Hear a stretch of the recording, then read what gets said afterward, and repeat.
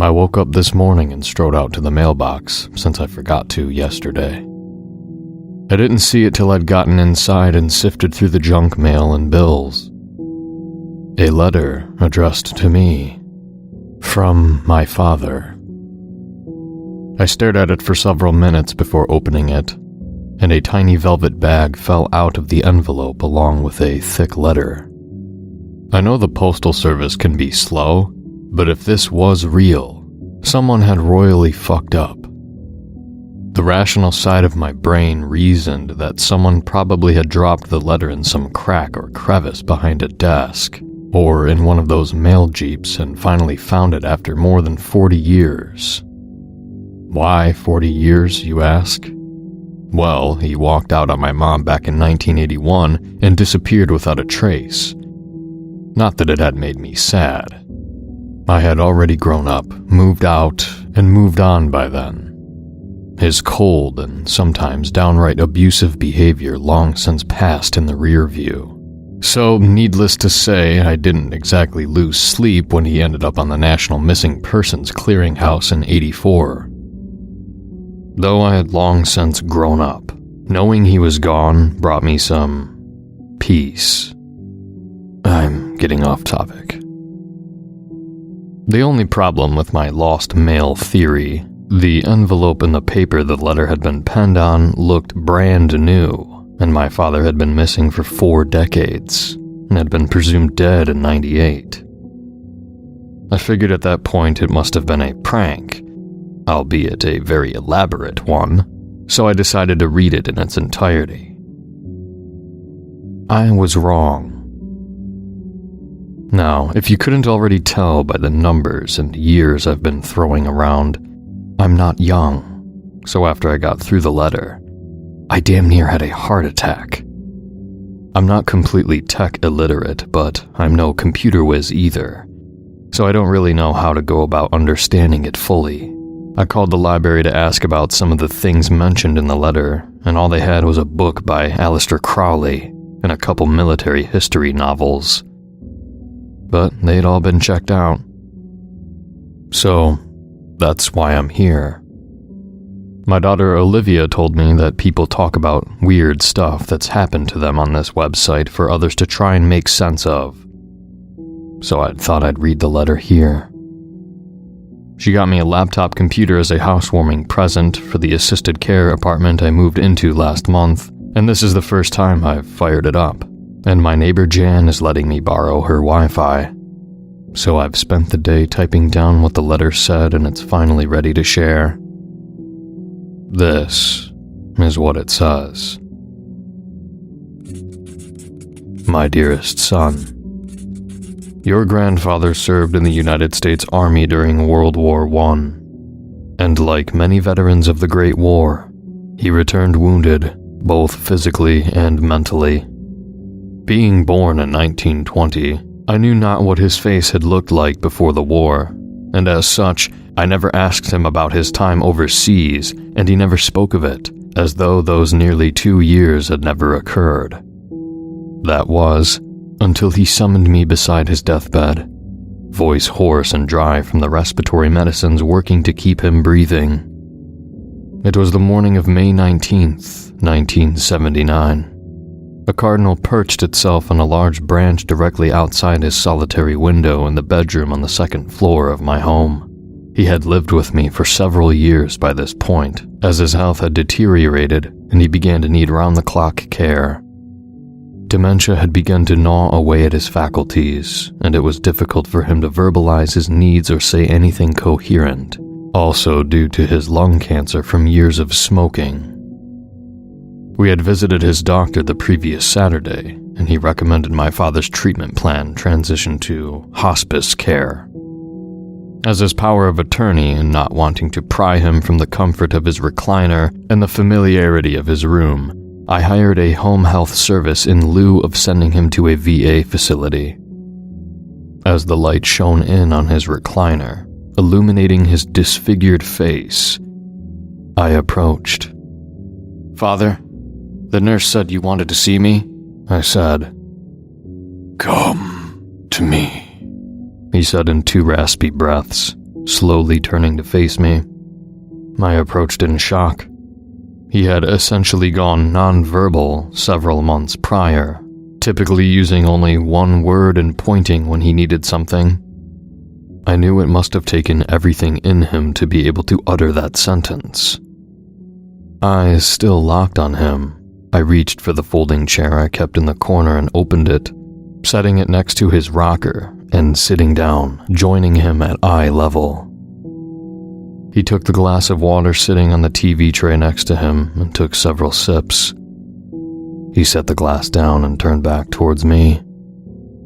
I need to tell you about Tournai. Your grandfather, who I will refer to henceforth as my father, began to tell me of his time in the 1st Engineer Regiment, in which he participated in several battles fought during brutal campaigns throughout France in 1917 and 1918, including the Meuse-Argonne offensive, in which he saw several of his friends die. I wondered in which battle he had lost his left eye and most of the left side of his face, and what kind of weapon could have inflicted such an injury. In late October of 1918, less than a month before the cessation of hostilities, he and 3 other American combat engineers were embedded within a small sapper unit of the 63rd Division of the Royal Navy, who were in the city of Tournai supporting French efforts to fortify the city. The German Fourth Army had begun its offensive against Mons, about 30 miles west, and the forces in Tournai had been determined by French High Command to be too few to effectively combat the Germans. As such, the French left their positions, though forgetting to inform the British and Americans, who had begun digging trenches and erecting defensive emplacements. By the time they realized the French had retreated to the larger city of Lille, it was too late to fall back. While major action would take place at Mons, General Friedrich Sicht von Armin's Fourth Army would indeed shell Tournai. As combat engineers and sappers, the men, including my father, would have no trouble making their way underground. But under the threat of artillery, they sought shelter in areas where someone had already done the digging. "These bastards aren't going to cease, men!" shouted British First Lieutenant Oliver Westcott as he directed the men near him into the cellar of an old home in the city center. As Westcott looked back to direct more troops inside, an artillery shell screamed through the air, impacting the street outside, collapsing the roof onto the cellar doors. During the explosion, Westcott was blown off his feet into the cellar where my father, along with Private Lester Daniels and 2 British soldiers, had taken shelter. They were now cut off from the outside, in pure darkness. "Are you men all right?" asked Westcott, winded but physically unharmed. My father grabbed for his lighter to illuminate the damp, musty cellar. His face became illuminated, and as he looked to his left, he saw the nearly decapitated body of one of the British soldiers. His head severed by a piece of shrapnel, dangling from his neck like the last bit of metal you have to peel back after you've used a can opener. "Fucking Christ," said an American-sounding voice to his right. Private Daniels stood up, taking a step back. Daniels inadvertently dumped his haversack as he stumbled to his feet, ration tins and hatchet clanging as they hit the cobblestone floor. "Christ, Baker," said a soft British voice. Another lighter flicked, and the face of a boy no older than 19 came into view. His skin appeared to be as smooth as a baby's, with the exception of a deep gash on his right cheek. His eyes, however, appeared hollow. A tear escaped his eye and his lip quivered slightly. A large bright flame appeared behind him and then slightly faded. Westcott held a rusty lantern he had found in his right hand, lighter in the other. The room was large, filled with old furniture on one side and large barrels on the other. My father looked around, searching for any possible exit point. The roof above them was constructed with heavy wood, many once strong beams fractured by the explosion. One wrong swing of the hatchet, and the entire structure could crush the men in their escape. As Westcott berated his sole surviving countrymen for shedding tears at the loss of his friend, Daniels pointed towards the wall furthest from the staircase. "The mortar," he said, matter-of-factly. "It's new." My father approached the wall alongside Daniels, as Westcott walked behind them towards the wall. My father went to observe closer as Westcott brushed past him. "Yes, it's lighter here," Westcott said. The mortar of an 8x8 section of the stone wall that stood before the three men was indeed lighter than the aged mortar that adorned the cracks and gaps between the other stones comprising the walls. Not necessarily new per se, but definitely not original. Lacking explosives and other tools that would be useful for dismantling a wall, all four men began striking the mortar around one large stone with their hatchets, hopeful they had found a way out. After several minutes, the stone fell backwards, leaving a dark hole in its place. A loud thud echoed through the hole, followed by a slightly muffled thud, and several more after that, decreasing in pitch each time. The men all exchanged looks with each other, unsure of what they had just found. After half an hour, a man-sized hole had been created, and Westcott climbed through, lantern in hand. "What's there?" said the young British soldier, who had introduced himself simply as Arthur during the demolition process. "Stairs," said Westcott in a questioning tone, almost as though he was confused by the concept of a staircase. My father entered the gap to converse with Westcott, with Daniels and Arthur entering behind him.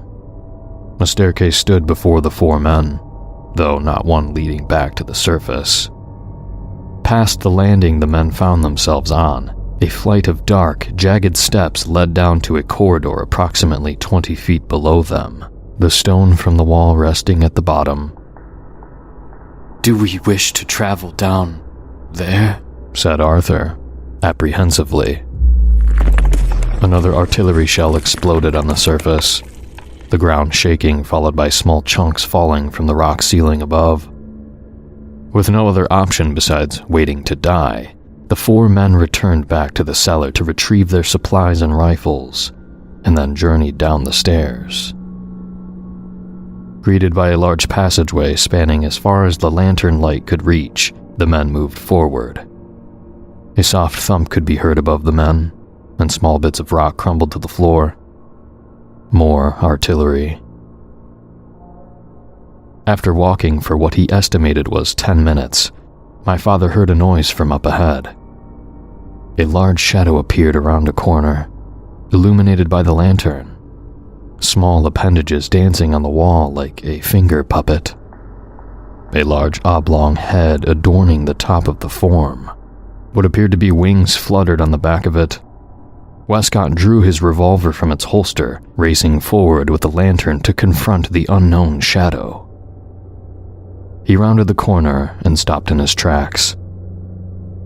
Lowering the revolver and chuckling, Westcott looked back at the three men.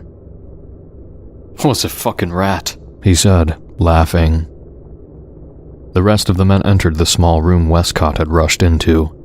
A small statue rested in the corner of the room, inscribed Clovis in French. A rat poked its head out from behind the statue before retreating behind it again. The men continued on down the passageway, stopping briefly to drink from their canteens. Shortly after resuming their journey, the narrow hall widened. "Christ almighty," Daniels trailed off, seeing a massive circular room come into view. The ceilings here extended higher than those in the passageway, though not by much. Enveloping the perimeter of the room like wallpaper were skulls. In the center of the room had a large, rectangular stone object, which my father immediately believed to be a coffin. He approached it, the others in tow. While appearing incredibly simplistic from a distance, the dark box was covered in various symbols, none of which my father recognized. He then proceeded to open it. What sounded like a breath emerged from the coffin, and a searing pain coursed through his hand, as though he had been stung. He cried out in pain, clutching his hand, stumbling back. Daniels unshouldered his rifle, hands shaking violently as his fingers slipped and he fired a shot into the coffin, putting a hole through the thin rock. Their ears rang, and something clattered to the ground behind the two men. Standing there, facing away from them, was Arthur. The lantern laid on the ground a few feet ahead of him, flame slowly dying. "Where the fuck is Westcott?" said my father, voice trembling. Arthur turned towards him, face completely pale. He spoke in a deep, unnatural voice. "He..." was all he managed to get out as the wet squelch of a hatchet burying itself in his head reverberated throughout the room. Arthur fell to the floor, blood seeping from his eyes, now red. As he collapsed onto his side, still facing them, he smiled. Westcott emerged from the darkness, holding his rifle, bayonet affixed. My father unshouldered his rifle and pointed it at Westcott. "Wait!" said Westcott, just as my father and Daniels both fired at the murderer. Daniels' shot missed by a mile, his hand still shaking, but my father's shot pierced Westcott's uniform, puncturing his right lung. Coughing on blood, Westcott said two words that would make my father shudder when recounting his tale. "Not him," he said, drawing his Webley and placing it to his temple. He stared straight ahead at the coffin, eyes wide. "Our God, who art in heaven, hallowed be thy name. Accept me into your gracious arms, O Lord," he sobbed before pulling the trigger. Gray matter and gore spraying the solid ground, the shot deafening to my father and Daniels' already ringing ears. Emerging from one of Arthur's ears came a small fly-like creature, which then flew into the darkness. Daniels staggered backwards towards the coffin as the light from the lantern faded. My father followed. Using his boot, Daniels, for some reason, kicked the remainder of the stone lid off, revealing a skeleton, adorned in jewels, rings, and a golden crown. A sword whose handle was wrapped in rubies fit between the skeleton's hands. My father said he did not know why the two of them didn't simply run the opposite direction. It was as though they were drawn by the mystery just as much as they were afraid of venturing outside what was illuminated by the still dying lantern. Daniels reached into the coffin, attempting to remove a ring from one of the skeleton's hands, breaking the finger off in the process. A low roar emanated from the direction opposite of which they had entered. A fly buzzed through the air and landed on Daniels' outer lobe. My father could only watch as it entered his ear, for as soon as he was able to verbalize that there was a fly, it had already burrowed in. Daniels blinked and looked down. He felt the strap on his shoulder and looked at the wooden and metal rifle he now held in his hands, his face reflecting off the surface of the sharp bayonet affixed to the muzzle. Daniels dropped the weapon haphazardly and stumbled towards my father as if he had not walked in years. My father backed up, frightened. Daniels held up the bony finger in his hand and smiled. A pentagram carved into the middle of the ring in a script of a language unknown to my father at the time surrounded it. Daniels moved towards my father and touched his face. My father screamed in agony and fell to the ground, steam rising from his cheek, his left eye melting from its socket and dripping onto the ground. "Put on the ring," Daniels said, in what sounded like the voices of 1,000 dying men. My father ran, grabbing his rifle and falling as Daniels fell on top of him. Blood poured out on my father's torso as it ran like a river from Daniels' mouth and stomach, his body now resting on top of the rifle, bayonet extending out of his back. Daniels blinked and swatted at my father, his hands unable to make contact. The bony ring finger fell from one of Daniels' hands and landed on my father's uniform. A sizzling sound came from his chest as the ring made contact with skin after eating through the green wool. Another shout of unbearable pain came from my father as he swatted the finger and ring away from him. The buzzing sound could be heard once more as the small fly emerged from Daniels' left ear and approached my father, still pinned under the corpse. He removed his lighter from his pocket and sparked it in front of the creature, causing it to burst into flame. An unholy screech could be heard as it fell to the ground, wings alight like a plane that had been shot down, and it impacted the ground. My father stood up, moving Daniels' body from atop him, and stomped on the downed creature several times before running to the lantern, now barely alight and rejuvenating the flame. That's when he saw them. Hundreds of shadows without owners stood along every side of the room, blocking 2 passageways. They slowly began to approach him, encircling him with intent. He walked back to the center of the room, now his only option. Grabbing Daniels' discarded rifle, he backed up to the coffin, panting.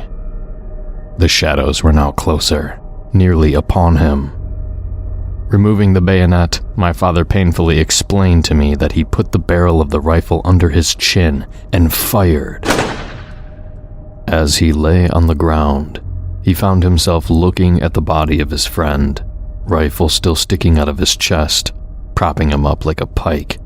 The shadows moved around the corpse as though something in the way, other than the body itself, prevented their travel. My father, in a final act of desperation, crawled towards Daniels, seeking whatever was keeping the shadows away from him.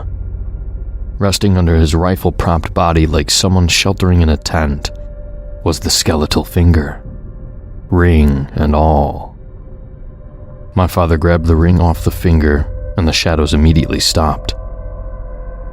He placed it slowly on his finger, and the pentagram burst into flames. The shadows slowly began to kneel. My father looked around and gasped when he saw Daniels kneeling before him, his dead eyes staring up as blood dripped from his mouth, rifle still buried in his chest. His now purple lips moved, and in a scratchy voice, slowly said, "My king." My father walked towards the other passageway slowly as he moved to escape, the shadows backing away to form a path. Some of the shadows began to take form, but my father refused to describe them. He finally reached the end of the second passageway, and when he turned around, the shadows were gone. After climbing a set of rocky steps, like those he had descended before, a wall appeared before him, and using the hatchet still in his haversack, still slung around him, smashed through the mortar surrounding a large rock and pushed it through. Outside, he saw men marching down a street, who paused after noticing the rock fall to the ground below. "Hello!" he shouted, waving his arm through the hole. My father then pushed his head through, and was greeted by dozens of German soldiers. As my father pulled his head back, he heard shots ring out as the soldiers opened fire. He dropped to his knees and closed his eyes. Then, the screams began. The sounds of flesh being ripped apart, throats being torn from bodies as their owners' screeches ceased as they separated from one another. And then, there was silence. After hacking away at the wall enough to make a hole large enough to pull himself through, my father emerged to a street flowing with blood and bodies twisted and contorted like putty. One of the German soldiers was still alive, smiling. My father had left Daniels' rifle behind the wall and had already dropped the hatchet. In perfect English, the German spoke. "You are going to need this," he said, gesturing towards the man's uniform. The man then fell to the ground, eyes rolling into the back of his head, a small fly emerging from his ear. My father donned the German uniform, ditching the Kaiser's garb after leaving the city, and walked towards Allied lines.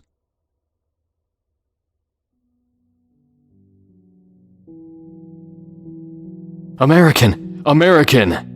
my father shouted, hands raised, wearing only his undergarments and boots as he approached a trench. "Christ, get a medic!" shouted a British soldier. My father then collapsed.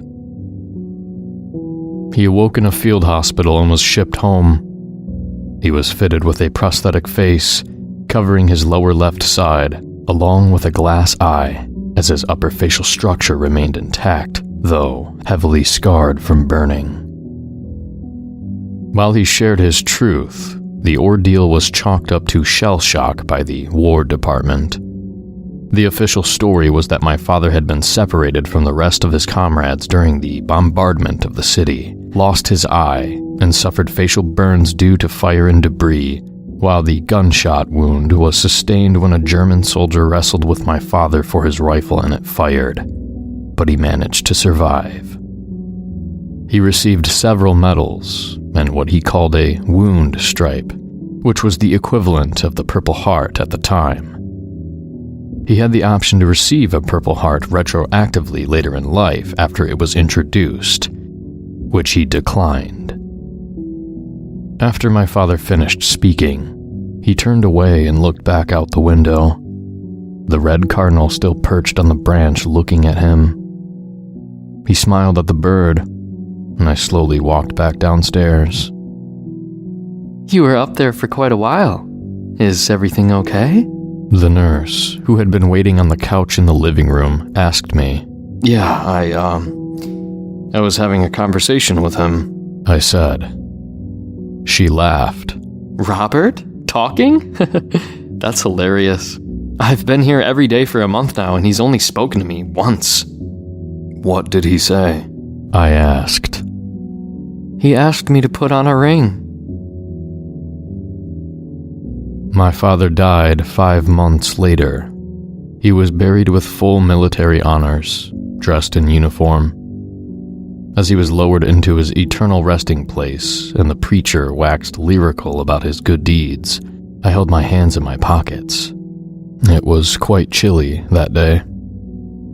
In one hand, I gripped the funeral program. In the other, I held the ring that had been on my father's finger just before he was transferred to the hearse. In the years following his death, I traveled to Tournai and spoke with numerous scholars and occultists regarding the events surrounding my father's experience. This is what I found. Clovis I was the king of Francia, ruling an area which comprised much of what is now northwestern France and surrounding areas including Belgium, where modern-day Tournai sits. Relics of his reign were discovered in the late 1600s, including a trove of gold and other precious jewels, metals, and rings whose worth was beyond measure. Though converting to a form of Christianity later in his short life, he was born into a certain breed of pagans and held various beliefs that made those closest to him fearful. Vast riches seemingly did not satisfy Clovis, as he would begin practicing and experimenting in Getia, a Greco-Roman form of sorcery that existed long before the term witchcraft was coined. While mostly consisting of innocuous spells and methods of divination, there also existed a more supernatural element, namely the practice of summoning angels, demons, and other entities beyond our realm of understanding. The Catholic Church, having later granted him sainthood, sought to cover up his sorcerous past, and, given the power of the church at the time, information on the topic is incredibly limited, found only in centuries-old texts and through the mouths of orators and mystics. One of the works that especially intrigued Clovis was the Testament of Solomon, a text written in Greek, in which Clovis was fluent. The Testament speaks of King Solomon who, after confronting a demon, receives a ring, known as the Seal of Solomon, from the Archangel Michael, emblazoned with a pentagram, giving him the ability to bring demons under his control by branding them with the sigil. Solomon wielded the seal, bringing countless demons under his behest, including Baphomet, Mephistopheles himself. While certainly equipped with a strong conventional army, Clovis found the prospect of controlling an otherworldly force loyal only to him too tempting, sending multiple expeditions to Israel to search for the ring, his lust for control growing stronger as the years passed. The ring was found, and the fruits of Clovis's labor could finally be reaped. Shortly after summoning and employing demons to do his bidding in the catacombs, the king died. While the Catholic Church claimed his body was moved to an abbey in Paris, I know that he still rests in the depths below the soil of Tournai. I understand that this is much to process, though as the years drag on and I gaze upon you from time to time, know that I am proud of you. Congratulations on your new abode. Now, while I have lived much longer than I could have fathomed, I am not immune to mortality. It is time for me to bestow the greatest honor upon you, my child. When you were diagnosed with cancer, you feared the worst, but I called upon my servant, Svendanale, to heal you. When you and your wife began to fall out of love, I beckoned Boldamesh to mend your marriage. When you have experienced miracles, my child, they have been not of any god. The Testament explains it much better than I can. So Ornius took the finger ring and went off to Beelzebul, who has kingship over the demons. He said to him, "Hither, Solomon calls thee." But Beelzebul, having heard, said to him, "Tell me, who is this Solomon of whom thou speakest to me?" Then Ornius threw the ring at the chest of Beelzebul, saying, "Solomon the king calls thee." But Beelzebul cried aloud with a mighty voice, and shot out a great burning flame of fire. And he arose, and followed Ornius, and came to Solomon. Once he was struck with the ring by the lesser demon Ornius, already behest to Solomon, our Lord became the king's servant, along with his spawn. You see, my son, this is why I named you Solomon. It is now time for you to reign over Beelzebub and his legion and reap the benefits that come with such an honor. I know that you have seen the velvet pouch I sent you alongside my letter. If you have not opened it already, it is time to do so, my son. Put on the ring. And that's the letter. I've been sitting at my kitchen table all day trying to process this. I opened the bag after I finished reading it. It was like an involuntary motion. I didn't want to, but I couldn't help it. I saw my hands move and could do nothing to stop them. It's going on 3 p.m. now, and all I've done today is stare at this fucking ring. It's exactly like he described it. It felt wrong at first, just looking at it, like a kid gazing at a forbidden cookie in a jar. But it's calling to me. I can see now. It's so beautiful. And it's just the right size. Since my wife Ruth died last year, I've repeated the same goddamn routine. Wake up, check the mail, watch the Rifleman before lunch, go to the Civic Center for bingo on Wednesdays, and watch MASH at dinner with my microwave Salisbury steak. To my only daughter, Olivia, if you are hearing this, I am sorry. I'm miserable. So I think I'm going to do something different for a change. I'm going to try it on.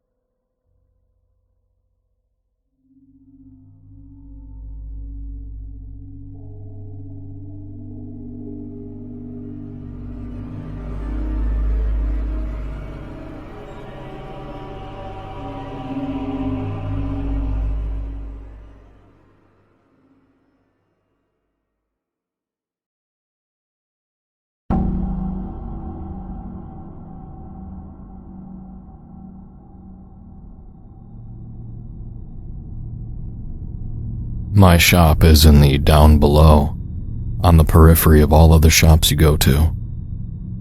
No one finds my shop by accident. There has to be intention. Conscious, unconscious, it doesn't matter what type of attention. What matters is that you have something you need to get rid of, and something I want. Your haunted possessions. You might not know they're haunted on the surface, but maybe you've been noticing that your utensil drawer keeps sliding open in the night. Maybe you've noticed how the floorboards creak with concrete-heavy steps in the midnight hours. Perhaps you've seen the face of a corpse in the bathroom mirror, sagging like a pumpkin left to rot in the sun. You're finding my store is not made with a conscious awareness. It never is. It's like that by design. I compare it to the beck and call of Skull and Haiti chasing each other's tails in the bruised nebulas of a starlit sky. Instinctual might be a good word for it. Years ago, when my shop first opened, a pot-bellied gentleman in his 40s stumbled in through my glass doors. My shop is small, crammed with items, less so at the time. I looked up as the doorbell rattled. The man had a sweat-soaked suit and kept dabbing his forehead. They usually come like this, confused, muttering to themselves. Not usually so sweaty, though. He held a rattling wooden frame with intricate spoons from all manner of countries pinched at the handles. I saw her behind him immediately. He was unaware of her presence. A festering thing. She was cloyed and hunched over, spines crossed in jagged arcs along her back like an iguana's tail. Her eyes bulged from the wrinkled lips of her sockets, like overripe tomatoes ready to burst. The pupils were swollen, protruding discs that jutted around, glazing across the room. Her skin sagged and dropped from her body. She held an air of worry about her. I watched her eyes dart to the spoon collection more than once. Her anchor item. Ah, a malicious old one. What was she to you? I inquired. To me?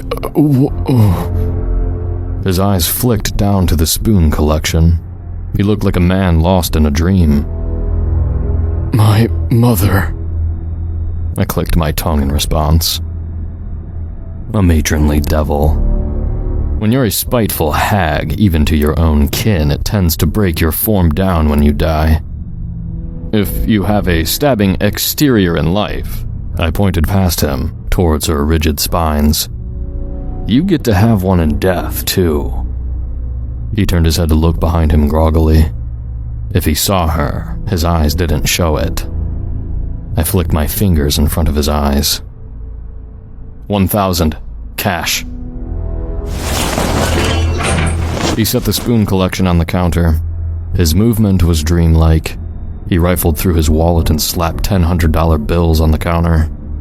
They always come with exact change, almost like they knew what I'd charge before they came. I'm not a monster. 1,000 is fair for my service. At least I think so.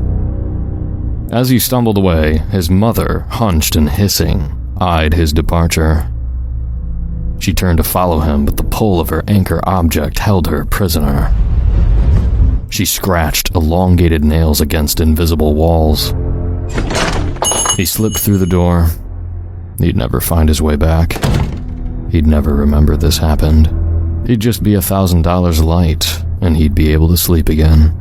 I touched the anchor object while she was distracted, thumbing over each spoon. David, come back, you coward! Leaving your own mother behind! How cruel! How terrible a son! Her words came through gritty, buried in gravel. He can't hear you, I said aloud, returning my eyes to the spoon collection, flipping over a gold-wrapped spoon with the Egyptian flag embossed in the handle. She whipped around. I could feel those bulging eyes center on me. You, she said, venomous. Me, I retorted. She rushed forward on all fours, reptilian, spikes flaring out like porcupine quills from all across her shrunken frame. I waggled my finger. Not one step closer, or I dissolve your anchor point in fluoroanimatic acid. The Teflon tub was already open below the counter, filled halfway with the super acid. One of her eyes lazily wandered up to the ceiling. The other examined the collection in my hand. I saw a flicker of understanding across her face. Her smell was decidedly unwelcome. Old cough tablets, musty floral furniture, and all the pungent flavored aromas you find on crotchety old people. The scent of rot was only an afterthought.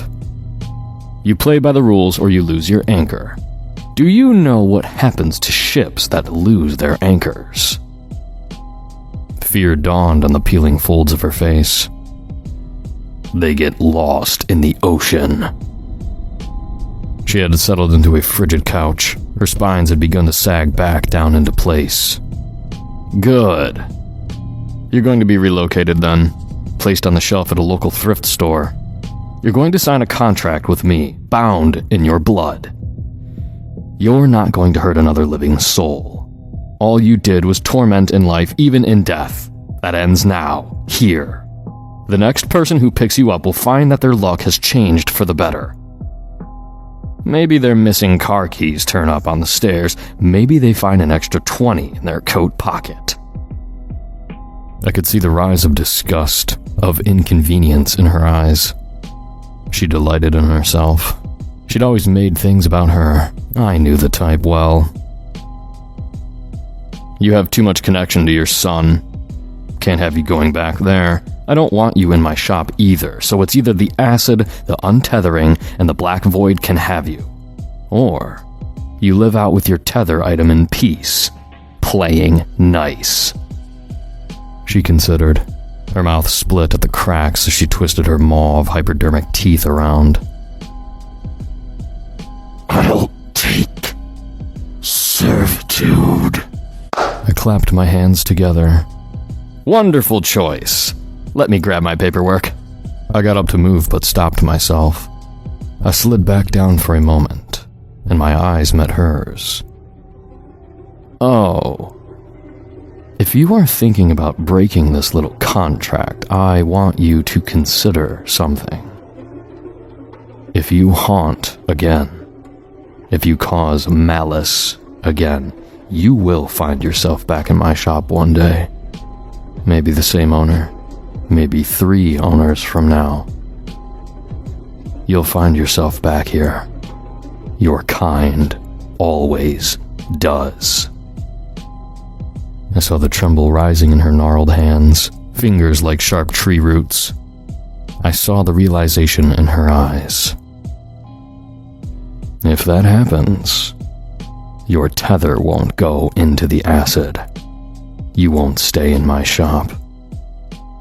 I set the contract down, wheeled around, and began clicking the dial on my gun safe open. I could feel the burn of her inquisitive stare. I teetered it open with a groan. The sound of countless overlapping screams filled the room, pained beyond recognition. The sound of eons of agony, eternities of suffering. Several objects rested in the safe. I flipped around. There was terror in her eyes now. A smaller predator staring down a much larger one. You will go in here forever. No autonomy, no free will. Just pain. Of the spiritual kind. Of the physical kind. Of the biblical kind. Nothing but unbridled fear in her now. Her whole body rocked with it.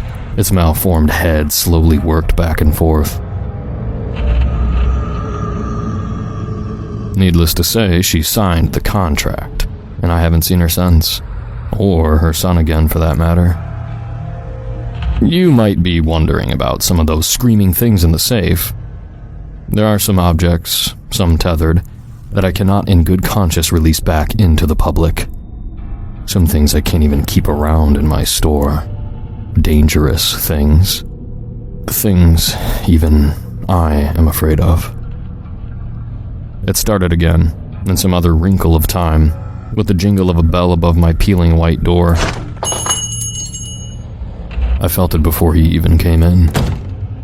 I saw it immediately in his black eyes, a man oozing with possession, something I had never encountered before. A living being had become the anchor object, and the thing that writhed its way into my shop behind him made even me swallow my tongue in fear. It was a roiling black pulse of static. It chittered like 1,000 cicadas. The world was alive with the sound of it, of something so wrong, so vile, it had somehow broken the rules, my rules.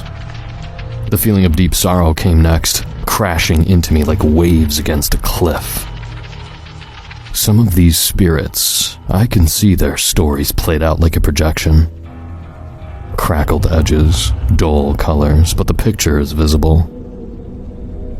As I stared into the crackling black mass, the visions overcame me. Women with wrists bound in copper wire, down to the bone. I watched deft hands douse the screaming women in kerosene, laughing like it was the funniest thing it had ever seen. A rough, calloused thumb flicked the lighter on and off, taunting. The 4 women were stylized in 80s fashion, at least as far as I could tell, beneath all the blood.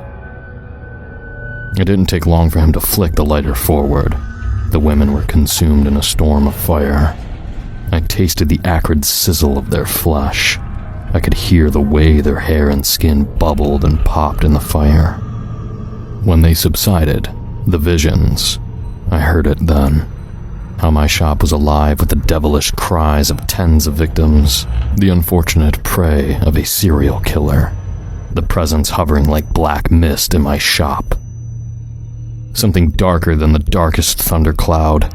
Its static body crackled and pulsed with ozone electricity. It had real weight and power behind it. I told you these things come to my shop with intention. That usually means the intention of victims. But in this case, in this solitary case, the rules had been turned on their head. This monster had come, had brought itself to me with a living host, out of intention. I knew I'd find it. Somehow, these seething darknesses always arrive at my doorstep. I knew it was only a matter of time. It wanted to take control. It wanted to present itself with a choice. Wanted me to make the choice this time. This mass-murdering spirit had been born something black and strong. It didn't speak. Maybe it couldn't speak. But I knew the choices like an old song stuck in the back of my mind. I could choose to let it go, and it would break away from its innocent anchor being, latch onto something immaterial, and haunt the earth like a locust swarm of consumption. Or I could kill its anchor point, harvest the skull from this innocent man's corpse, and gain control. But I would lose some of myself in the process. I thumbed a 9mm bullet into a revolver I kept in the drawer beneath the register. I pointed it at the man's chest. His eyes were hollow black orbs, but I could see the gentle cresting lines of humanity in his face. The laugh lines, the crow's feet. I couldn't think about the fact that he had a wife and daughter at home. This entity, this black void, laughed in a sound like shifting tectonic plates. The cicada buzz grew louder. It allowed me to visualize all this man stood to lose. It wanted this decision to hurt. It succeeded. I pulled the trigger, and the bullet shot through his chest. The man's back exploded outward behind him like a lit firecracker dropped in water. A spray of blood coated the carpet and walls. Oh, how the entity laughed. Oh, how I died a little inside. It had attached to his skull somehow, and the whole night it took me to cleave the man's head apart. For days, the carrion beetles I purchased ate away at the flesh stuck in all the little crevices of his skull. I made the rest of his body disappear. I cleaned up the sticky pools of blood. That oppressive cloud of static never left my side. Never stopped writhing with glee in the corner of my shop. I didn't care that it would be imprisoned in eternities of agony, because it was going to make me pay dearly for the opportunity. I was more than glad when I finally stowed away the yellowing skull picked clean by beetles inside my safe. That entity was a serial murderer in life. In death, it was somehow worse. A roiling nightmare made manifest, and its entrapment inside the safe was a bittersweet one. I understood then how Zeus may have felt trapping the Titan Prometheus. In the end, I stopped it for good, but ultimately, it had won. And I knew it. It had cracked my facade. It had taken a piece of me with it into the black pocket dimension of the gun safe. But having that type of evil out in the world, it's what causes wars, famine, mass violence. We all like to play around with hypotheticals. I had to make that choice. One soul to save thousands. A choice I'd pick every time. That's one I don't like to talk about, but I guess I just needed to get it off my chest. A choice like that cuts deep, even for someone who's lived as many centuries as I have. But there are other things that don't belong in my shop. Ones I don't leave out on display, that I don't stow away, dip in acid, or donate to a thrift store. Ones that don't belong anywhere in our world anymore, that don't deserve to be untethered either. That crooked bell above my door jingled and chimed. Another time, another place. A young girl entered. Unusual, but not unheard of. She carried an old fire truck in her hand, well worn with hours of play. Small chips of paint showed in the grooves of the plastic. She stood on her tiptoes and placed it on the countertop. Her eyes were cloudy, far away. She had a blue backpack strung across her back. The straps ran down like suspenders across her small shoulders. "Ah, I was wondering when you'd show up." A small smile graced her lips. "You have a little clinger, don't you? The fee is 12 cents for you." She nodded her head, small locks of hair drifting into her eyes. Then she reached into the pocket of her dress and produced 2 dull copper pennies and a dime. She set them on the countertop. 12 cents, an exceedingly small price for peace. "Thank you so much, little miss. Now, where is he then?" I asked softly. She giggled slightly, eyes still distant. She took off the blue backpack and set it on the floor in front of her. Then she took 2 steps back. Nothing happened for a few breaths. We both waited. Finally, a small blue hand extended from the folds of the backpack. 2 small legs pressed out of the fabric. A small, pale blue face peeked out. The backpack enveloped his small frame like a tortoise shell. "There's the little guy," I said cheerfully. He looked close to bursting with tears. So much fear humming around in such a little body. A clear picture painted itself in the space behind him. An almost vision, small grasping hands pulling on an unsecured shelf. A teetering behemoth that came falling down with a creak that sounded more like a sigh. Then there was a crash. His skull was crushed instantly by the heavy oak shelves. I took solace only in the fact that the death was quick. "You met such a violent and tragic end. Such a bad accident. I'm so sorry." He peeked out a little further. I saw tears welling in his eyes. Small, grasping fingers reached backwards out towards his sister. He began to cry. The sound was high, like the babble of a brook. "Oh, I know, little one. You've been so lost since you passed. It must be beyond frightening, but your sister doesn't understand. She feels fear when you move her toys at night, when you rustle the skirt of her bed. I know all you are wanting is to be seen, and you are now.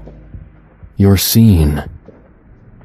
I moved beyond the lip of the counter and pulled the lid off a jar as I passed by.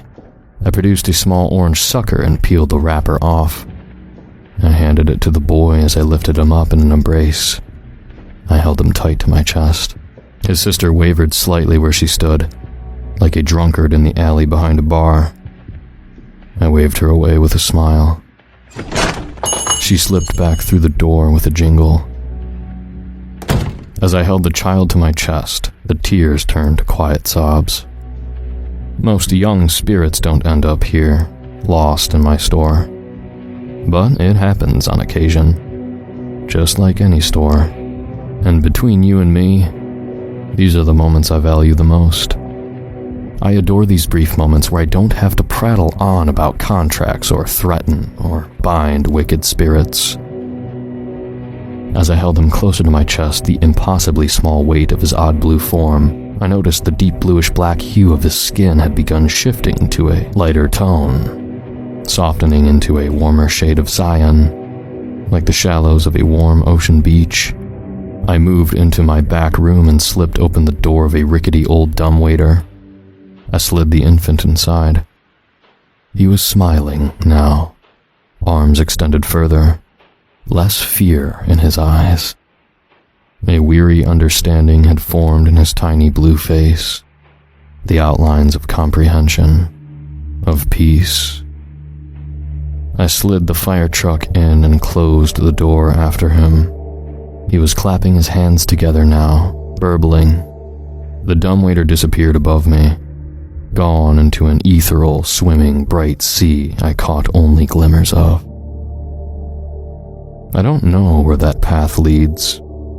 I only know that it is bright and full of joy. A place so much better than here.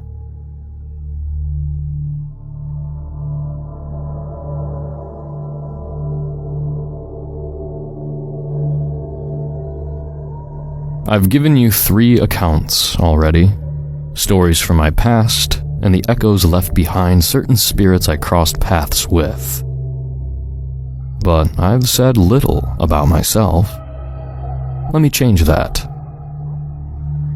You don't apply to be the keeper of this shop. This place is for the damned and the drifting. You're chosen, always near the end of the last keeper's life, when their time thins and yours begins. I was just a boy then, an orphan running wild through alleys, sometime in the early months of a bygone century. Plain enough, shaped by soot and hunger, by streets that didn't forgive, and by lies that kept me alive. My parents had died in a house fire years before. I couldn't tell you how old I was when it happened.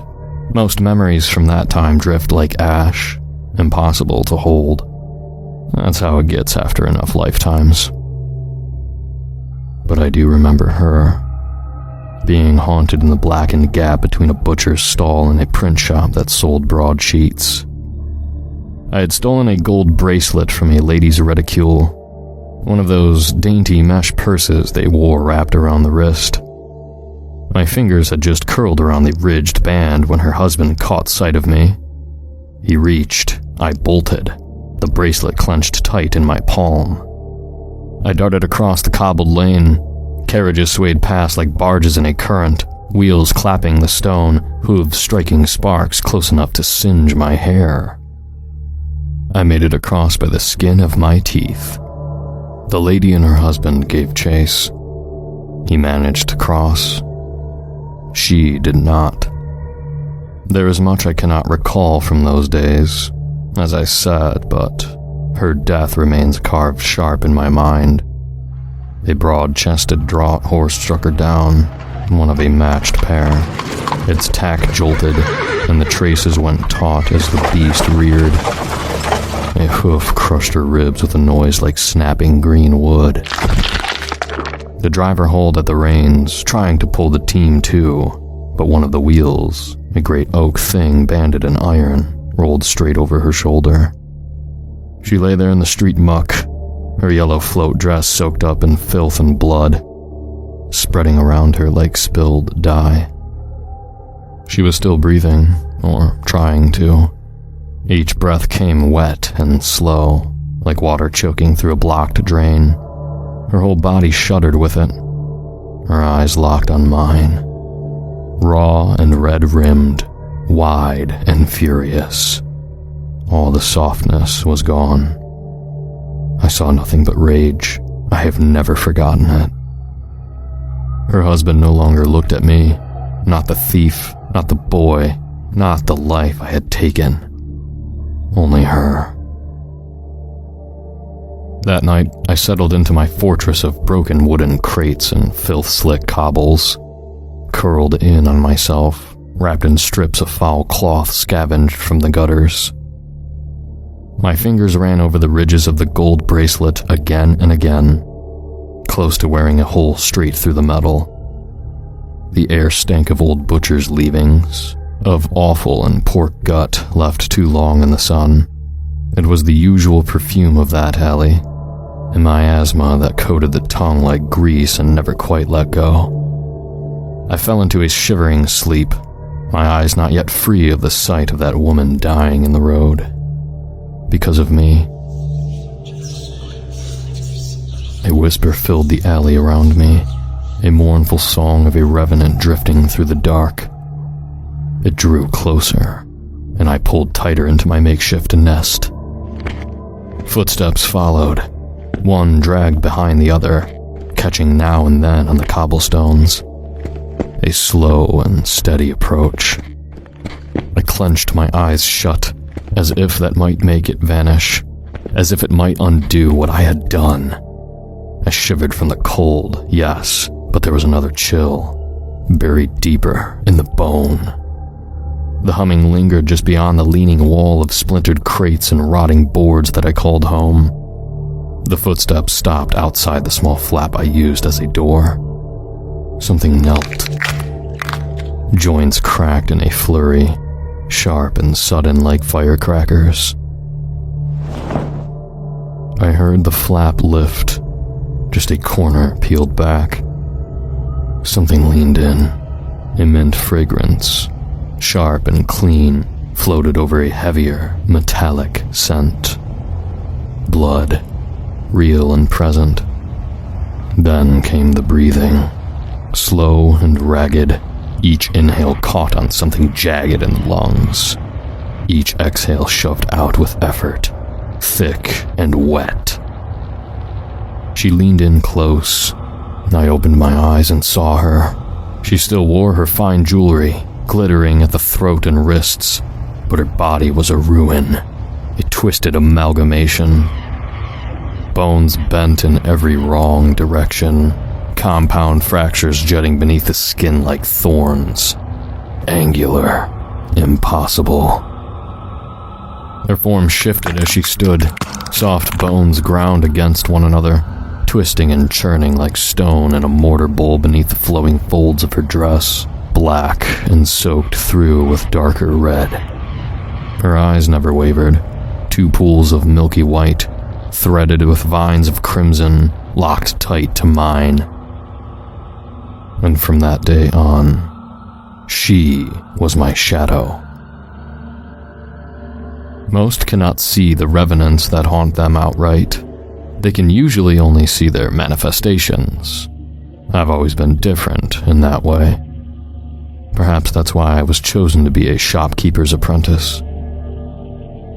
I tried to throw the bracelet away. I couldn't even sell it. No one would buy such a fine thing from a filthy street boy. They'd ask questions, call for the authorities. I flung it into the river more than once, and by morning light it would be there again, dripping wet, resting beside me. I wandered into the shop the same way all the customers do, unknowing, but with purpose, like sleepwalking. But for some reason, I woke up right there on the storefront floor, not bleary-eyed, not drifting in some unconscious tide, awake. An older gentleman named Remus stood waiting. His long gray beard was stained black at the corners of his mouth. He was the keeper before me. He had tended to the shop for centuries. He told me he saw a spark in my eye, a glimmer of the right kind of soul. He removed my haunting in exchange for a pledge that I would enter into tutelage under him. Remus pulled me from the depths of a sorrowful life, and I gave myself to the work, willingly, reverently, wholeheartedly, and I never looked back. At the end of his time, Remus was bound, as all keepers are, as I will be, to the totem buried in the space beneath the shop. Far below, in the clogged and stifling bowels of the place.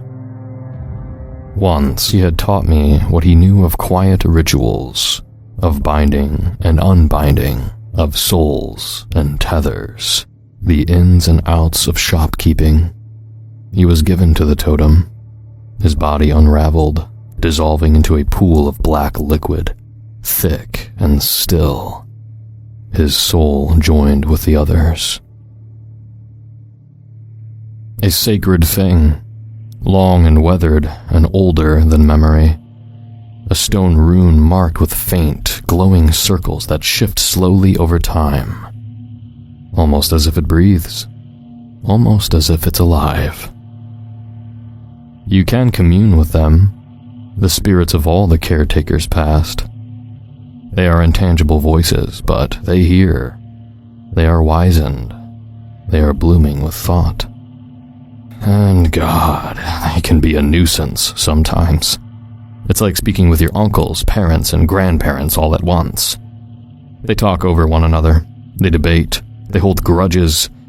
It's tiring. But I have grown to love them like they were my family. I will be spending the rest of my eternities with them, after all.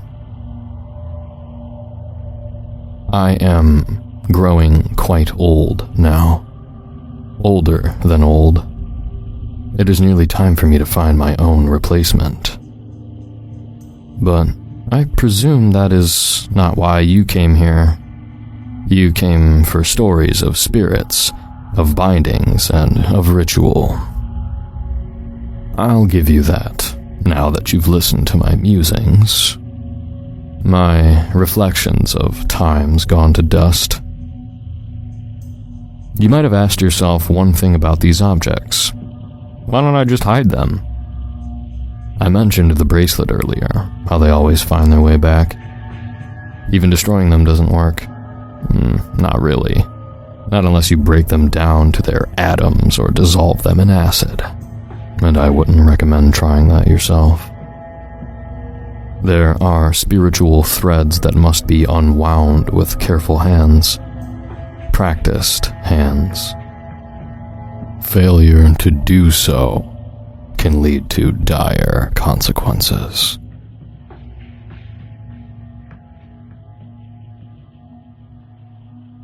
One gentleman I met had been a priest at a small countryside chapel. An anchor object found its way inside. He didn't know where it came from. I suspect the previous owner passed on and someone gifted through ancient ritual to the priest. A cruel but effective way to pass along a curse. It's one of the many unspoken rules in my line of work. The object was a small ornate jewelry chest with a patinaed brass latch. Carvings like rising tides were etched along the wood grain. Symbols he didn't recognize had been burned into the surface, curling and scaled like black snakes. He felt the wrongness immediately. He came to me for help, but not with the box. I was horrified to see what clambered in behind him. Dozens of them. An amalgamation of flapping appendages and slithering limbs. A crawling crowd of limbs as long as street poles, dragging itself through my doorway like the exhale of a tube of toothpaste. God's teeth, man. What happened? What did you do? I could sense it right away. Many spirits stitched into one. The thing behind him rambled in 10 tongues, all spitting and biting at the air. I destroyed their vessel, he said. The jewelry box. Incinerated it in an iron crucible. It could never come back. I broke into a steel mill to do the deed. His voice was far away, like it was being spoken through layers of fog. You don't know what you've done, do you? He didn't answer. He just stood there, empty. The form behind him writhed, obscene, shifting in my storefront like something born of a fever dream. Out with you! I shouted. Damned is the hubris on you. You knew it was the wrong thing to do. You could feel it. But you did it anyway, I snapped, jabbing a finger at my own head. Man of God, I muttered, full of scorn. A poor decision from someone who should have known better, especially one who claimed to walk with divine light. There were dark entities latched to that anchor. Think of them like kites. He destroyed the anchor without cutting the strings. Now the strings had tangled and twisted, forming a single monstrous thing. It was a walking colony of souls, cursed to drift the world until the sun burns out. I couldn't help him. You cannot untie a knot when the anchor has already been obliterated. The man turned to go. I was furious, I won't lie. I don't make a habit of assaulting my customers, but I grabbed the nearest book and hurled it. It hit his back with a solid thump.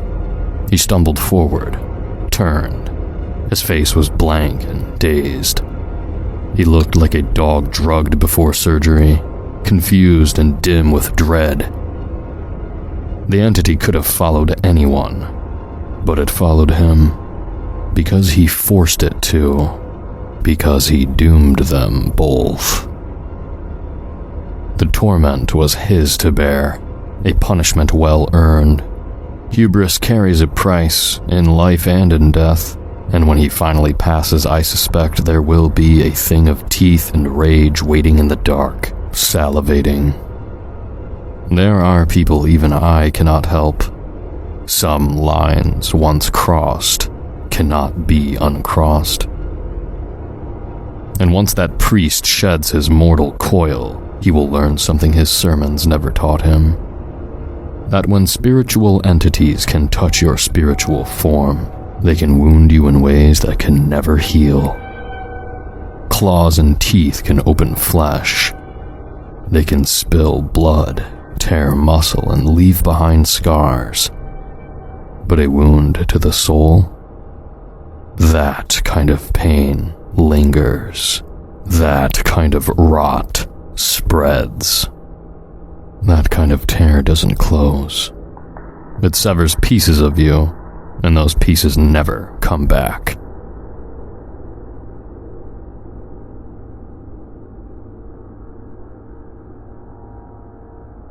As I sit here and ramble, reminiscing about older days, my cat Ramses purrs on my lap. He's not an ordinary cat. He's dead. A sphinx with a flair for dramatics. I found his collar stuffed in an envelope, shipped to my door. Usually objects like that are sent back unless they're sent to me, gifted intentionally. I have ways of returning spirits to the other side, not through the dumbwaiter I use for the lost souls of children, but through more deliberate, conscious means. Animal spirits don't appear often, less than any others, I'd say. Their minds tend to be simple, direct. Passing on is usually easy, painless. Even the stubborn ones eventually find their way across, but some need a little coaxing, a little bit of love. Ramses is different. If stubbornness were an Olympic sport, this feline would have taken the gold, silver, and bronze medals, then destroyed the podium, and eaten the medals. I tried to coax him into crossing on, but damn it, no matter what I tried, he always refuses. Spirits can interact with objects in our plane with some measure of difficulty. It could be a howling specter flapping open the door to your closet. It could be the depression of unseen hands and knees on the fabric of your bed. For Ramses, it's knocking things off shelves, knocking over a glass of water I was just about to drink. For several years, he would scratch and yowl if I tried to touch him. He might be semi-incorporeal, but somehow those nails still find my skin. And damned if it doesn't hurt. But recently, and only recently, he has taken to climbing onto my lap and laying there. It's an odd sensation. He has a good amount of weight to him, even in death. We have a sort of no-touching policy. He will sit on my lap, but he will strike if a hand goes anywhere near him. I brought up Ramses to the totem that houses the spirits of the former shopkeepers. They chortled and laughed, offered such useful advice as, feed him a sprinkle of tuna and, damned if I know. Whatever was done to this poor beast must have been something awful. He carries it with him like he's dragging an iron barbell. The appearance of him scared me at first. The damage done to him in life had been so profound it broke even his spiritual form nearly beyond repair. An anomaly among the scant animal spirits I've encountered. Ramses is a thing plated in overlapping fish-like scales. He watches blankly behind unknowing eyes, slitted diagonally like a snake's. Puckered things, swollen from sockets high up on his head. Rows of mismatched, curved teeth fill his mouth. Hairless still, but decidedly more amphibious than he must have been in life. I offered him treats of the kind a spiritual being can taste. He offered me claws and teeth in return, then ate the treats once I'd retreated far enough away. I tried luring him with toys, ones he could touch and manipulate easily with his new form. But he simply stares at them from across the room, blinking one wet eye as slow as sin, then the other, always watching. If only I could understand what cavernous labyrinths spanned his mind. Maybe then I could crack the enigma of him. I'll be the first to admit I thought my work with Ramses had been a failure. In a way, I was right. But on another face of the same coin, I was wrong. Because I've now run into a different kind of issue. Every time I sit down, he climbs into my lap. No care, no warning, not even a hello. I purchased him a soft bed, yet he always chooses my lap. The bed has grown dusty and cobwebbed from his disuse. He has even started purring. I'm unsure if it's from comfort or simply the joy of ownership. Because make no mistake, I belong to him now. Despite being rough around the edges, I've fallen into a quiet rhythm with him as I sit behind the counter. I spin my yarns with Ramses during the quiet hours. He is bad at many things, but he is a dutiful listener. I often stay frozen with him perched on me like some kind of tamed iguana until my legs prickle with pins and needles. Because I've learned the wrath of a delapped Ramses is not something I would wish on my worst enemy. I would have thought the soul of a feline would be easier to work with than those of humans, or ancient things dormant in the earth. But this one is more pharaoh than cat, more titan than god. He's left his mark on everything, my shelves, my floors, the rhythm of my days. Even in death, he has found ways to make himself permanent. I see pieces of him in the air, feel him when the wind brushes past the threshold, and I begin to fear something I never expected. That one day, I'll sit down, and he won't come. That I'll call out, and the shop will stay quiet. That I'll wake up and see that he's gone. That after all this time, he has finally chosen to cross. And that day, when it comes, will break something in me that I don't think I'll be able to repair.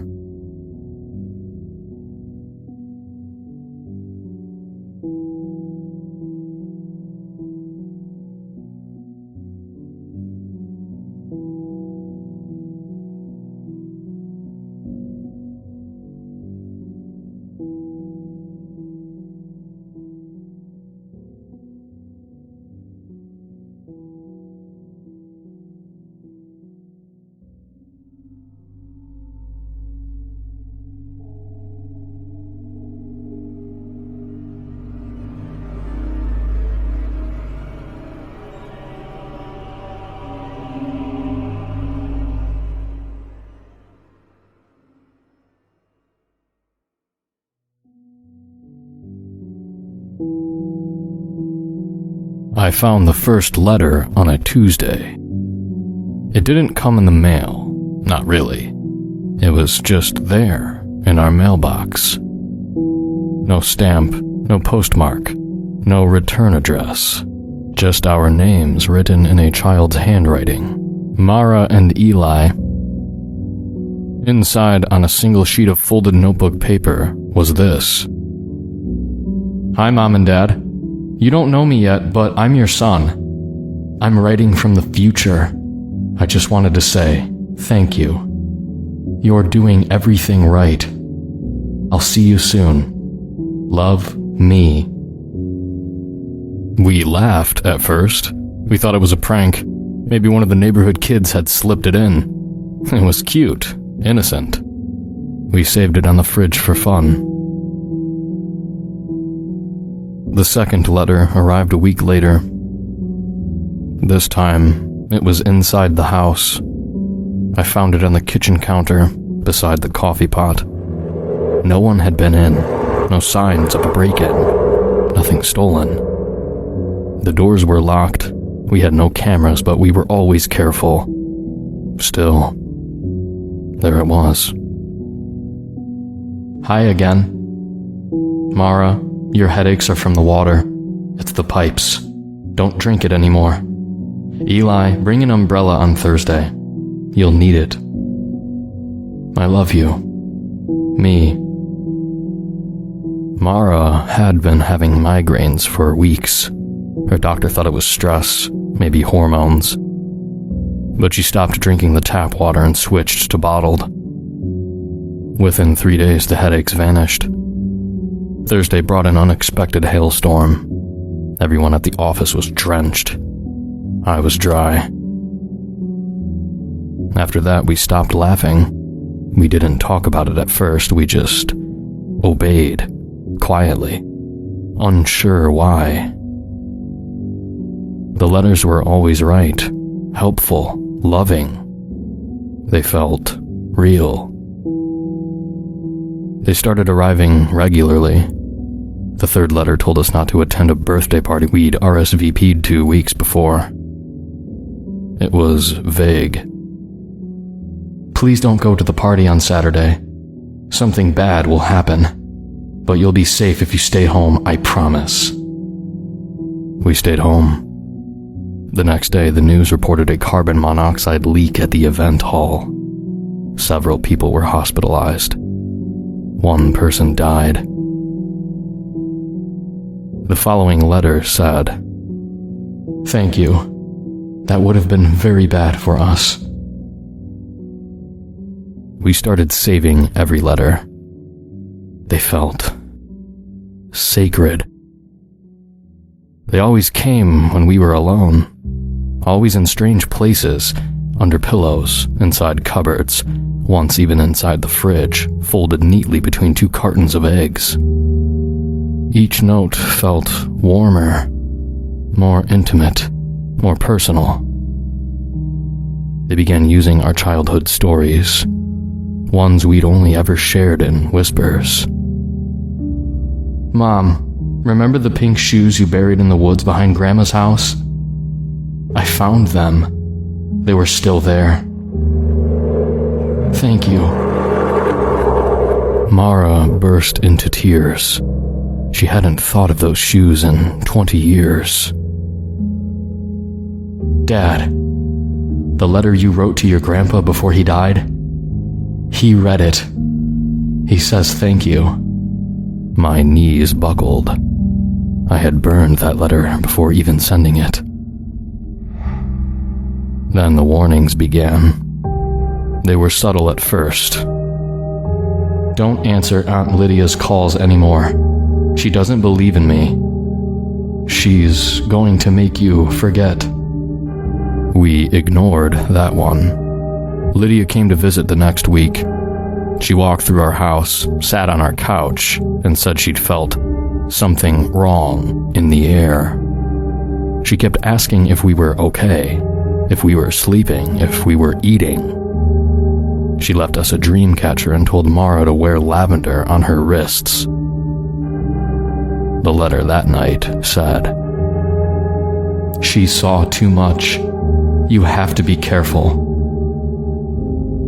2 days later, Lydia's car crashed on a mountain road. She survived, but she was in a coma for 2 weeks. We never called her again. By the time the pregnancy test came back positive, we didn't question it. It didn't matter that we hadn't planned for children. It didn't matter that I'd had a vasectomy 5 years earlier. "Miracle," Mara whispered. "Destiny," I said. We held hands in the kitchen, trembling. The house felt too still. Outside, the wind stopped. The letter was already on the counter. "He's coming. Thank you for making it possible." The letters became more frequent, more urgent. Don't trust the man with the dog who walks past at 8:15. He's watching us. Don't let the doctor touch Mom's stomach. He'll feel something he's not supposed to. Don't look in the mirror for too long. We didn't know what that meant, but after a while we couldn't. Our reflections began to move out of sync. The pregnancy progressed rapidly. By what should have been week 12, Mara looked full term. She didn't gain weight. Her skin remained smooth, flawless. But her stomach grew, and the skin over it pulsed faintly, like something underneath was testing the boundaries. She didn't sleep much. When she did, she murmured in a language I didn't recognize.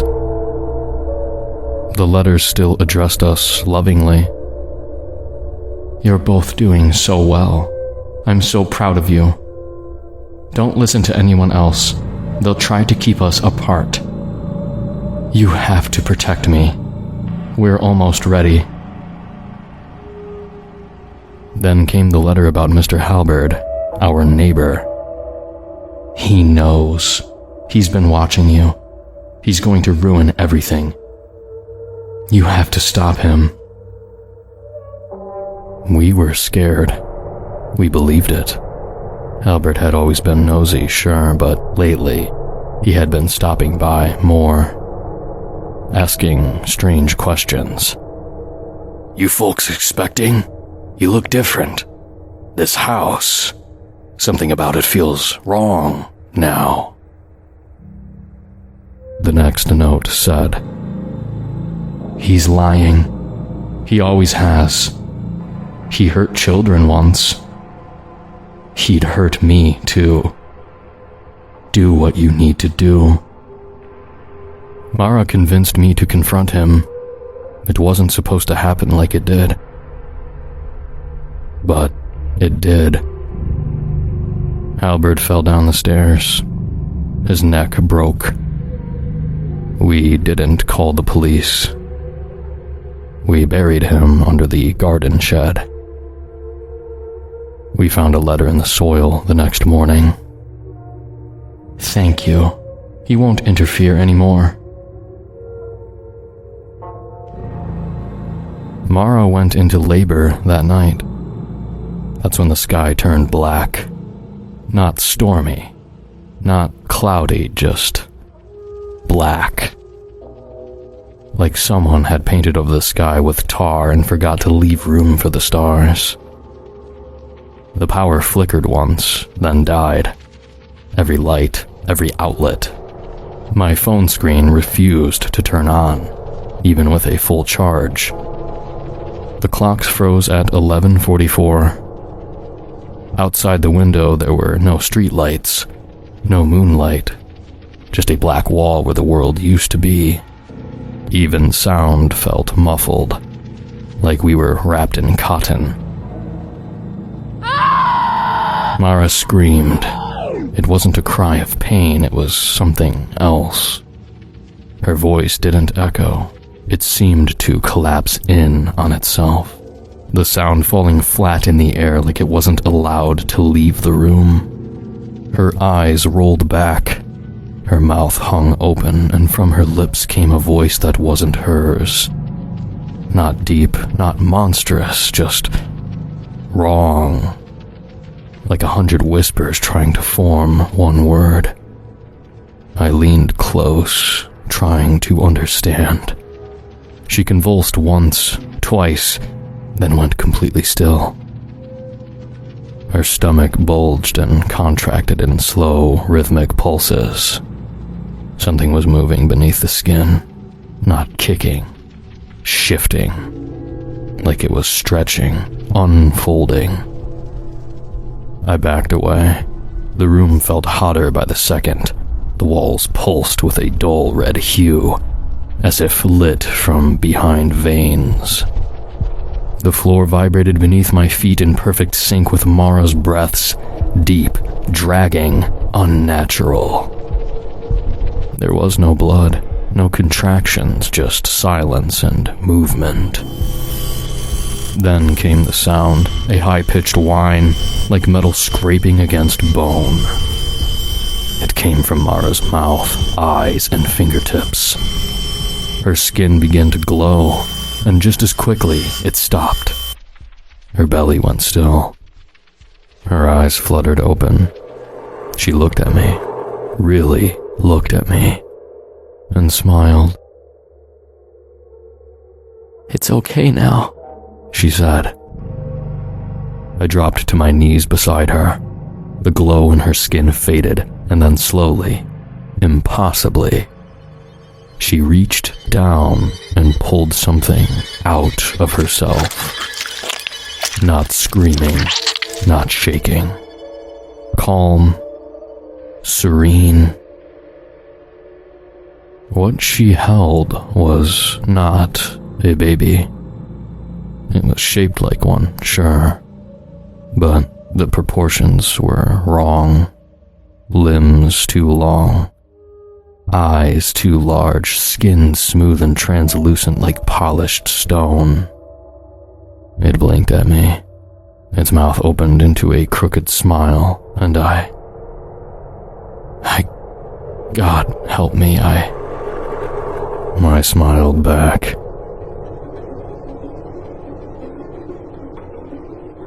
We didn't sleep that night, not because we were afraid, because the baby, our son, didn't want us to. He didn't cry. He didn't fuss. He just stared, wide-eyed, from the little nest of blankets we laid him in on the living room floor. His eyes never closed. Not once. "He doesn't blink," Mara said around 3 a.m. I hadn't noticed, but she was right. He watched us constantly, like he was memorizing us, studying us, like we were a test and he was waiting for the results. And we felt proud, grateful. There were no more letters, none the next morning, none the next week. But there were changes. Mara no longer needed food. Not really. She'd pick at toast, sip at tea, but nothing else. She stopped sleeping entirely, yet never seemed tired. She said her dreams now lived outside of her, that he had taken them from her for safekeeping. I kept working, going through the motions, but people looked at me differently. My coworkers asked if I was okay. One even reached out and grabbed my arm like he thought I was about to collapse. "You're losing weight," he said. "You look pale." I looked in the mirror that night, and I didn't recognize myself. But when I turned away, I saw my reflection blink, and I hadn't. The next letter came 2 weeks later. It wasn't in the mailbox. It was in the crib, folded beneath our son's body like a note left in a bassinet at a fire station. It was different. Printed, not handwritten. Sharp letters, uniform, and cold. Phase 1 complete. Secondary conditioning successful. Intervention no longer necessary. Initiate localization. We didn't understand what it meant until the dream started. Not for us, for others. We got a call from a friend in New York, terrified. She said she dreamed of us, but not how we are. She saw us in a house with no windows, holding something that looked like a child but wasn't, smiling, rocking it, singing lullabies in a language she couldn't understand. She woke up crying, and the dream spread. Relatives, co-workers, strangers, people messaged us, confused, disturbed. "We saw you. We saw him. He told us things. He told us what's coming." He, not it. He had a name now, and then he spoke it. To us, out loud. Just one word, in a language we couldn't place, but it cracked the glass on the coffee table, sent every dog on the block into a howling frenzy. Mara dropped to her knees and whispered, Yes, yes, I hear you. The house felt smaller after that, warmer. The walls pulsed slightly, like lungs. The lights no longer worked, but we didn't need them. Everything inside glowed softly, like it had its own hidden sun. I stopped going to work. I couldn't remember what my job had been anyway. Mara spent all day with him, cradling him, speaking to him in strange murmurs. Her head tilted like she was listening to music I couldn't hear. Sometimes she'd hum, not a lullaby, but something more primal, like static turned into a melody. I started finding drawings on the walls, childlike scribbles at first, then more complex, circles within circles, jagged geometry, sharp lines forming impossible angles. I tried to wipe them off. They wouldn't smudge. They were drawn in something that wasn't ink. I woke one morning to find a spiral traced on my chest in fine red lines. Not a wound, more like a tattoo that had always been there. That's when I knew he'd started using me too. The next letter didn't come on paper. It came through the radio. The kitchen radio hadn't worked since the blackout, but it turned on by itself at 2:17 a.m. White noise at first, then a child's voice. You've both done beautifully. It's almost time. Please make room. Others are coming.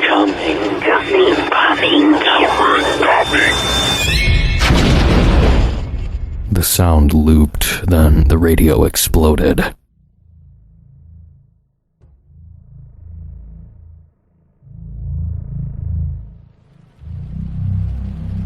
It started raining the next day.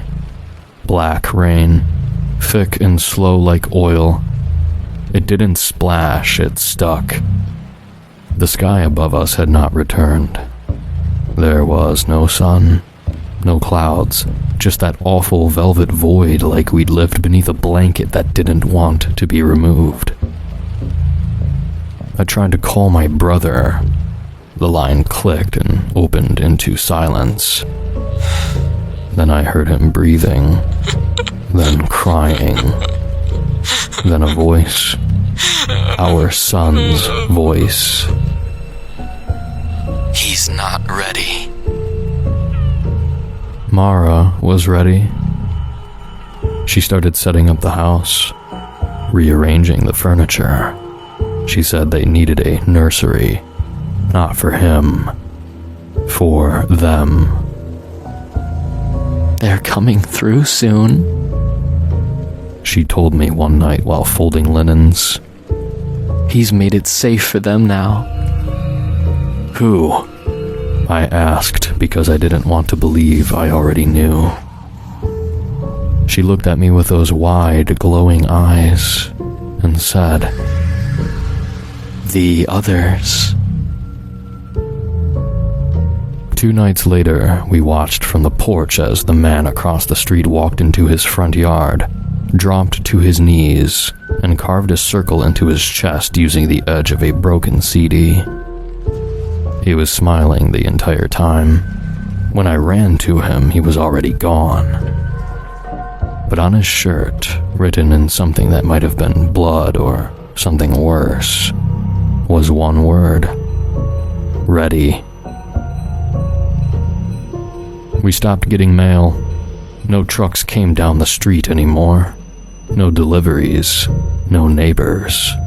The homes around us went dark, one by one. Some remained standing, shadows behind their windows. Others collapsed in on themselves overnight, like paper folding into ash.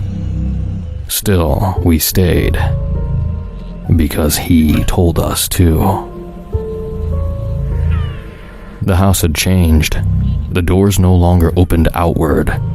Behind every door was another room of the house. The living room, the kitchen, the nursery. They had multiplied. Endless variations of the same 3 places, looping deeper and deeper the more you opened. I once passed through 7 living rooms before finding Mara again. She said it was better this way. We need room for everyone. The next letter was scratched into the inside of the refrigerator. He's almost ready to be born again. We didn't understand. He's already here, I whispered. No, Mara said, gently. That was just the beginning.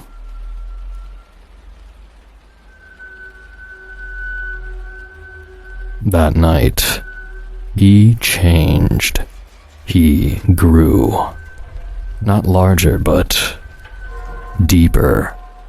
He felt heavier in our arms, like he contained more space than the outside of his body suggested.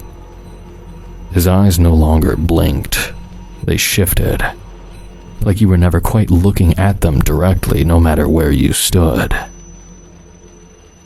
He called me by my real name, not Eli, the one no one knew, not even Mara. And when I asked him how he knew it, he said, I gave it to you. We found the final letter in our bed, folded neatly, resting on our pillows. This one wasn't signed. The bridge is built. The hosts are prepared. The signal will arrive soon. Do not interfere. The walls began to hum. The black sky tore open, but it didn't reveal stars. It revealed an eye, huge, pulsing, watching, and it blinked. We didn't scream when the sky blinked. We knelt. Everyone did. Across the street from what houses remained, figures emerged, staggering, praying, chanting in tongues that didn't belong to any language we knew. Some we recognized, some we didn't. All of them watched the sky and waited. And our son, our beautiful, impossible son, smiled. Now you see. He wasn't a child anymore, not in the way we understood. His body hadn't aged, but his presence filled the house like gravity. He bent the air. Light avoided him. Shadows bowed. We didn't mean to help this, I told Mara. She didn't answer. She was no longer Mara. Not really. It started 3 nights ago. I found her standing in the hallway, tracing the spiral on her chest. She said it itched, said it moved when she looked away. She whispered that she'd started dreaming of herself from the outside, watching her own body carry out instructions she hadn't consciously heard. She didn't fight it. I think a part of her had been gone for weeks, and now there was no more denying it. The air crackled with electricity. The ground shook in pulses. The eye in the sky blinked once more. Then, a letter appeared. not in the house. In my mind. A voice, warm, familiar. You were never meant to survive me, only to usher me in.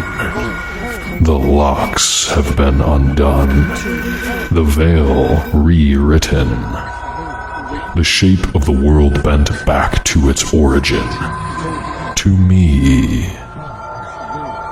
I did not come to destroy your world. I came to replace it. You were the prayer, and now you are the silence that follows it. There will be no aftermath, no reckoning. Only continuity, in my shape, in my image, and in the names that come after yours are forgotten. Sleep now. The new world does not require your witness. Mara turned to me one last time. She opened her mouth, and in our son's voice, she said, "We are already inside."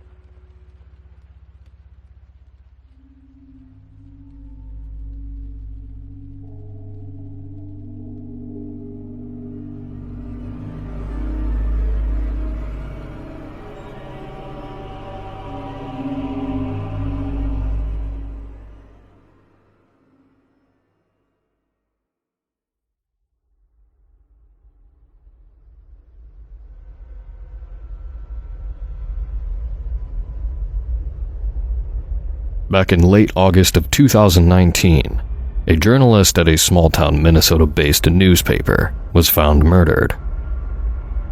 There were many peculiar details surrounding this case, but the two foremost were as follows. 1. The victim was decapitated with an axe. 2. A golden apple was placed in the victim's mouth. While gruesome in and of itself, things like this happen all too often. People don't look twice at murders anymore, myself included. With the daily atrocities we are exposed to, the untimely demise of a single journalist sails pretty far under the radar. But this murder was peculiar for a couple more reasons. And these reasons are why I want to post this for the common public. Let's call her Vicky. Vicky and I were colleagues, working at the same newspaper. While we rarely collaborated, she sat across from me in the bullpen. We knew each other pretty well. She had the kind of face you'd instantly recognize in a crowd, and I could spot her laugh from 2 rooms away. Vicky was an unlikely target for this kind of attack. While some of us worked the political angle in our stories, or covered subjects that could cause controversy, Vicky exclusively worked puff pieces. She was a part-timer because of a bad leg, and she just turned 61. She worked on graduations, feel-good stories, competitions, lottery winners, festivals, local events, that kind of stuff. There was no immediate reason for anyone to target her. Hell, we had an in-office miscongeniality contest one year, and she brought home the gold. I made the medal myself. But there was more to it. The old-timers around the office were being suspiciously quiet about it, and the police were keeping the investigation close to heart. something was up. While I'd never reported on a murder before, I couldn't picture this being ordinary procedure. I thought I was going down a deep conspiratory hole when I began looking into Vicky's death. But as it turns out, the answer was out in the open all along. One of my older colleagues, Harris, cued me in over lunch. Yeah, we looked into it, he said, slurping down his decaf cappuccino. Turns out she put the bad name into her last article. The one about the Tom Skunk Mathlete team going to state.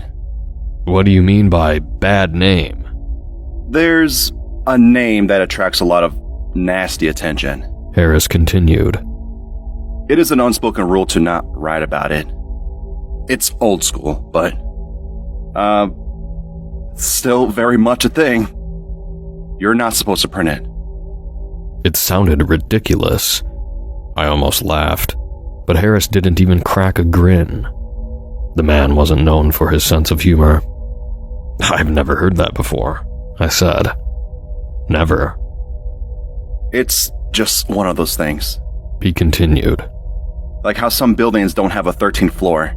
It's superstitious, but every so often, there's a victim. And no one's questioning why? Look, sometimes it's a lone whack job. Other times, it's a group of whack jobs. It comes to a point where it's easier to just not poke the bear, you know? For security reasons, I won't share the actual name, but it's not an unusual one.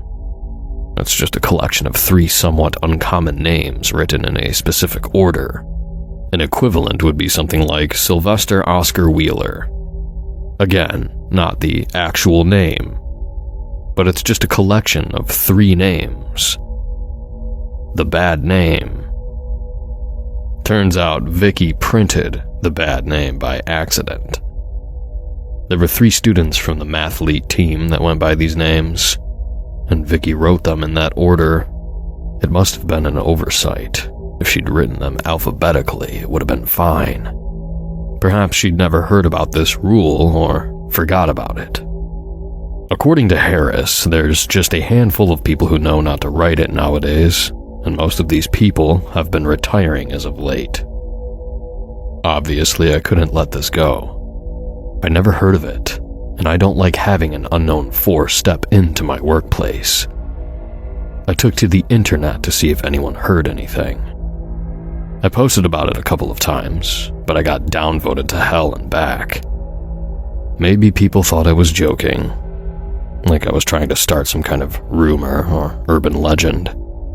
I mean, it sounds like one, I get it. Still, I got a few messages. For example, some anonymous folks in law enforcement had seen it before. One source told me that there were written records about these types of murders reaching all the way back to San Francisco in the 1910s. Some claimed they'd heard it going back even further. Back then, the perpetrators had left blue sunflowers at the site of the murder.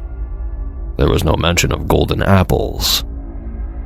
Several newspapers were reportedly getting around the bad name by either shortening it, misspelling it, or adding a few spaces between certain letters. It just seems to be that specific spelling, in that specific order, that evokes violent attention. But when asked about who's doing the killing and why, there weren't a lot of answers. It was just one of those things.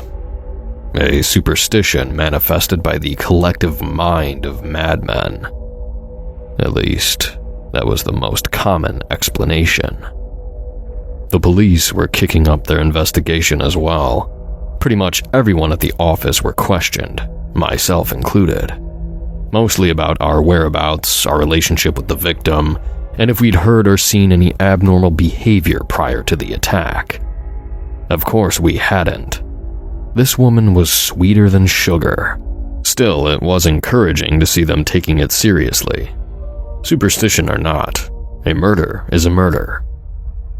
Now, in hindsight, I might sound a bit cold about it, but at the time, I was a walking wreck. I was having constant nightmares, and I could almost hear the whoosh of the axe at night. I could feel the impact as metal met flesh. But it didn't stop with dreams. I'd catch a glimpse of what looked like a golden apple in the grocery store. I'd hear a yawn and mistake it for a pained groan. Little pokes and prods, pushing me to focus on this one thing. Sometimes I'd wake up to the sound of an ear-splitting scream.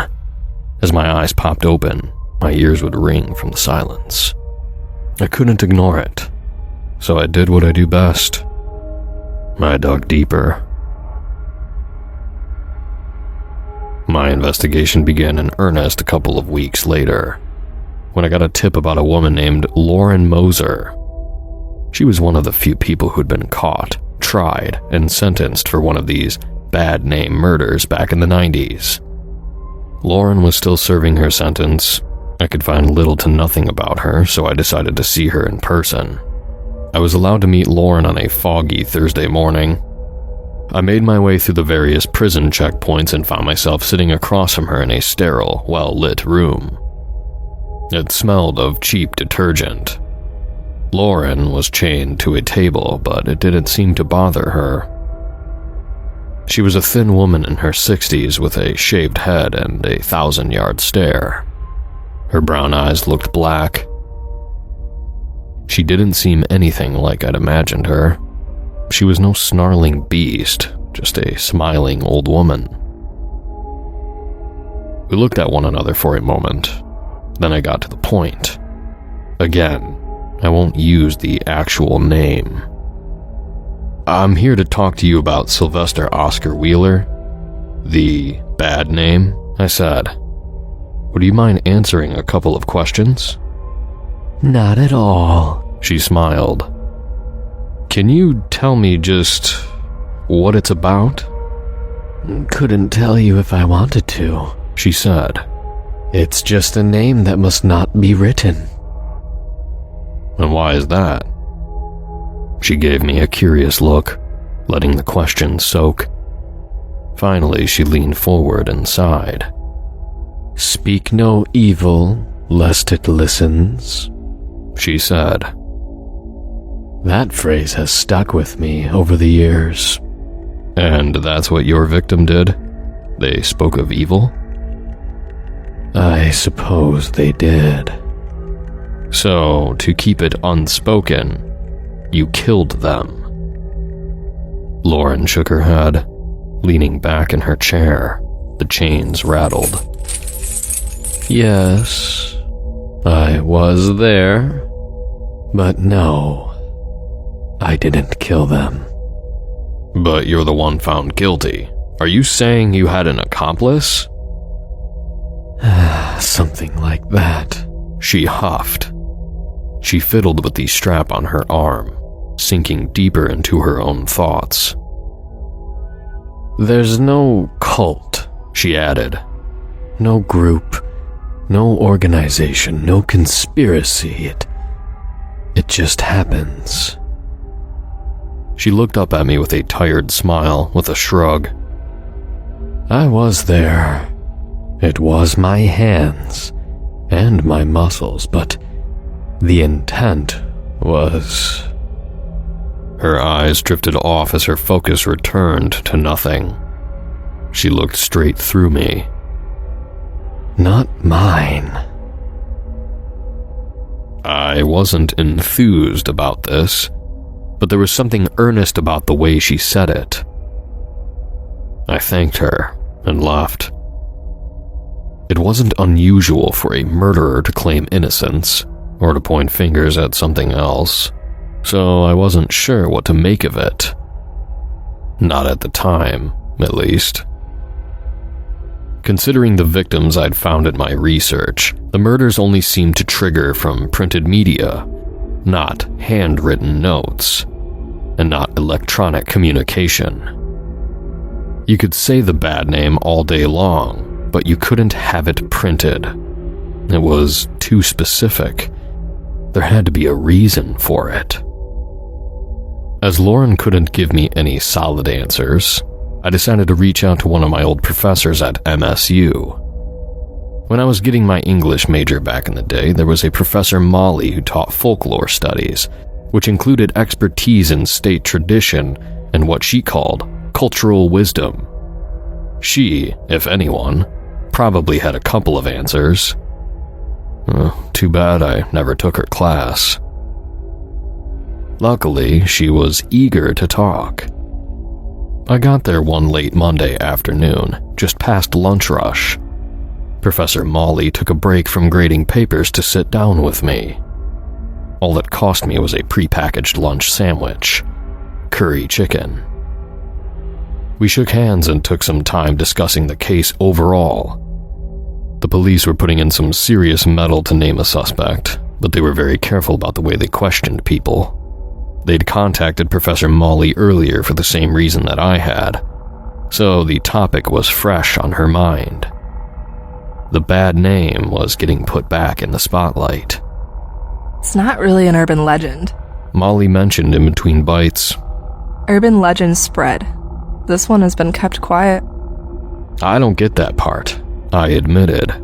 If more people knew not to do it, it wouldn't happen by accident. No, but it would happen willingly. Consider silly scare games like Bloody Mary or Three Kings. Most people will shrug it off as a superstition and give it a go. Except with this, if they try it... They put themselves in real danger, I finished. The professor finished her lunch, washed her hands, and made herself a cup of coffee. She showed me a stained notebook of hers. I'm not sure about the origins, she said. Some say the bad name is the name of the author of a blasphemous text. Others say it's something being summoned. That the name is not really a name, but sort of a summoning spell. That the pronunciation just happens to match. Please tell me you're not suggesting a ghost. Not a ghost, no! But it's complicated. It's like with the moon cycles. Moon cycles? She nodded. Yeah, moon cycles. There's an overrepresentation of crimes committed 3 days before and after the full moon. It's an event that, despite having no real impact on us, still seems to subconsciously alter our behavior. And you're thinking this is something similar? It's plausible, she said. Something has got to be the reason people are killing one another, don't you think? We shared a cup of coffee, discussing the various mysteries surrounding this. The axe, in particular. Molly got stuck in a rant about the cultural significance of using a tool for murder, and attempted a kind of makeshift psych profiling of the murderer. But before we finished our get-together, I turned to ask the professor one last thing. From everything I heard, this one detail still didn't make any sense to me. What's up with the golden apple? I haven't seen it mentioned. She squinted at me, crossing her arms. Finally, she just shrugged. Never heard of it. That was the one thing I couldn't find anything about. Not in previous reports, discussion boards, articles, anywhere. It was the one missing puzzle piece. It bothered me to the point where I'd lie awake at night, holding my fingers up towards the ceiling, trying to imagine the size of it. I had such a clear mental image that I just couldn't ignore it. I dreamt about it every night. Sometimes I'd be a fly on the wall, watching the room from upside down. Other times it'd just be dark, with desperate screams in the distance. And this one time, there was a dark shadow standing over me, holding out a golden apple, offering me to take it. Or else. Then one day I couldn't take it anymore. I woke up, cursed another ruined night, and reached for my phone. I managed to get in touch with one of the officers working Vicky's case, and I asked them directly. "I have to know about the golden apple," I said. "There's gotta be something there, a detail, something I missed." There was a long pause as the officer on the other end considered this. "Excuse me," he finally said, stepping away from the phone. I was put on hold for a couple of minutes. I wasn't sure what to make of it. As the call resumed, there was a different voice on the other end of the line. "Are you asking about the fruit?" "Yes, the apple," I repeated. The apple? The apple. The golden apple. Another short pause, followed by a determined change of pitch. "I need you to come down to the station." So I did. As I walked in, there was about a dozen officers waiting with furrowed brows. They barely said a word. There were no courtesies offered, no friendly remarks. They just pointed me to one of the interrogation rooms and left it at that. I sat down with one of the senior detectives. It wasn't one of those darkly lit rooms from the movies, but a pleasant and neutral, well-lit room in the back of the station. The chairs were awful, though. We went through a couple of routine checks, like my rights, my name, my information, and some clarifications. But when proper questioning started, there was that one question he'd been eager to fire my way. "How did you know about the golden apple?" I didn't know what to say. I stuttered, trying to unfurl my memory. "It's common knowledge," I said. "It was the first thing I was told about the murder." "By whom?" I don't know," I admitted. "I've only known two things about what happened. The axe and the golden apple." Turns out, the only people who knew about the golden apple were two forensic investigators and maybe a handful of detectives. I'd been privileged information from day one. There was no way I could have known about it. Well, there was one way. Those dreams weren't dreams. They never had been. They were memories. My body being pulled out of my bed, grabbing an apple from my kitchen and painting it with a gold spray I'd once used to make our miscongeniality metal, fetching my neighbor's wooden axe, walking all the way across town by the cover of darkness, and then just gore. The same scream I'd heard in my nightmares. Again and again and again. Until I stopped it with the swing of my axe. I must have zoned out. I snapped out of it as tears tickled my cheeks. I didn't even realize I was crying. "The best thing you can do is to tell us your side of the story," the senior detective said. As I looked up, my hands trembled. I could feel the texture of the axe handle on my fingers. My face felt cold without the blood splatter. The room was quiet without the screams. But as I looked at the detective, I saw something standing behind him. A large, dark, looming figure, so tall it had to bow its head to fit in the room, with arms long enough to reach across the table. A being with the same shade of black as when I closed my eyes. "There's no point in going quiet now," the senior detective added. "Now, what does this bad name mean to you?" He flipped a handful of documents over, sliding them across the table for me to read. and at the very top, printed in black, the bad name. He'd printed it. The black figure was gone. No, I cried.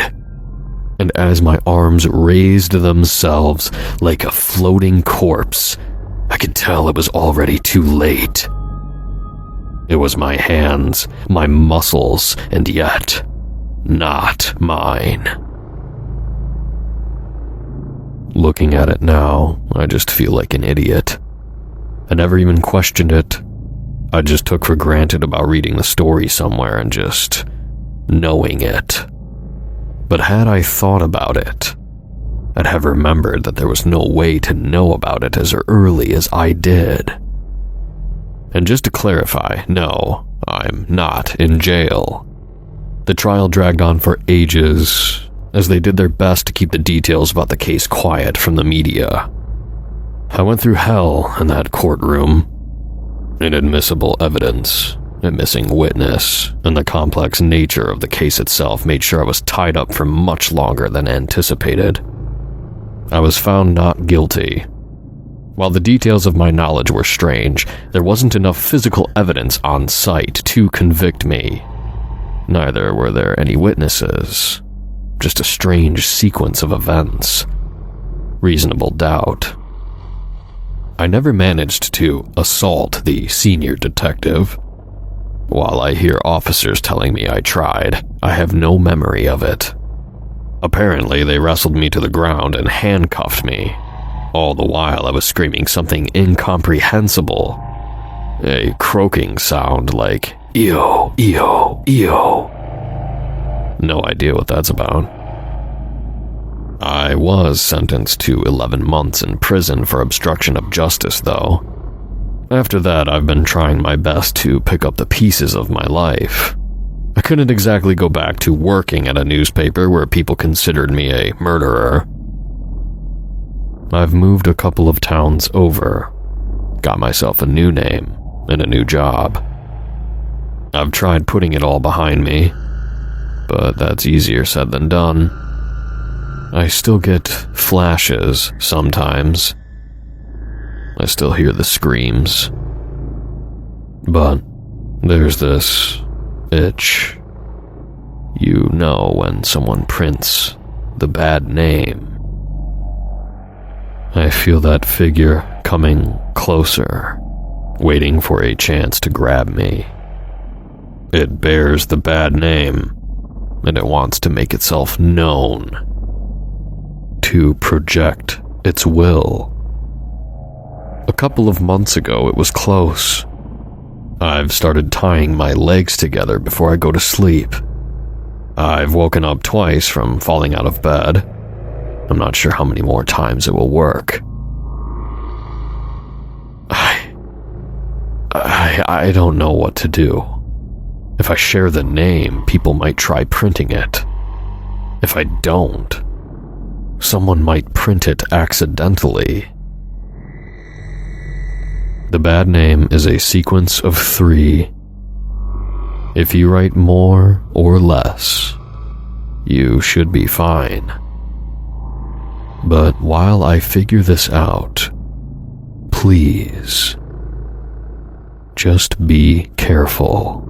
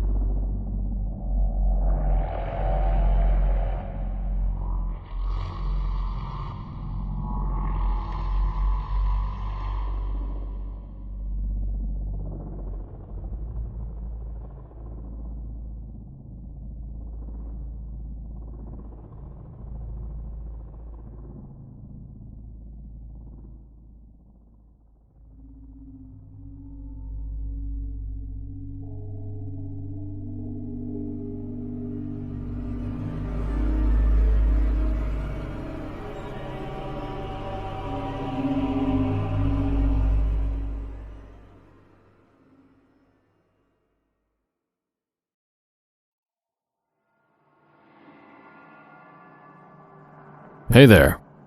So, I do contract work for the city and found something interesting while doing some renovations down in the central sewer, shoring up depreciated walls and such. Anyway, I found a notebook.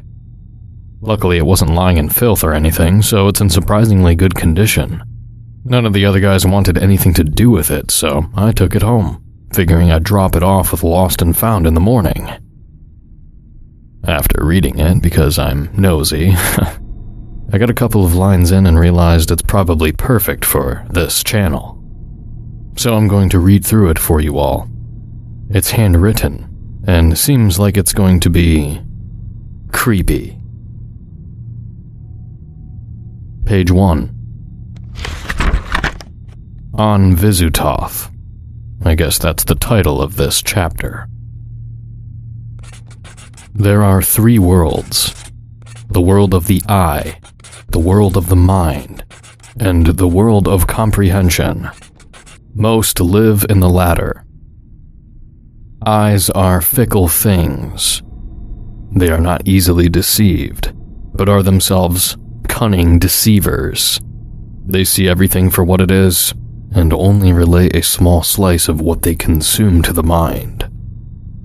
The mind, in turn, picks apart what is given, leaving only the barest scraps to fall upon our understanding. These scraps build the world of comprehension. Every second, you walk in a world mostly free from danger, in relative safety and comfort. This is what your mind tells you. It is not what the eye tells the mind. Have you ever glimpsed a shadow in the peripheral? Or felt eyes watching you when you were alone? Have you walked into a room without knowing why? Have you lost something, only to find yourself holding or wearing it? This is the world you comprehend. The world your mind builds from what is given by the eye. Page 2. There's a picture taped here. A Polaroid. There's a lady. Pretty cute. Smiling at the camera. Looks like it was taken at a park somewhere. Nice day. See the above picture? This is the world of comprehension. Beauty. Peace. Light. I will now help you peel back a layer. Look around the room you are in now. You've probably looked around it countless times. But let your eyes rest on every notable thing for a moment. You don't have to try to commit everything to memory. Just let your eyes drink everything in. What did you see? Just my room. Everything right where I left it. Now, close your eyes. Probe your mind. Pick apart each object. Ask these 3 questions about everything you can remember. How did it get there? When was it last moved? Where is it now? Do not open your eyes until you've processed each question for every object you can remember. Okay, I just went through this exercise and something weird happened. Everything was pretty normal until... There's a small pocket knife on my computer desk. I always thought I'd picked it up at a flea market or something, but thinking back, it was a gift from my father. I remember him placing it in my hand, telling me to keep it close. The last time it was moved was when I put it in my pocket this morning, which is where it should be. Sure enough, I reached into my pocket and there it was. What the hell? Moving on, I guess. Was anything different than what you observed? If so, you've just caught the smallest glimpse of the world of the mind. Your mind doesn't want to deceive you, as the eye does. It just feeds you what it thinks you will accept. Now, close your eyes again. Focus on the object that changed.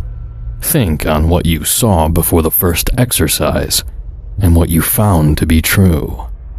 Think on the disparity between the two. You should feel a pull there between them. Imagine yourself grasping at it and widening it.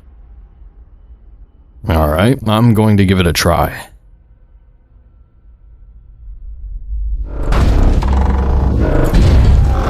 What the fuck? Okay, I clearly remember seeing it on my desk earlier, but I also clearly remember it being in my pocket.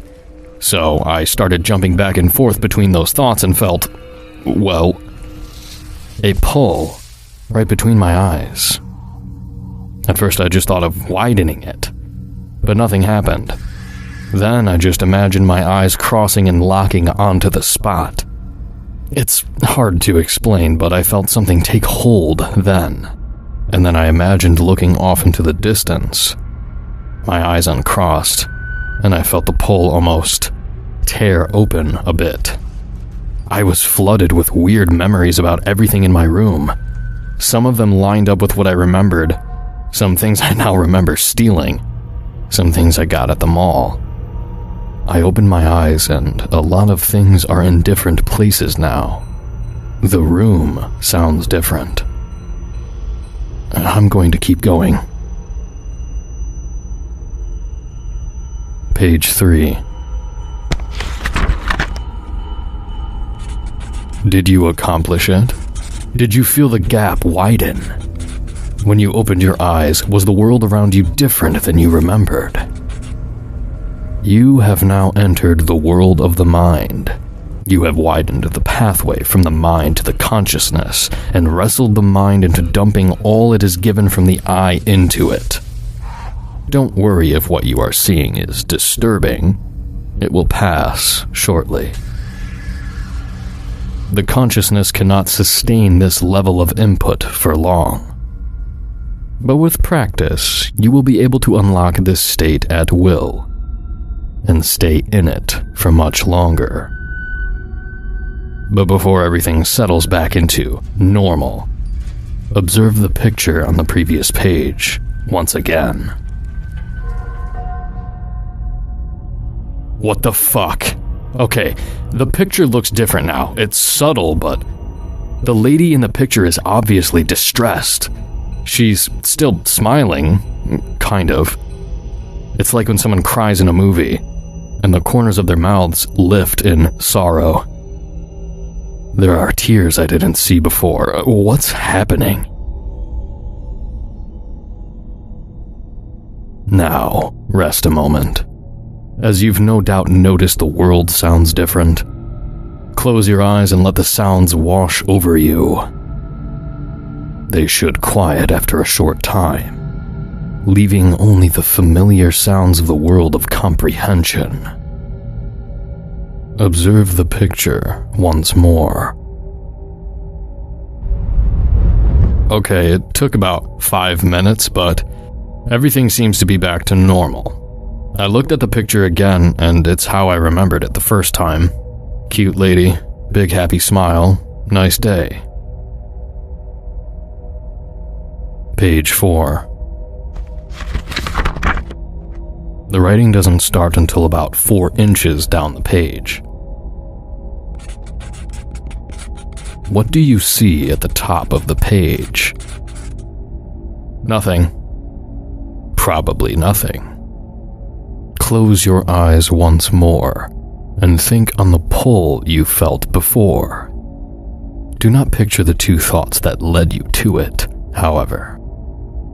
This is your next test. Find the pull independent of any dichotomy of memory. Once you find it, widen it once more. Enter again into the world of the mind and look again to the top of the page. Alright, here goes. It took a little bit to get the pull feeling back, but once I did, it was a lot easier to get it to widen out. I looked at the page again, and there's definitely something there. I don't know what it is or what it means. It's a lot of, spirals, curved lines, splotches. hard edges. It looks slightly different every time I blink. It's freaking me out. Can you see it now? Welcome to the world of the mind. Before we go any further, I encourage you to walk around your immediate area and observe the world through this new lens. You'll need to take your time. You will probably get a headache. This is normal. It will pass quickly with rest and meditation. Once you return, we will speak on the world of the eye. I'll be right back.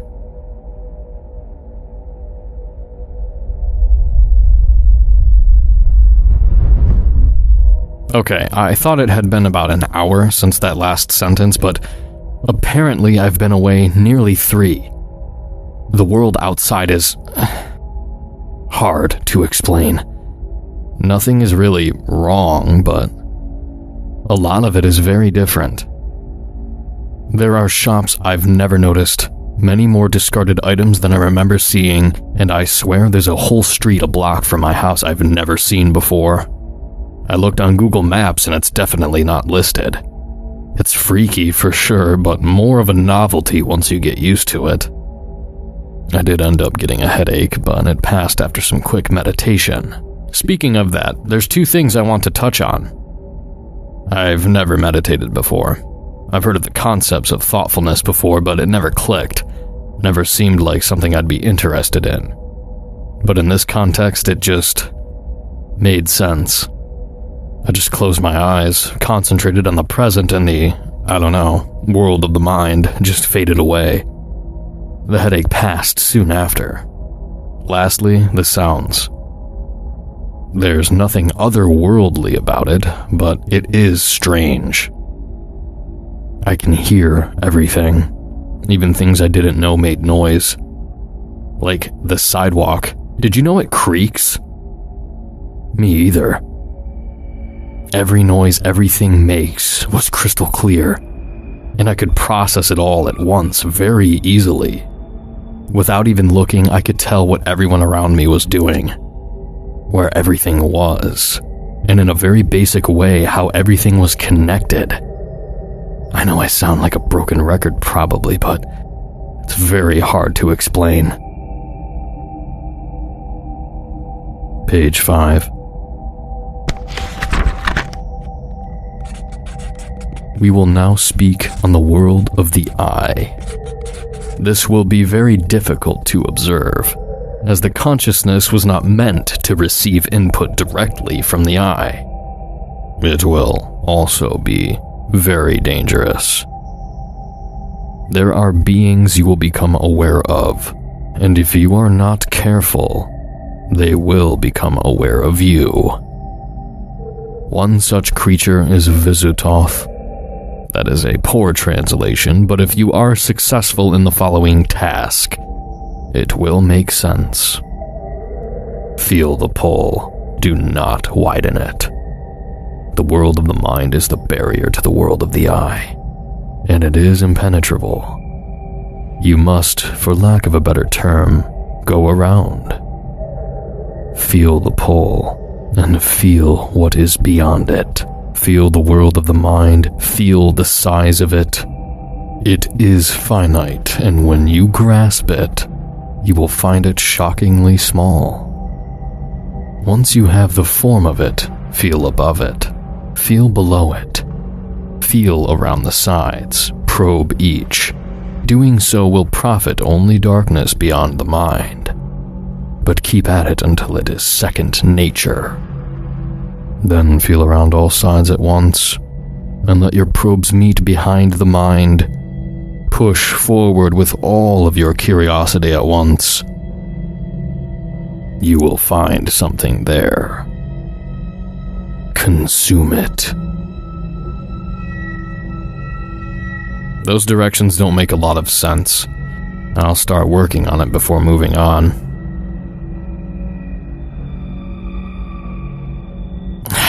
I don't know what I'm doing. I'm heading to bed.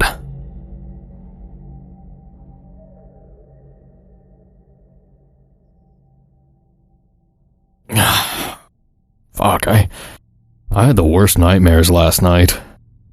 But something about them, I don't know. I feel like I'm ready to try again. I called in sick today. I don't feel like I've gotten very far, but probing around the mind feels more natural now. I've been able to probe around my whole mind at once, and I've figured out joining the probes behind the mind.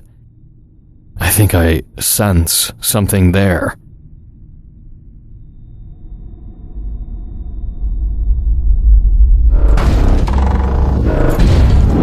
I've done it. I don't know how long it took. It's night, and none of the clocks make sense. I hear things moving outside, howling silently. There are eyes. Look to the top of the previous page again. What do you see? It's a memory. The page was touched by something, by Visitoth. And the picture on the second page? The lady is there. No smile.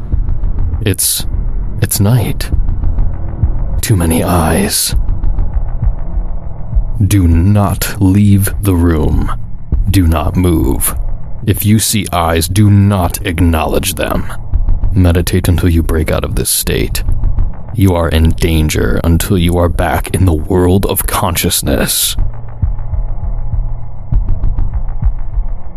Well, I meditated and it's daytime again. I checked my phone and it's only been an hour since the post about figuring out the probes. That was some weird shit. You have glimpsed the world of the eye. Do not re-enter this state outside. Do not tarry near windows in this state. Do not look into any eyes that manifest nearby. If you see them, they will see you, and Visitoth will know. Oh, Visitoth, of those that know the name, most do not fear it. Some because naively they do not believe. Some because they do, and believe their fate to be unavoidable. They have accepted what they cannot change. This is a madness. Those that live in fear of this creature, as I do, know there are ways to escape his gaze. Ways to mitigate his wrath, but also that any of these efforts can be undone in an instant if he so chooses.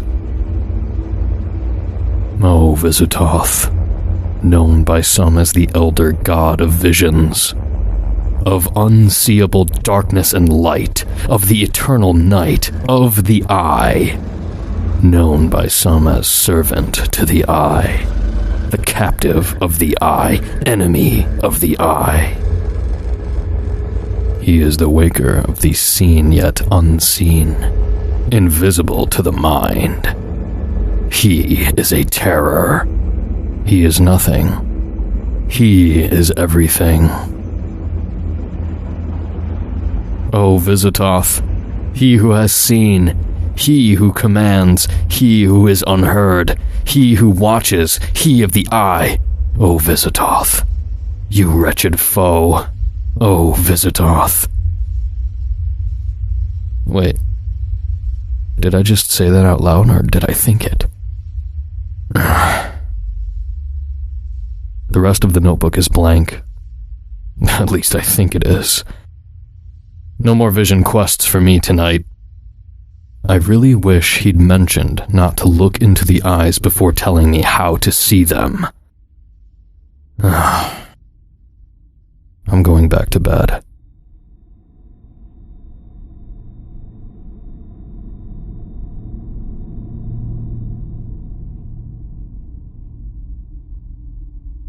I found a second notebook.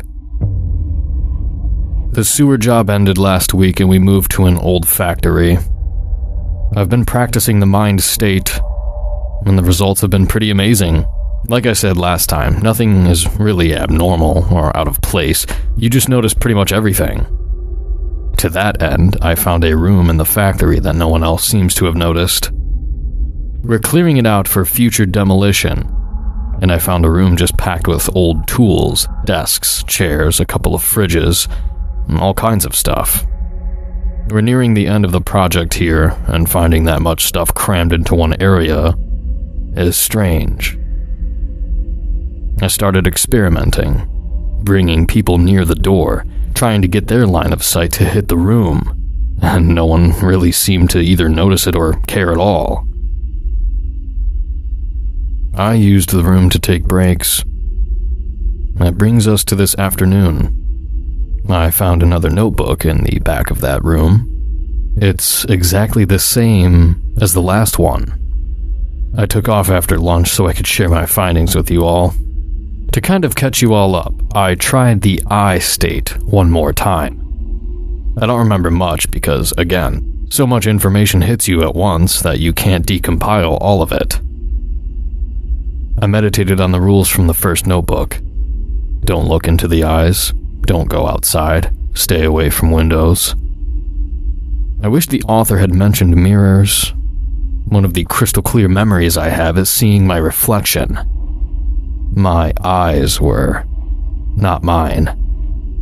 They were looking all over the place, darting erratically back and forth, up and down. Wide open, never blinking. I couldn't feel them doing any of that. Eventually they locked onto themselves in the mirror, but it honestly felt more like my reflection was noticing me for the first time, if that makes sense. The mouth started to open, and the next thing I knew I was waking up on the living room floor. So, no more I state for me. Anyway, let's crack this notebook open. Visitoth continued. More of this guy. Cool.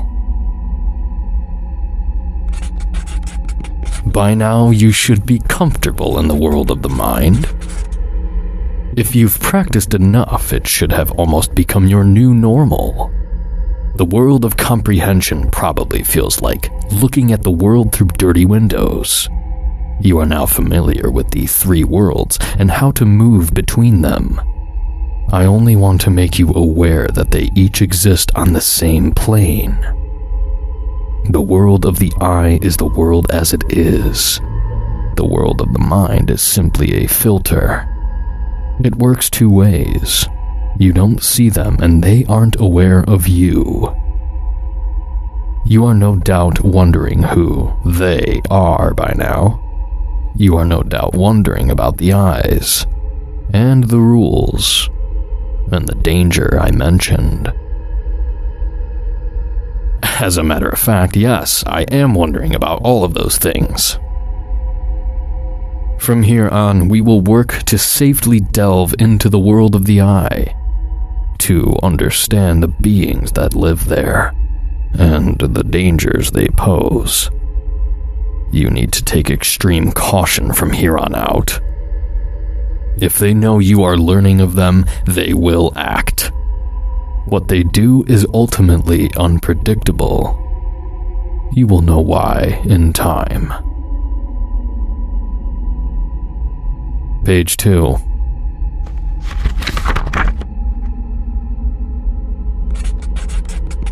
First, the sky. Day is an illusion. We live in a world of eternal night. That is the world of the eye. The sun was consumed long ago, and our world floats in a void. You might ask where the light we see comes from, or the warmth. We will get to it in time. Most importantly, we must speak about the eyes. They are Visitoth. He is the gatekeeper to their world. Hearing the name, you probably imagine a creature, perhaps made of eyes, lurking from shadow to shadow. Visitoth is no single being. He is all eyes. He sees our world. Well, the world of the eye. He sees all who linger there. Visigoth does not guard the veil, he is the veil. He is an angry being, perfect in his vengeance, and from what we have learned is an enemy to man. It is said that Visigoth is the one who consumed our sun and cast our world into the void. He now watches all the dark corners and lashes out at any who trespass in his domain. Fortunately, the world of the mind hides us from him. Despite being perceived as eyes, Visigoth is more of an ethereal perception. He doesn't see so much as feed off of being seen. This is why I told you not to look into any of the eyes. You did, no doubt, in your short time in the world of the eye, and that's fine for now. Be aware, however, that his eyes are like a web. If they see you, it's as if you plucked a strand. Visigoth is aware, surely, but he has not seen you yet. Comforting. Page 3. To continue your journey, you must spend some time in the world of the eye. You must adhere to the rules strictly. There are aspects to the world of the eye you need to accept as normal. The eternal night is one of them. The eyes are another. The following exercise will help. Enter the world of the eye. Look out the window directly into the sky. If you see something move, simply move back from the window. Take a mental note of any eyes in your home, but do not acknowledge them. Give these two your full attention. The world of the eye demands much of your mind, so you may have to take it one step at a time. Start with the sky. When you can see the eternal night and the eyes in the world of the mind, you are ready to continue. Alright, I'll report back after some training.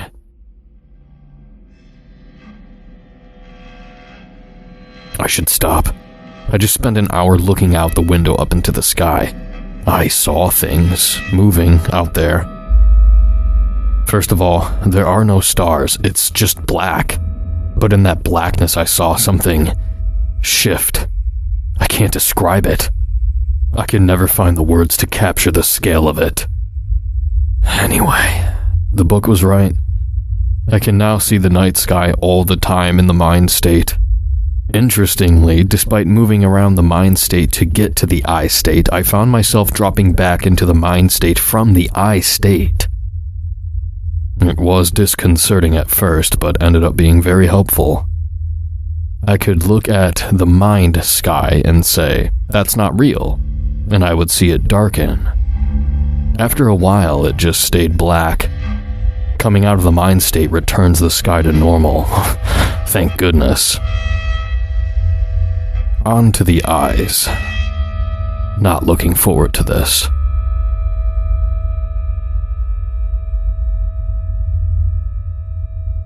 Alright, done. Didn't take as long as getting the sky to stick. I just memorized where the eyes were and now I can see them all the time. Yay!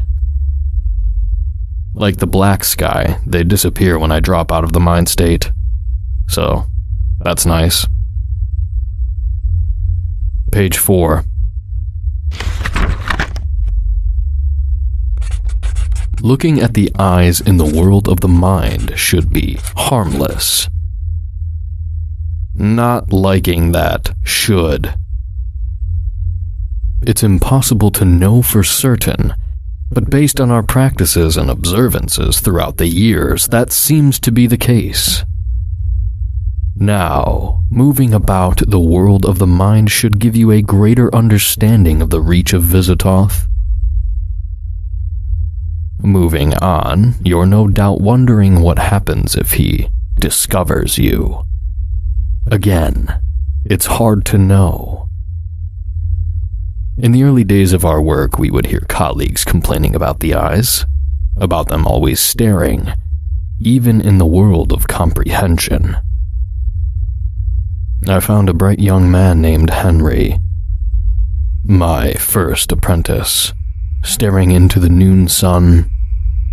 I entered the world of the mind and found him staring at what I thought at first was the moon. I remembered almost at once there was no moon, and snapped briefly into the world of the eye.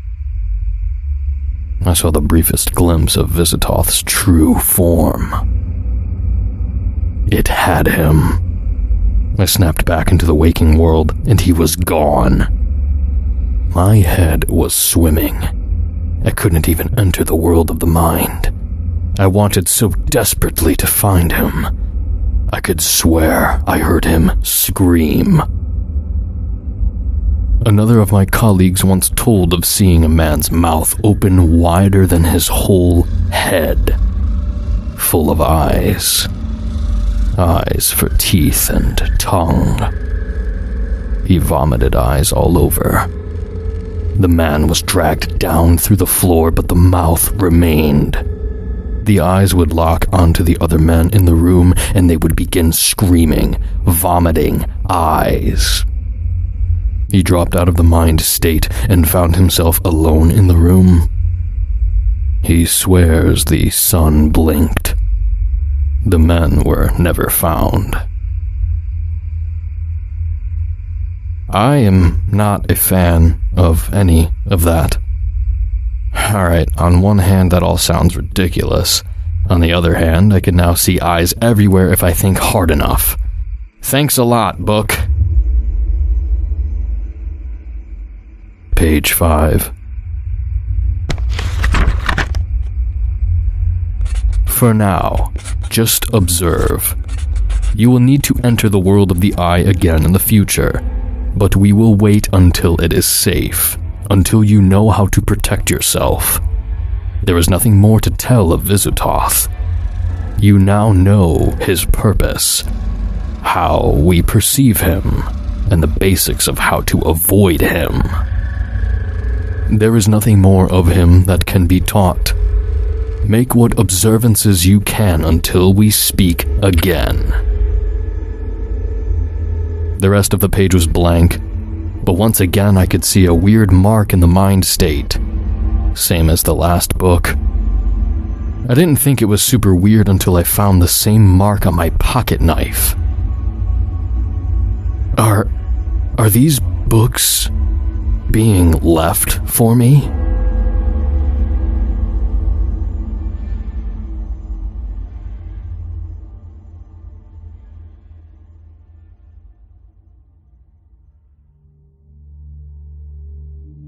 Since the last update, we've moved on to doing some landscaping at a local cemetery.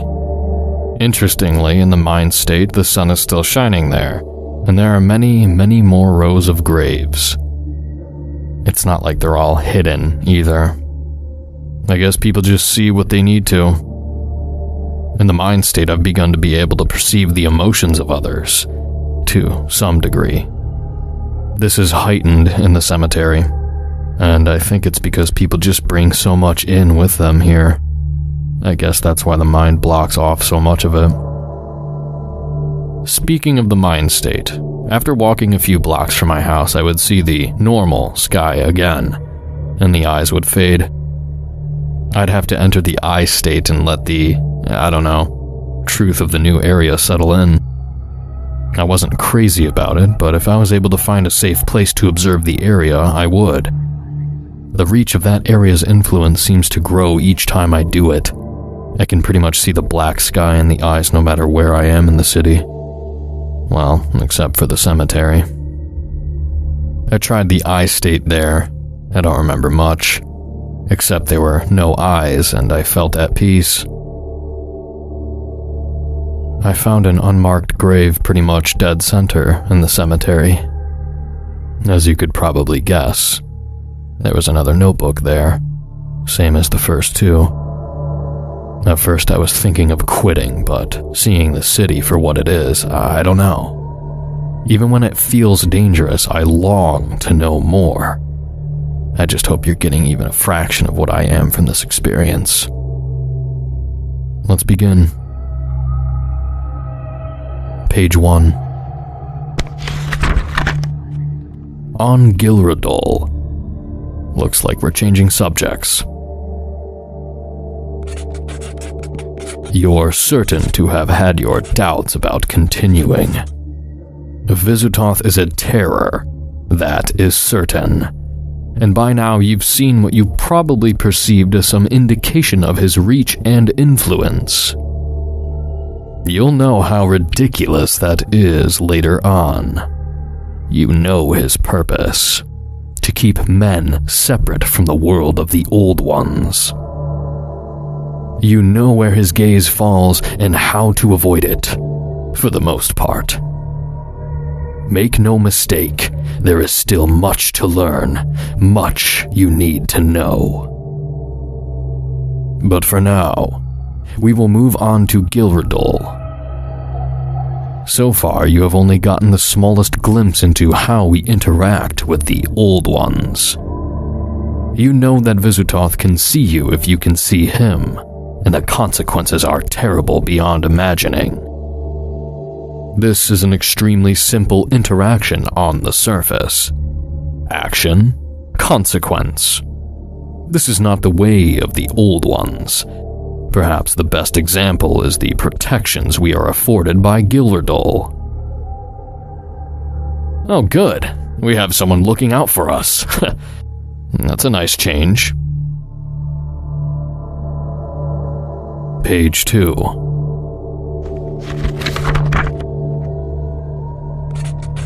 Visigoth cannot see us in the world of the mind. But why? Visigoth is not some creature bound to the world of the eye. Like all Old Ones, he is for all intents and purposes infinite. Remember, the eyes of his domain exist all around you, even now. Just because you can't see his world doesn't mean you aren't in it. But there is a veil between Visigoth and men, and that veil is Gilradol. But it's not as simple as that. It never is. It is never merely action-consequence. In the world of the Old Ones, consequence and action are often the same thing. Imagine a ball. As it moves, it leaves a copy of itself in every position it ever exists in. If you move the ball perfectly to the side, you end up with something that resembles a tube with round ends. That's weird, but I get it. Kind of like a painting, but the ball is the brush, and the paint strokes are more balls. Now imagine the path the ball will take is already laid out before you. You can see it in every position it will ever be in. You can see the arc it will take if thrown, so you'll know where it will land before doing so. Now, you cannot directly interact with the ball's past or future positions. If you reach out to them, you'd simply move through them, as even though you can observe the ball's past and future, you don't exist there. You exist in the present, holding the ball. But what would the ball see as you move through its past and future states? A lesson for another time. So you cannot interact directly with the ball's future or past, but seeing the path it will take, you can adjust how you would have thrown it. Now the ball's future is changed. You can see the lines of its future paths shift, but not just those of the ball. Every object it would ever have interacted with would be changed. Next, imagine a second ball. It exists on the other side of the world, but you can see it in its entirety nonetheless. You see a point where it nearly falls into a well, but instead bounces into the street, causing a traffic accident. As you adjust your throw, you notice its trajectory move as well. You find if you adjust the throw just so, you can make the other ball fall into the well, and stop the accident from ever happening. Page 3. Lastly, imagine you can see the trajectory for all things. Your mind probably sees a spaghetti of reality sprawling all over itself. That's not wrong, it's just very simple compared to the scale of everything. Now, imagine you've changed the trajectory of the ball. What would you see? You'd see a shift in everything, eventually. All of reality shifted by the flick of a wrist. That accident you prevented? How many more did you prevent just by chance? How many did you cause? Now imagine the scale of change you could inflict if you could interact with the ball at any point in its existence, not just its presence. This is what we are to them. Lines bouncing through space. They see the entirety of us all at once. This in and of itself is disconcerting if you dwell on it. Now that you are aware, will you at some point cross paths with an old one? How will it react? When? Think of the ball. How you could see all its future positions. Those were not possibilities. Before you changed them, those future states existed, and the ball had already experienced them. What does that mean for you? Imagine an old one adjusting his throw. The ramifications would be immediate and devastating. The state you're in now would no longer exist. As far as reality is concerned, it never would have. The trajectory of your life would change drastically, but so would everything else. Everything you bounced off of, everything those bounces affected. I'm suddenly not feeling so great about walking in the world of the old ones. If I'm understanding this correctly, in the blink of an eye, I could just stop existing, or suddenly have been in a wheelchair my whole life, or worse. Hoping for some good news on the next page.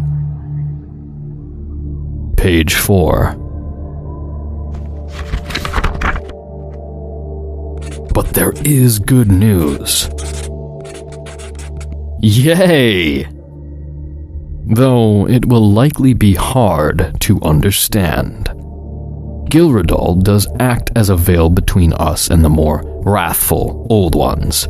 Yes, there are many, but not directly. There is what we would understand as a ritual to it. Moving beyond the veil into the world of the eye is a choice. We can lose our protection there, but it is not a consequence of our choice. If it was, you would have been vulnerable and seen the instant you attempted it. Gilredal must gain something from us. What that is, we have been unable to determine. But what we are sure of is that Gilredal can see the entirety of our lives, the fruit of all of our efforts, and the ripples they make through reality. As long as we're on the path Gilredal desires, we are safe. But knowing when that protection ends is a fickle and unknowable thing. Assume your trajectory in the world of perception is of some value to Gilredal. But once you take one final step on the path he needs you on, he no longer intercedes on your behalf. That in of itself is a terrifying thought. As the next time you enter the world of the eye, you would do so without protection unknowingly. Visitoth's gaze would consume you instantly. Worse yet, imagine the moment you would interact in some way to push someone from Gilredal's path. Would he not intercede directly? Double-edged sword. Got it. Page 5.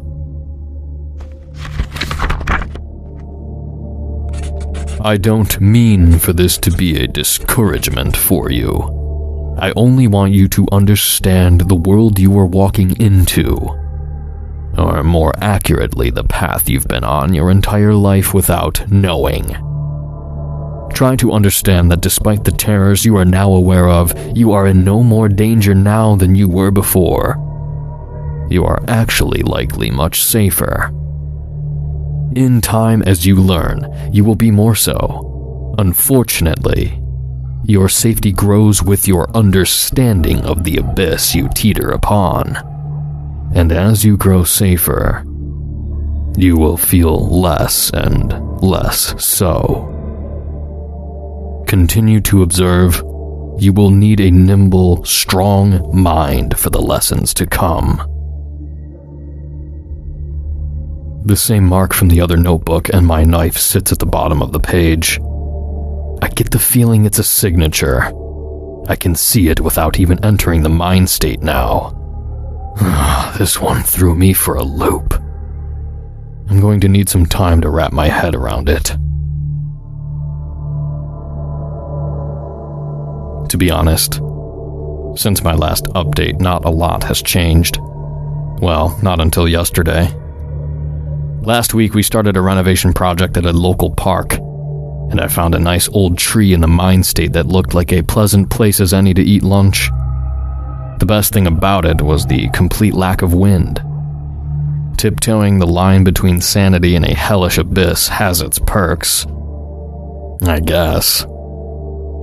Anyway, there was another notebook there. I guess let's just hop right in.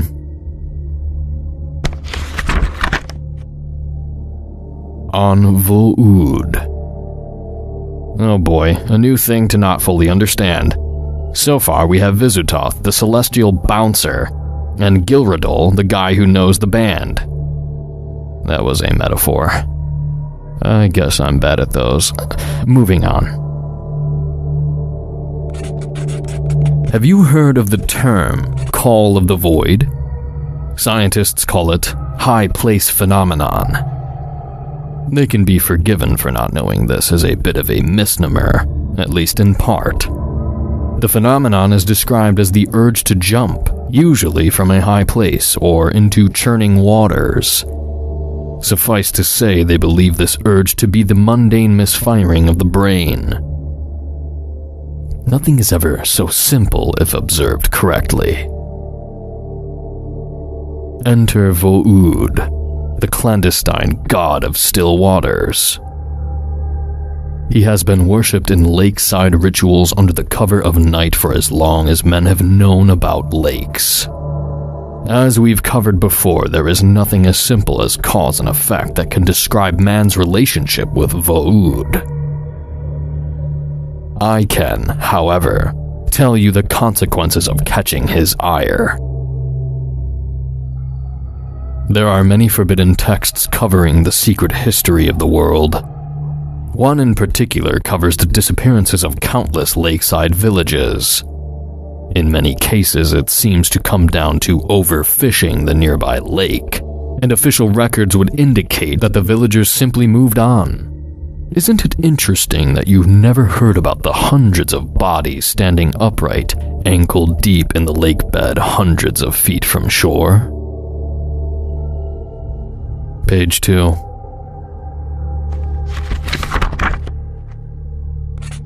One of the things we haven't covered yet is the sheer amount of missing people shrouded by the veil. These beings do not like to relinquish their prey. The Eye knows this, and works tirelessly to keep those trophies hidden. It is time for you to learn a dark truth. I do hope you are ready.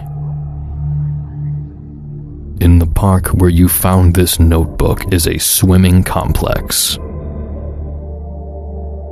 There is. I read somewhere there's an old lake nearby that dried up, so they built the complex so people could keep swimming. This was decades ago, like pre-World War I. Venture behind it and find a safe place near the surrounding forest to enter the world of the Eye. Be careful. You will be extremely vulnerable there. But with caution, you should be fine. Okay, awesome. I'm sure this is going to be great. Off to the park then. Goddamn. Jesus, alright. Let me catch my breath and calm down. Okay. So the park is a 5-minute drive from my house. I parked near the nature center and strolled around to the back. Nothing really of note. The park just kind of ends there. There's a fence, a small field, and a line of small trees.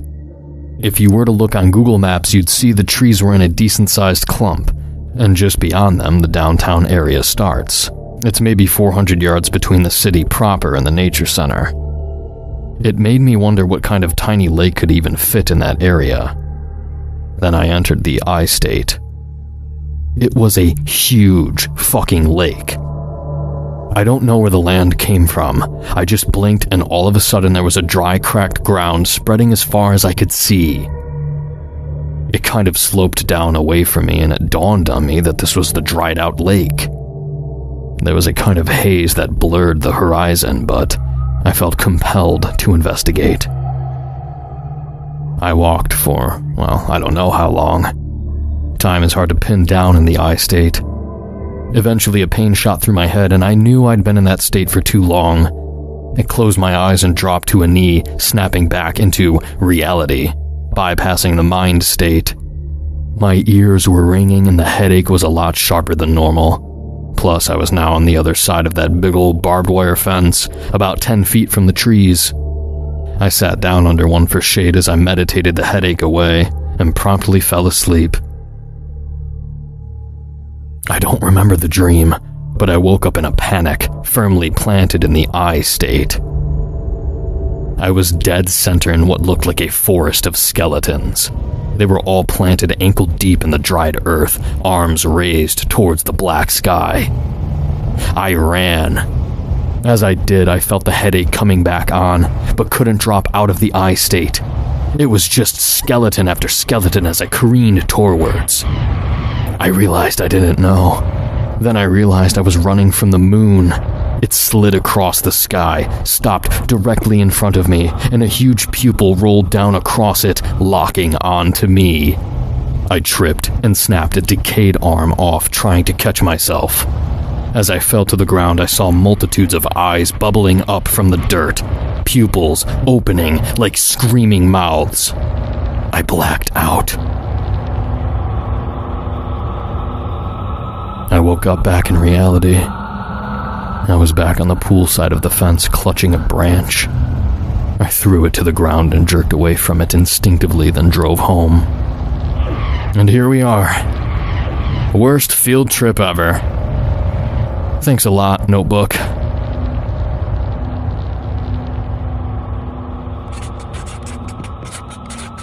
Did you see it? The dark secret at the heart of the lake? The ancient scholars refer to them as sunken forests. They lay in the center of every lake on Earth, hidden beyond the veil, kept secret by a jealous Vo'ud. I'm sorry if this disturbed you. You probably need time to process. We will speak of oceans another time. Be wary around bodies of still waters. Vo'ud is a mysterious being. No one knows his purpose or his ways. Only that his call is answered. Be well. Below this is the signature again.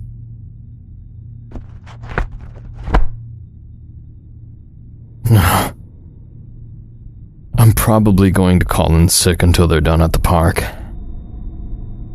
I don't know about any more updates. We'll see.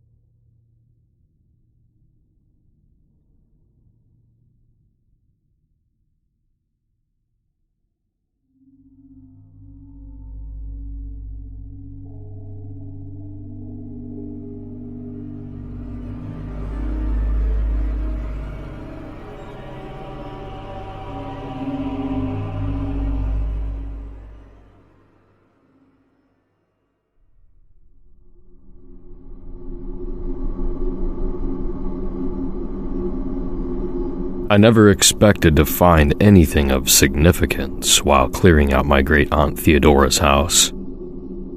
The elderly woman had lived alone for decades in the sprawling Victorian mansion, and after her passing at the age of 94, the task of sorting through her belongings fell to me.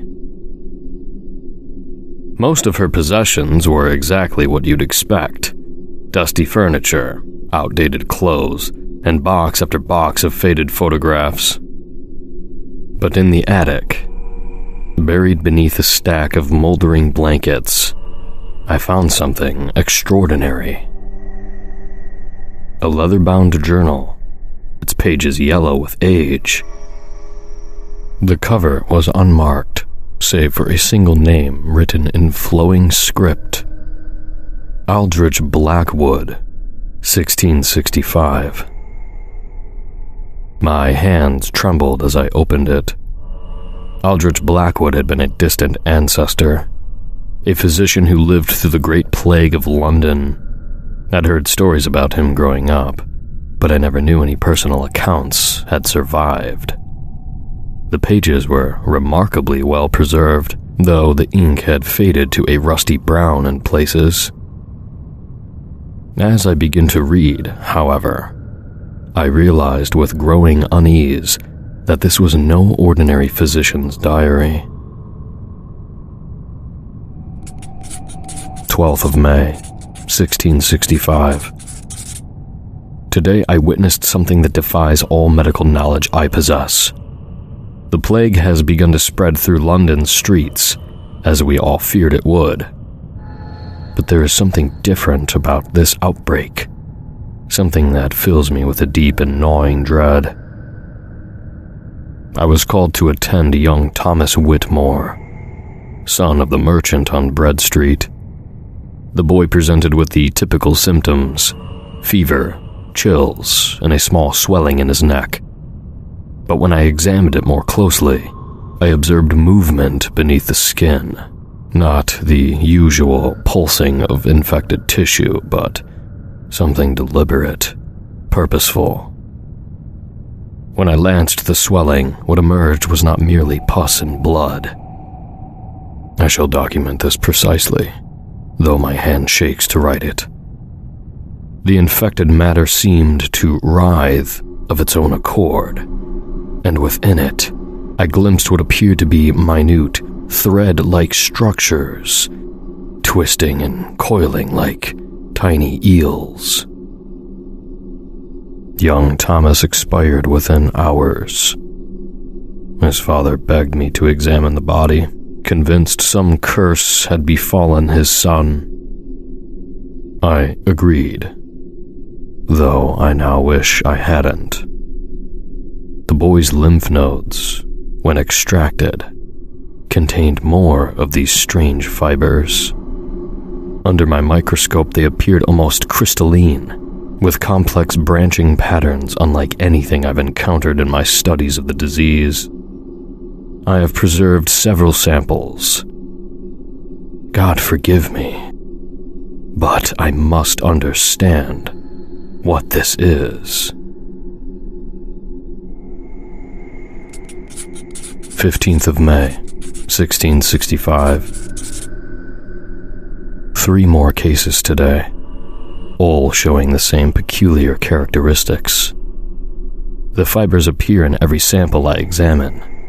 They seem to grow more complex, more organized with each passing day. I've begun sketching their patterns, though I fear my drawings do not do justice to their bizarre intricacy. My colleague, Dr. Edmund Halsey, believes I'm allowing fear and exhaustion to cloud my judgment. He claims I'm seeing patterns where none exist, that these are merely the typical signs of bubonic plague. But he hasn't observed them under the microscope as I have. He hasn't seen them move. I must document something else, though I hesitate to commit it to paper. The infected seem to share a common behavior in their final hours. They speak of visions, Not the usual fevered hallucinations, but specific, consistent images. They described vast networks of tunnels, branching endlessly beneath the earth. They whisper about something moving through these passages, something ancient that has been waiting. I tell myself these are merely the ravings of dying minds, yet each patient describes the same scenes, down to the smallest detail. How can this be? 20th of May, 1665. I have made a terrible discovery. The samples I preserved, they've changed. The fibers have grown more numerous, forming intricate patterns that seem almost like writing in a language I cannot read. When I examine them, I feel a curious sensation, as if something is attempting to communicate through these bizarre structures. More disturbing still are the rats. London has always been plagued by them, but their behavior has become increasingly erratic. They gather in large groups, moving with an unnatural coordination. Yesterday, I observed a group of them in my laboratory, clustered around the cabinet where I keep my samples. They seemed to be listening for something. I've begun to experience strange dreams. I see the tunnels my patients described, endless passages that seem to pulse with their own heartbeat. Sometimes I hear whispers in languages that have never been spoken by human tongues. I tell myself this is merely the result of exhaustion and stress, but deep down, I know better. 25th of May, 1665. The infection rate is growing exponentially, but that is not what truly terrifies me. It's the patterns. They're everywhere now, in the spread of the disease through the city, in the way the rats move through the streets, in the very arrangement of the bodies we collect each morning. Everything follows the same branching structure I first observed in those tissue samples. I've started mapping these patterns, and what emerges is impossible to ignore. The disease isn't spreading randomly. It's creating something, building something, using us as its medium. Dr. Halsey visited again today. He seems troubled by my research, especially my maps and drawings. He suggested I take some time to rest, mentioned that many physicians have been driven to madness by the horrors we witness. But his eyes lingered too long on my samples, and I noticed his hands trembling as he spoke. After he left, I discovered several of my samples were missing. 1st of June, 1665. I can no longer sleep. The dreams have become too intense, too real. In them, I walk through those endless tunnels, following the branching patterns that have become so familiar. But now I understand what they are. A root system, spreading through the very foundations of our city. And at the center of it all, something waits. Something that has been growing, feeding, preparing. The pattern of the infection, when mapped across London, creates a perfect replica of the structures I've observed in my samples. We are not dealing with a mere disease.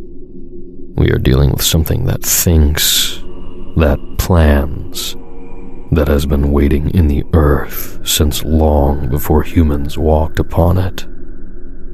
I've discovered references in ancient texts to similar outbreaks throughout history. the Black Death wasn't the first manifestation of this entity.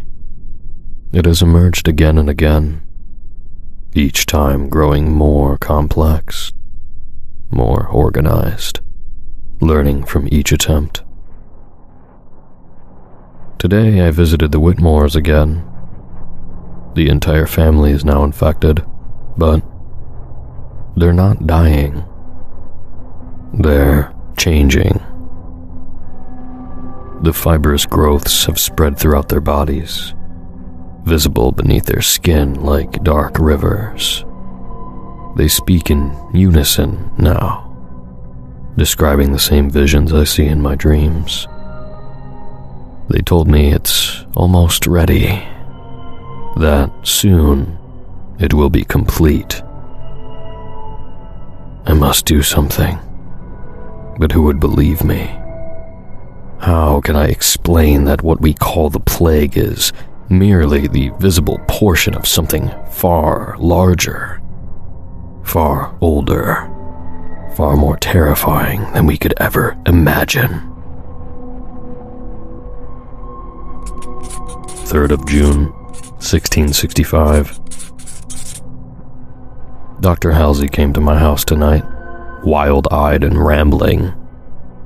He had taken some of my samples to study them himself, to prove me wrong. Instead, he found exactly what I had described. But he went further in his experiments than I had dared. He claims to have decoded the patterns, to have understood the messages they contain. What he told me cannot be true, must not be true, but it explains everything. The consistent visions, the coordinated behavior of the infected, the precise patterns of the disease's spread. We are not dealing with a plague at all. We are dealing with something that has been waiting beneath our feet for millennia, slowly building itself using human bodies as raw material. The fibers we've observed are not symptoms of the disease. They are its true form, a vast network that connects all the infected into a single, growing organism. And now, after centuries of preparation, it's finally ready to. The entry ends abruptly here, the pen having skittered across the page in a jagged line. 4th of June, 1665. I write this in haste. They are coming for me. I can hear them in the streets below, not just the rats now, but the infected themselves, moving with that same horrible coordination. Dr. Halsey is with them. I saw him through my window, his skin rippling with those familiar patterns. I've hidden my research as best as I can. This journal will go to my sister in Yorkshire, along with instructions that it should be preserved but never read. Some knowledge is too dangerous. The patterns are complete. The network is fully formed. Whatever has been growing beneath London is ready to emerge, to transform from an invisible web into something far more terrible. I understand now why the infected didn't die, why they changed instead. They were never meant to die. They were meant to become a part of it. And now, I hear them on the stairs. The rats came first, hundreds of them, their eyes gleaming with an intelligence that should not exist in such creatures. Behind them, I hear the shuffling steps of the infected. To whoever finds this journal, burn it. Burn it and forget everything you've read. Some things should remain buried. Some knowledge should stay hidden. The patterns are everywhere now. Once you begin to see them, you can never stop. They're in the very fabric of our world, waiting to be activated. waiting to spread, waiting to... The writing ends here, replaced by a series of intricate, branching patterns drawn in what appears to be dried blood. I closed the journal, my hands shaking. I told myself it was just the ravings of a man driven mad by the horrors of the plague. But as I set it down, I noticed something that made my blood run cold. There, on my wrist, where I had been resting it against the page, was a small, dark mark. When I looked closer, I could see thin, thread-like lines beginning to spread beneath my skin, forming familiar branching patterns. I spent the next 3 days convincing myself the mark on my wrist was nothing. A trick of the light, perhaps, or an allergic reaction to the old leather binding. But on the fourth morning, I could no longer deny what I was seeing. The pattern had spread halfway up my forearm. Dark lines branching beneath my skin like tiny roots. My medical training made it impossible to ignore the implications. The branching pattern followed my lymphatic system perfectly, tracing paths beneath my lymph nodes that I'd memorized in anatomy classes. But there was something else. Something that sent ice through my veins. The pattern wasn't just following my lymphatic system. It was extending it, creating new pathways that shouldn't exist. I returned to Theodora's house, desperate to find anything else that might explain what was happening to me. This time I searched the attic methodically, checking every box, every corner. Behind a false panel in the wall, I found a metal strongbox. Inside were more documents, letters, hospital records, and, most importantly, a series of correspondence between my great-aunt and someone named Professor Helena Blackwood, dated 1943.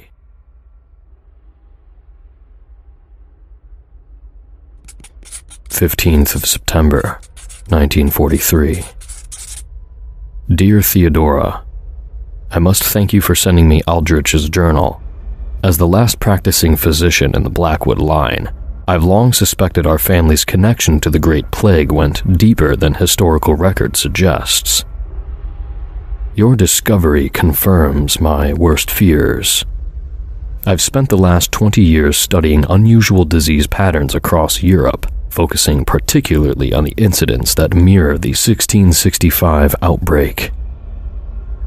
What I've found is deeply troubling. The branching patterns Aldrich documented have appeared repeatedly throughout history, always in isolated incidents that were quickly covered up or dismissed as medical curiosities. Enclosed are my notes from a case in Prague, 1928. A young girl presented with what appeared to be severe lymphatic inflammation. Within days, similar cases appeared throughout her neighborhood. The attending physician documented branching patterns identical to those in Aldrich's drawings. But here's what truly terrifies me. He also documented instances of simultaneous movement among the infected. 37 patients, spread across 3 hospitals, all turning their heads exactly at the same moment to look in the same direction, all blinking in perfect unison. The outbreak was contained only when the entire neighborhood was quarantined and dealt with. The official record lists it as a tragic fire. But that's not all. I found references to similar incidents dating back to ancient Rome. They called it morbus radicis, the root disease. The symptoms are always the same: the branching patterns, coordinated behavior, the whispered descriptions of vast underground networks. I believe what Aldrich encountered wasn't an isolated incident. It was merely one emergence of something that has been with us throughout human history, something that uses disease as a mechanism for... I hesitate to use the word, but I can think of no other that fits. Colonization. Your loving cousin, Helena. There were more letters, but what caught my eye was a folder of medical photographs, paper-clipped to the next page. They were from various time periods, starting with grainy images from the 1920s and progressing to clearer, more recent shots. Each showed the same thing: patients with distinctive branching patterns visible beneath their skin. The most recent photos were from a small outbreak in northern England in 1981. The patterns were identical to what was now spreading up my arm. But it was the last item in the box that truly shook me. A modern medical report, dated just 3 years ago from a laboratory in London. Confidential. Project Root analysis of tissue samples recovered from 1665 preservation reference, Blackwood collection. DNA sequencing has revealed anomalous structures within preserved lymphatic tissue. Branching filaments appear to be composed of previously unknown organic material with several impossible characteristics. 1. Samples remain metabolically active despite 350 plus years of preservation. 2. Filaments demonstrate ability to spontaneously organize into complex patterns. 3. When placed in proximity, separate samples display synchronous behavior. 4. Electron microscopy reveals structures resembling neural networks. 5. Samples emit low-frequency electromagnetic pulses at regular intervals. Note: after 72 hours of observation, samples showed signs of renewed growth. All testing suspended by order of department chair. Samples sealed in containment unit pending review. Update: containment unit compromised. Nature of compromise unknown. Samples missing. Investigation ongoing. Final note: project terminated. All records to be sealed. My hands were shaking so badly I could barely read the last page. A handwritten note from my great aunt Theodora. To whoever finds this, I am the last of the Blackwood line to serve as guardian of these records. Our family has carried this burden since 1665. Watching, waiting, documenting each recurrence. We thought we could contain it by keeping the knowledge limited to our bloodline. We were wrong. 3 years ago, something changed. The patterns began appearing again, but different this time. More advanced. The laboratory breach was no accident. It's growing, evolving. The network is rebuilding itself, using our modern understanding of genetics and neural networks to create something far more sophisticated than what Aldrich encountered. If you're reading this, you've likely already seen the signs. The marks will have started small, a branching pattern that follows your lymphatic system. Soon, you'll begin to notice the other changes. Moments of lost time, dreams of tunnels and roots, the sensation of being connected to something vast and patient and hungry. There's so much more you need to know about the ancient texts Helena found, about what really happened in Prague, about the true purpose of the patterns, but most importantly, about how they can be stopped. I've hidden that information separately. You'll find it when you're ready. when the patterns have spread enough for you to understand what you're truly dealing with. Look for the box marked with the root pattern. But be careful. Others will be looking for it too. Others who are already part of the network. Theodora. I set down the papers and rolled up my sleeve. The patterns now reached my shoulder, and as I watched, I could swear I saw them pulse, ever so slightly, in rhythm with my heartbeat. But something else had changed too. Where before the marks had been random, now they seemed to form distant shapes. Letters, almost. And I could read them. I knew I should have been terrified. Should have gone to a hospital, called someone, done something. But all I could think about was finding that other box. About learning the truth. About understanding what I was becoming.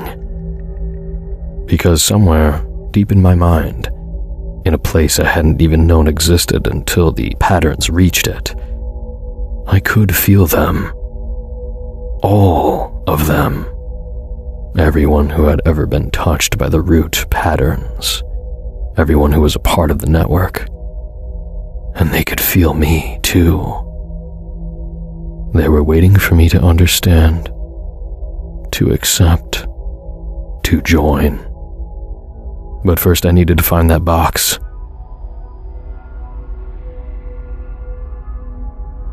Finding the second box was both easier and more disturbing than I anticipated. My body simply knew where to look. As I moved through Theodora's house, the patterns under my skin would pulse stronger or weaker, like some grotesque game of hot and cold. They led me to the cellar, to a section of wall that looked identical to all the others, but I could feel it calling to me. Breaking through the plaster revealed a metal box, smaller than the first, marked with branching lines that perfectly matched the ones now covering most of my torso. Inside was a leather folder containing what appeared to be research notes, medical diagrams, and something that made my blood run cold. A series of brain tissue slides dated in 1928, labeled Prague specimens. But it was the modern-looking USB drive taped to the inside cover that caught my attention. Theodora had prepared for whoever would find this. My hands trembled as I plugged it into my laptop. The first file was a video recording. Theodora's face appeared on screen, looking gaunt and tired. The timestamp showed it was recorded just 2 weeks before her death. If you're watching this, then the patterns have already started spreading across your skin. Don't bother trying to remove them. Surgery, burning, even amputation. The Blackwood medical records document every attempted treatment over centuries. The patterns simply regrow, following the same paths, always rebuilding the network. What I'm about to share with you is the culmination of our family's research, combined with modern medical analysis. Elena was close to understanding it, but she died before making the final connections. I've spent my life completing her work. The patterns aren't a disease. They're a communication system, a physical network connecting human hosts to something that's been growing beneath our feet for millennia. Each outbreak throughout history was an attempt to refine this network, to make it more sophisticated, more efficient. The Prague incident in 1928 was the first time it achieved simultaneous neural synchronization across multiple hosts. The tissue samples in this box are all that remain of that attempt. Under a microscope, you'll see that the branching patterns don't just follow the lymphatic system, they interface directly with neural tissue, creating new pathways between hosts. But here's what Helena didn't know. What we've only recently discovered through electron microscopy and DNA analysis. The patterns aren't adding something to our bodies. They're activating something that was already there, dormant in our genetic code. Every human carries these latent structures. The patterns just wake them up. Theodora had a coughing fit. When she continued, there was an urgency in her voice that hadn't been there before. You need to understand. This isn't an invasion. It's an activation. Every plague, every outbreak, every instance of the patterns appearing was just another attempt to switch us on. To activate what's been sleeping in our DNA since before we were human. The Blackwood family. We're more susceptible than most. Something in our genetic makeup makes us ideal hosts for the initial stages of activation. That's why Aldrich was among the first to document it. Why our family has been connected to every major outbreak. I'm running out of time. So I'll tell you what you need to know most urgently. The patterns you're seeing on your skin, they're not spreading randomly. They're forming specific sequences, like a code being written across your nervous system. Soon you'll start to understand this code. You'll begin to see how it connects to everything else, the tunnels beneath cities, the way diseases spread, even the growth patterns of plants. There are others like you out there. Once the patterns spread far enough, you'll be able to sense them.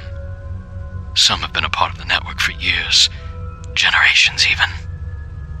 They've learned to hide the marks, to blend in. They're watching, waiting for the network to grow large enough for... No, you're not ready for that yet. First, you need to see the rest of the Prague documents. They show what happens in the latest stages of activation. But more importantly, they show what we've discovered about the source. About what's been waiting all this time. Growing beneath... The video cut off abruptly. The next file was labeled Prague Stage 4.pdf. As I opened it, I noticed something odd. The patterns on my arm were moving, shifting to match the diagrams appearing on my screen. My body was learning, adapting, implementing the information in real time. The document began with a detailed medical report. Subject 23, Prague outbreak, Day 17, terminal stage observations. The branching patterns now cover 94% of the subject's neural tissue. Brain activity shows perfect synchronization with all other Stage 4 subjects. Autonomous functions, heartbeat, breathing, occur in perfect unison across all connected hosts. New growth patterns observed in deeper brain structures. Subjects report shared consciousness experiences. Memory transfer between hosts confirmed through controlled testing. Most significant discovery: subjects no longer behave as individuals. They function as nodes in a larger neural network, each brain serving as a processing center for what appears to be a vastly larger consciousness. Critical observation. This network appears to extend beyond the human hosts. Soil samples from beneath Prague show identical branching patterns extending at least 300 meters below ground. These underground structures pulse in sync with the host's neural activity. Update. Subjects have begun modifications to their environment. Working in perfect coordination, they are constructing something in the hospital basement. The structure follows the same branching patterns observed in tissue samples. Purpose unknown. Final note. Military containment ordered after subjects began converting organic matter into new growth medium. Method of conversion unknown. Entire facility to be sealed and... The rest of the document was heavily redacted, but the images remained. They showed cross-sections of human brain tissue with the familiar branching patterns, but they were different from the ones on my skin. More complex, more organized, like circuit diagrams drawn in living tissue. The last page contained a single photo. A massive underground chamber beneath the Prague hospital. The walls were covered in branching patterns that glowed faintly in the dark. In the center was a partially constructed structure that resembled a human nervous system, scaled up to architectural size. But what made me slam the laptop shut was the realization that I understood exactly what I was looking at. Not just understood, I could feel my body wanting to recreate it. The patterns under my skin were already starting to shift, to organize themselves into similar structures. Something warm trickled down my face. When I wiped it away, my hand came back red, not blood. Something darker, with tiny branching fibers visible within it. I could feel them trying to grow, to spread, to connect. The laptop screen flickered back to life on its own. A new document was opening. As I watched, text began appearing, written in the same branching patterns that covered my skin. You are ready to begin. Find the others. The network must grow. The structure must be completed. Below my feet, I could feel vibrations in the earth. Regular, rhythmic, like a vast heartbeat. Or perhaps footsteps. I knew I should run, should burn the documents, destroy the evidence, try to stop the spread somehow. But instead, I found myself walking to the cellar door. Others were coming. I could feel them getting closer, their patterns pulsing in sync with mine. And deep beneath the earth, something ancient and patient stirred, ready to rise through the newly awakened network. The others arrived exactly as I knew they would, their footsteps echoing in perfect synchronization above me. I could feel their patterns resonating with mine, 5 distinct nodes in the growing network. As they descended the cellar stairs, I saw that they appeared completely normal, wearing ordinary clothes, looking like anyone you might pass on the street. Only I could see the faint lines beneath their skin, pulsing in rhythm with my own. "Welcome, brother," said a woman who introduced herself as Dr. Sarah Chen. "We've been waiting for another Blackwood to join us. Your family always produces the strongest connections." I found myself answering in words that weren't entirely my own. The network requires a Blackwood to complete the next phase. "Yes," she smiled. "Just as it did in Prague, just as it will again." But something wasn't right. As they moved closer, I noticed inconsistencies in their patterns. The branching structures beneath their skin weren't quite synchronized, showing subtle variations that shouldn't have been possible in a truly connected network. My medical training kicked in, and I began to analyze what I was seeing with clinical detachment. "You're not a part of the network," I said suddenly. "Not really. Your patterns. They're artificial." Dr. Chen's smile faltered. "Clever. Just like Theodora. She figured it out too, you know? Why do you think she had to be eliminated? The truth hit me like a physical blow. You killed her.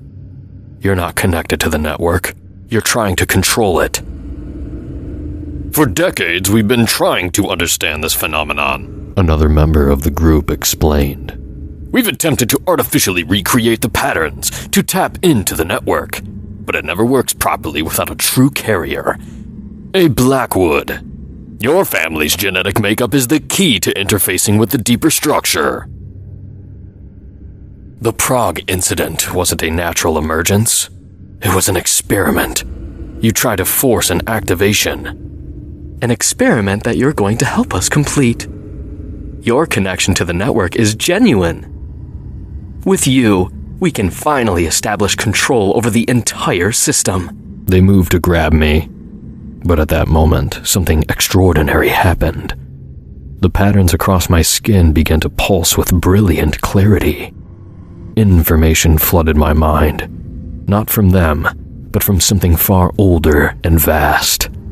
I finally understood what Aldrich had discovered, what Theodora had protected, what Helena had died trying to prevent. The network wasn't meant to be controlled. It was meant to protect us. You don't understand what you're dealing with, I said, backing away. The patterns, the network, they're not a disease or a tool. They're an immune system, a defense mechanism encoded into our DNA millions of years ago, designed to activate when needed. Defense against what? Dr. Chen demanded. Deep beneath our feet, something shifted. The vibrations I'd felt earlier grew stronger. Against them, I whispered. The cellar floor cracked. Through the fissures, I could see deeper channels lined with fossilized patterns, ancient neural pathways that had laid dormant for millennia. But between these patterns were other structures, alien geometries, invasive growth patterns that bore no relation to terrestrial biology. There's another network, I explained, the knowledge flowing through me from countless connected hosts across history. One that's been trying to establish itself since before humans existed. Every few centuries it makes another attempt to take root, to spread through Earth's biosphere. The patterns we carry are our planet's natural defense. A way to detect and fight the invasion at a cellular level. That's impossible, one of them breathed. The Black Death, the Prague incident, every major outbreak, they weren't random. They were responses to attempted incursions. The network activates when it detects the other trying to emerge. Every plague was actually an immune response. The ground shook more violently.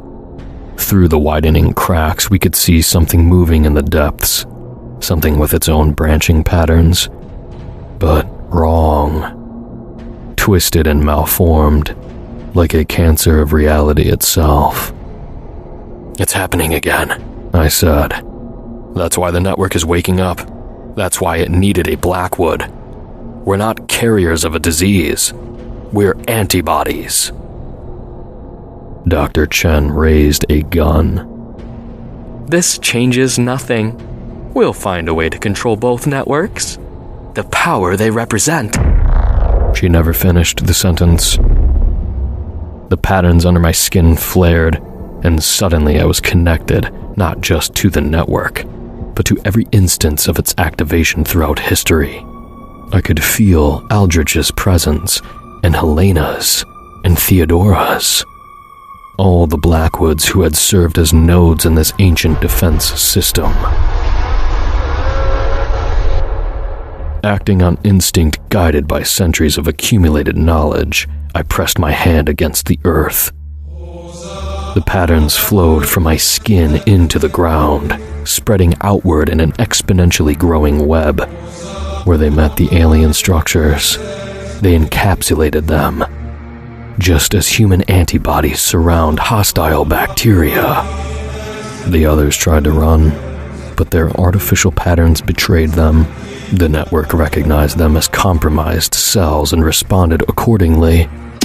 I watched in horror as their pseudo-patterns dissolved, taking their cellular structure with them. They collapsed into organic slurry, their bodies converting themselves into raw material for the network's growth.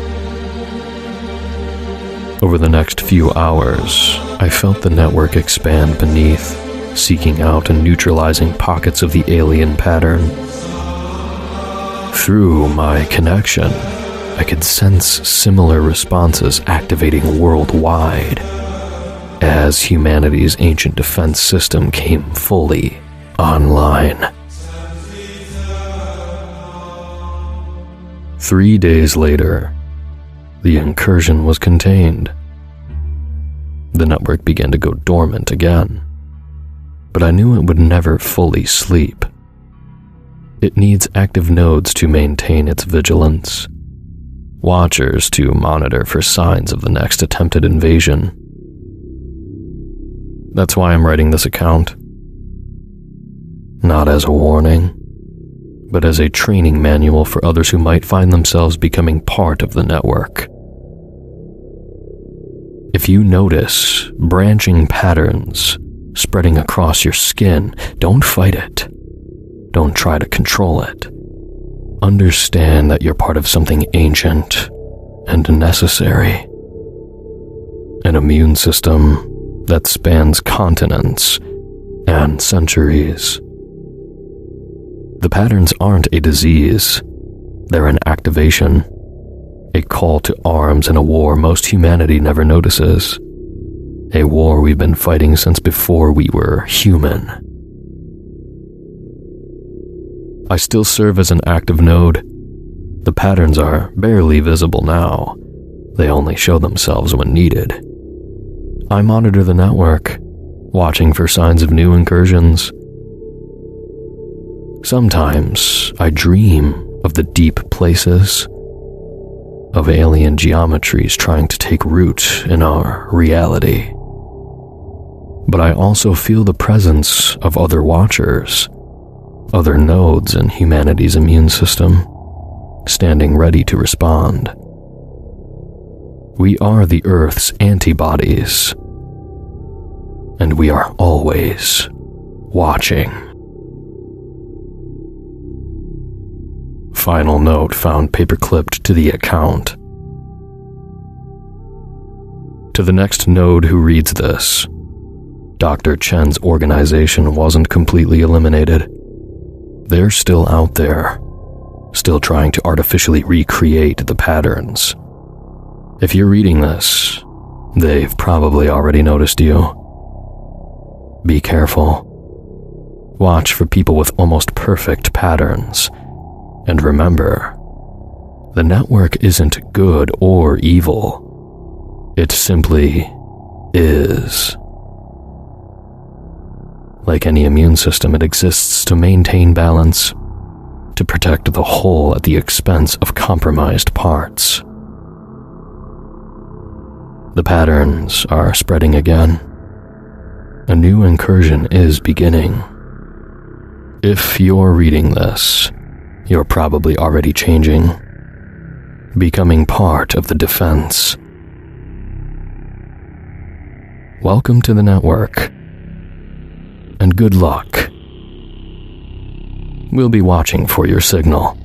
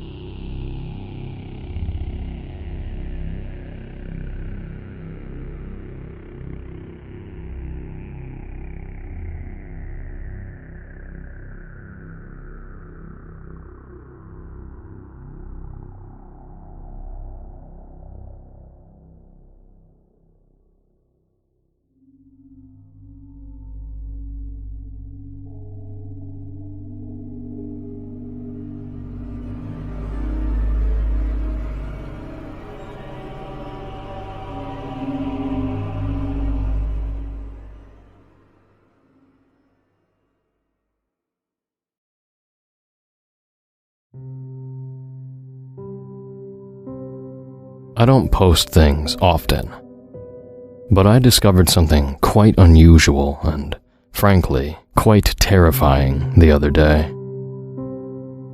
I'm not sure how else to put it, but I haven't been able to think about anything else. I was hoping someone could help me make heads or tails of it. A little background first.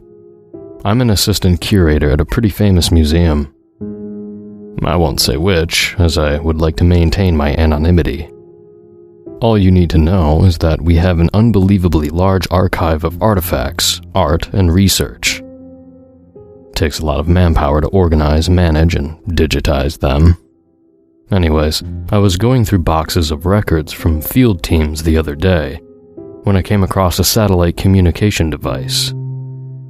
It's just an audio recording device that lets field teams, who probably don't have internet where they work, to record logs on what they find.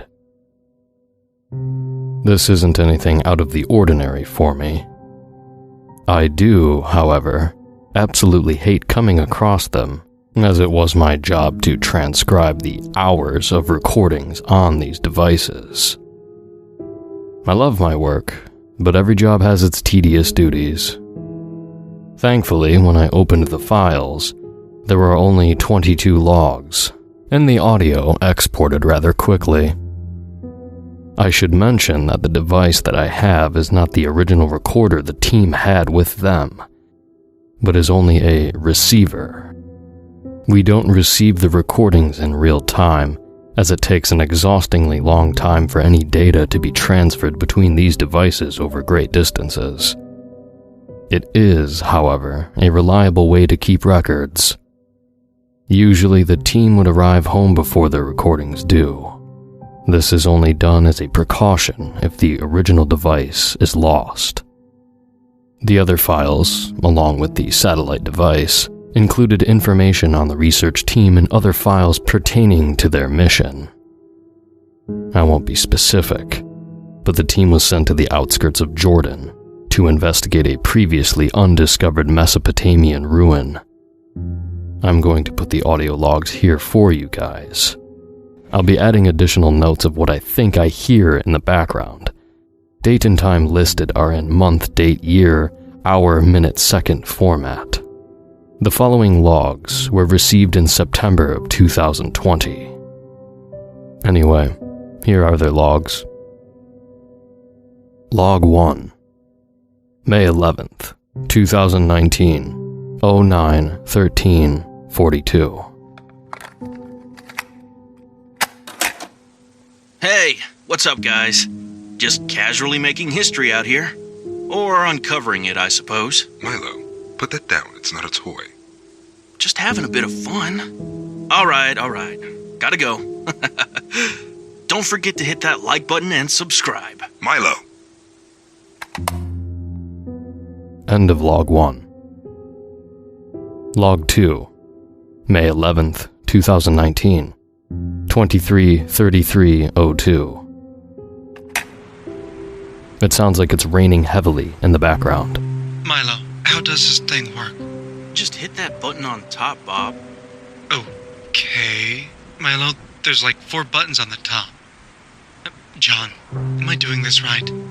Is the red light on? Yep. Then it's working.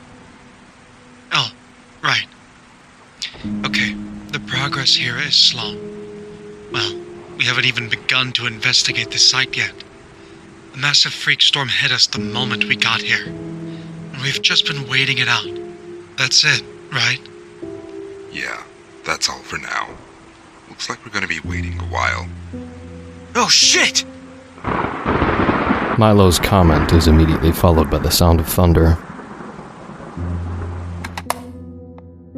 End of Log 2.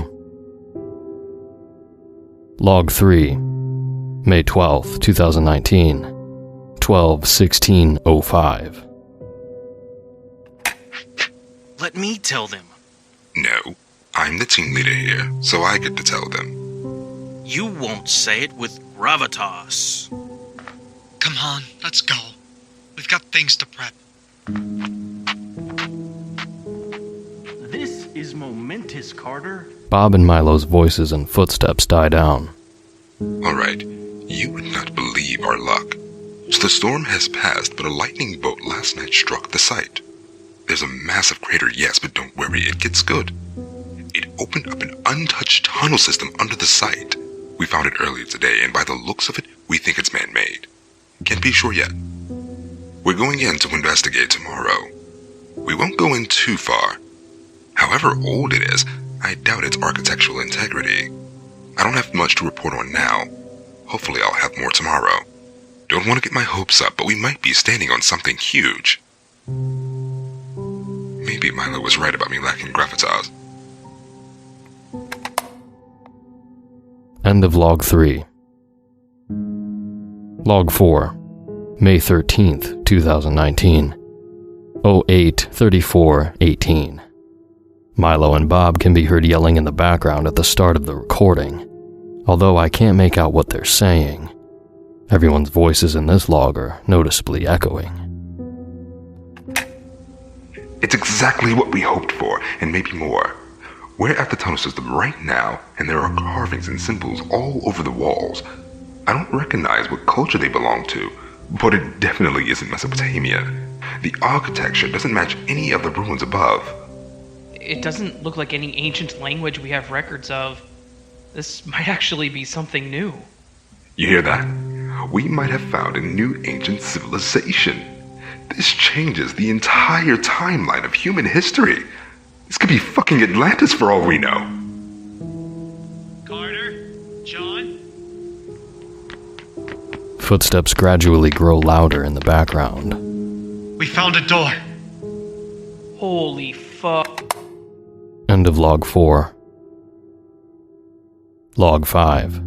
May 13th, 2019. 08:39:56. Can't we just grab a few sticks of dynamite? We did pack some after all. No, you idiot. Do you really want to destroy priceless artifacts and bring this entire tunnel down on us? One stick of dynamite? Guys, shut up. Okay, we're at the end of the tunnel system. It's about 300 meters from the opening we came in from. I know I said we won't go in that far, but this is really exciting. Anyways, we found a door? More like a wall, honestly. It looks angry, too. It's a massive flat circular rock that's blocking the tunnel. There's a face carved on it. Milo got some photos, so I won't bother trying to describe it. John's right, though. It does look quite ferocious. And ugly. We're documenting everything here, don't worry. End of Log 5. I didn't find any of the photos they described among the files. Log 6. May 13th, 2019. 16:21:22. Quite the day we had. God, I still can't believe how lucky we got. This is incredible. We'll go investigate further tomorrow, but we're gonna have to wait for a larger team to arrive. We don't have the manpower or the equipment to handle something of this magnitude. Some of us want to force our way through, and as exciting as that sounds, every brick and stone in that tunnel are considered artifacts and evidence of this civilization. Can't have them damaged. Maybe if we pry it open somehow. Just thinking out loud. There's yelling in the background. What are they doing now? End of Log 6. Log 7. May 13th, 2019. 16:24:10. Give me that! Hang on. Just run me through what happened again. Milo and I were bringing back the equipment we left near the tunnel. Right. And a man came stumbling out of the tunnel system, yelling at us. What do you mean he came out of the tunnel? I mean, Well, Milo saw him first, but we watched him crawl out of the tunnel. There's nothing in the tunnel. It's a straight shot to the dead end. Yeah, I know that, but I'm just telling you what I saw. Did he come in from the direction of where the tunnel is, or did he actually... Carter, I'm fucking telling you, he came out of the tunnel. I don't know, maybe there's another opening we missed. You said he was yelling. Yeah, well, I don't know. I turned my hearing aids off because Milo was being annoying. Milo heard it, though. Milo? Milo! Huh? Yeah? What was the man saying? I don't know. I didn't understand it. And where is this man now? I don't know, he's just gone. What? It's a thin air? Well, there's not a whole lot of places to hide out here, so... yeah, maybe. Didn't get a good look at him. Milo, tell him. Milo? Where's Milo? End of Log 7. Log 8. May 13th, 2019. 22:07:11. Alright, we're back at camp. Milo's not feeling well right now. Hopefully he gets better in the morning. I still want to go back to that tunnel tomorrow. Maybe see if that door would budge. What happened out there? Milo was really shaken up. I don't know. They said they saw a man coming out of the tunnel. You think this is another one of Milo's antics? I'm not sure about that. Have you seen the state he is in? Besides, didn't John say he saw the man too? Yeah. What do we do? There's nothing to do except our job. How do you delete recordings on this anyway? You're asking the wrong person. End of Log 8. Log 9. May 14th, 2019. 09:33:48. I don't know how, but the door is opened.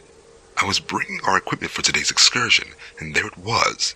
The circular stone face had been rolled aside. Still can't really believe it. I'm going to get the others to take a look inside. Gonna need to bring some headlights. This is big. I can feel it. End of Log 9. Log 10. May 14th, 2019. 10:56:27. Once again, everyone's voice is echoing. This whole thing must be massive. Be careful. Nobody touch a thing. John's right. We're just here to observe for now. Milo, hand me the lamp.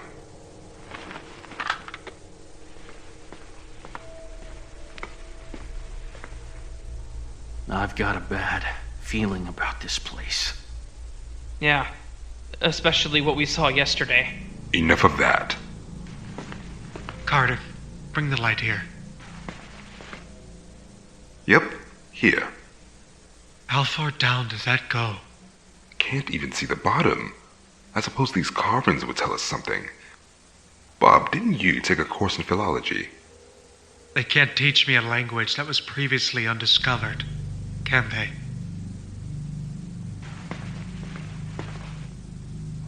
Fair enough.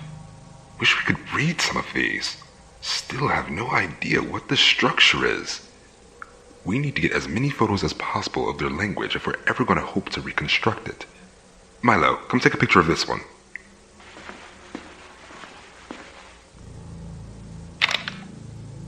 This one's bigger. Kinda like a banner. Must be important. Could be the name of this place. Milo's voice can be heard mumbling something, but I can't make out what he said. What? End of Log 10. Log 11. May 14th, 2019. 11:34:19. We're gonna go deeper into the underground structure. There's a set of staircases leading downwards. No idea how big the structure is. Heading back to camp right now to grab some more torches. A bit concerned about breathing in the air down here. Might bring some face masks along. It'll probably be fine. Oh, shit. There's a muffled sound here, and a soft thud. I'm thinking Carter might have dropped the recorder. What in the world? More muffling and loud smacking.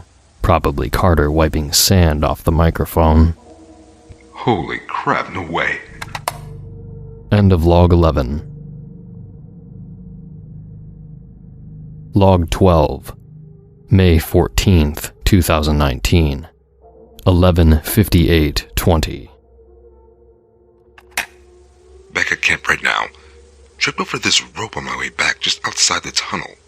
I was covered in a bit of sand. Smells terrible though. No idea how I missed it the first few days. Anyways, I may be reaching here, but it looks old and maybe belonged to the people of this ancient civilization. Might also just be something the locals left behind. Yeah, it probably is. Where did you find that? What? Oh, I found it on my way back. That's what he was wearing. The man I told you about. This again? I don't know how Milo talked you into this. He didn't. I can understand not believing him, but when have I ever lied to you? You expect me to believe that some guy out here in the middle of the desert crawled out of the tunnel that has no other opening besides the crater that was made 2 days ago? Carter! Not only that, but he just disappears into thin air according to you. I didn't say that. This is the last time I want to hear about this man, alright? I saw what I saw. End of log 12. Log 13. May 14th, 2019. 15:17:01. It is really dark down here. It smells god-awful too. Yeah, good thing I brought the face masks, right? I don't... It's... it's barely helping. We should bring some of the floodlights in here next. I think those would blind us. I can turn down the intensity. I mean, we had no idea we'd be working underground. We're not exactly prepared for it. Alright, we'll get the floodlights later. Why do you always have that thing on? I just have it on when we're about to find something new, so I can give live commentary of what we're seeing. Well, so far it's just more carvings along the wall down this way. Man, these people had terrible handwriting. Looks like we're coming up to the bottom. God, the smell is definitely getting stronger. Whatever it is, it's probably in there. We've reached the bottom of the staircase. There's a short stretch of hallway leading to an open doorway. Let's go check it out. Milo, get the camera ready. Where's Milo? Milo! Shit! Don't tell me that's what I think it is. End of log 13.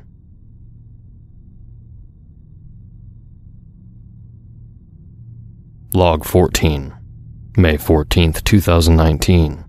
15:20:32.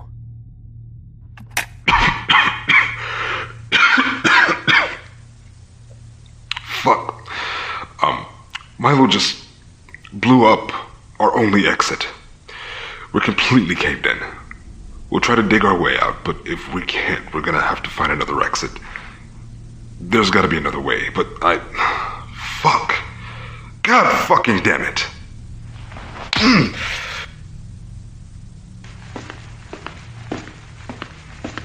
I'm so sorry. I'm so sorry. Carter, wait, let's just... Why, Milo? What the fuck were you thinking? I assume that Carter dropped the recorder. Carter, stop! That's enough!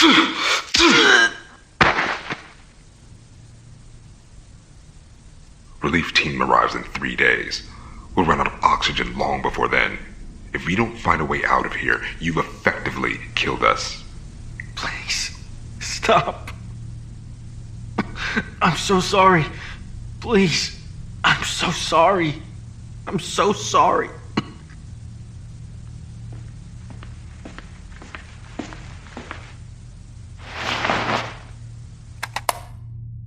End of Log 14. Log 15. May 14th, 2019. 15:27:18. It was the bodies. The smell. God, there were so many down there.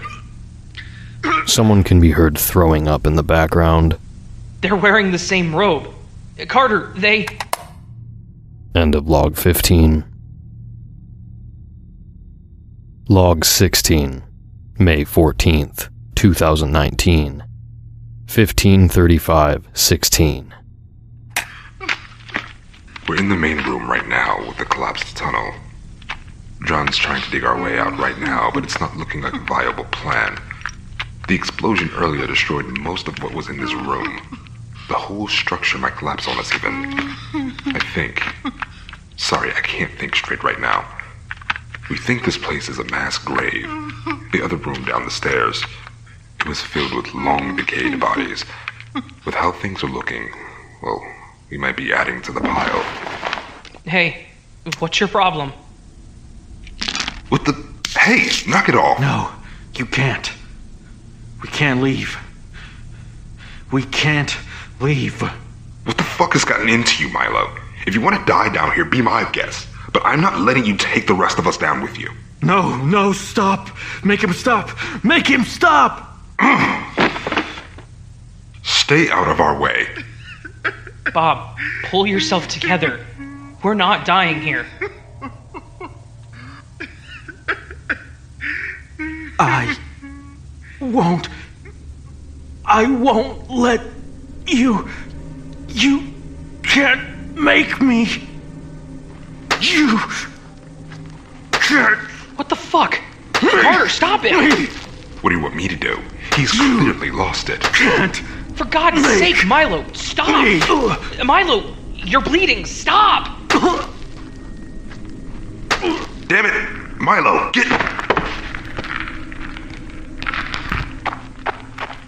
Where are you going? Milo, get back here! We're not gonna go after him? I'm not going down there again. Plus, it's a dead end. Not like he can get too far from us. He can rot with the others down there for all I care.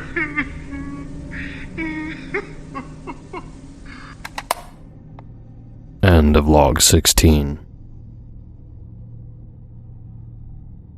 Log 17. May 14th, 2019. 23:14:52. We've been down here for, almost 8 hours now. It's getting unbearably hot. The smell isn't helping either. It's gotten a lot stronger, even up here. Probably because the only ventilation we had collapsed. We're taking a break from digging our way out. Progress is slow. I'm going down there. Just leave him. I'm gonna go see if there's another way out. Alright. Yell if you find something. Yeah. And check on him. Yeah.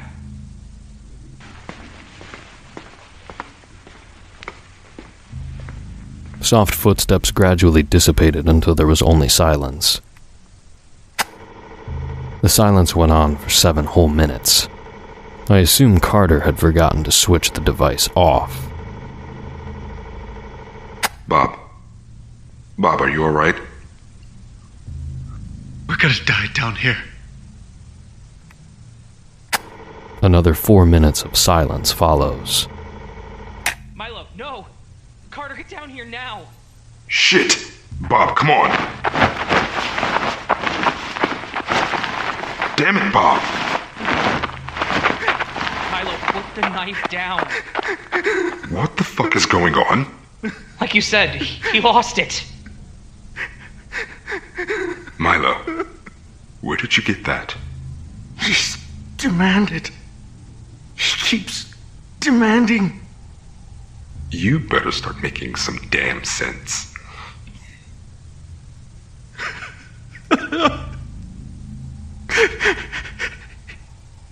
It's in my head. Carter, he won't leave me alone. He won't leave me alone. Who? No. No. No! I can't. That's what he wants. We can't let him leave. He's angry. He's so angry. They trapped him down here.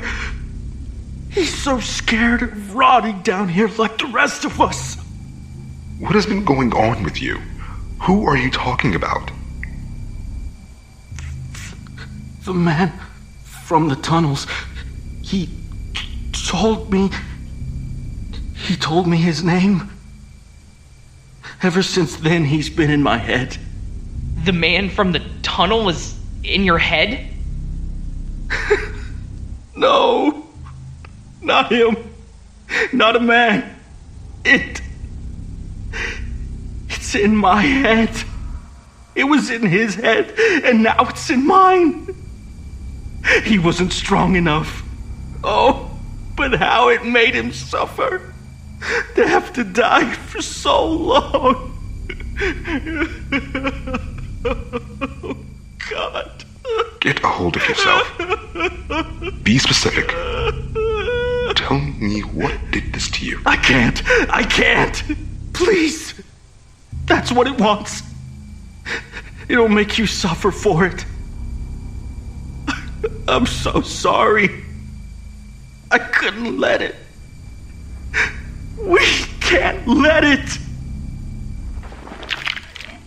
Milo, stop!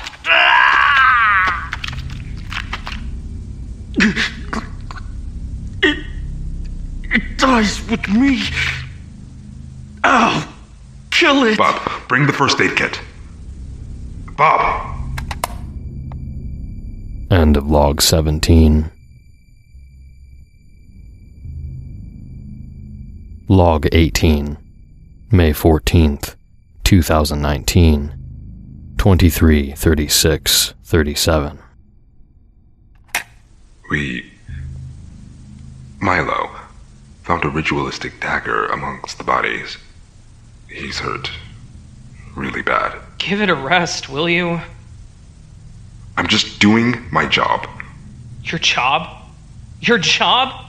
You fucking... Guys, stop! End of log 18.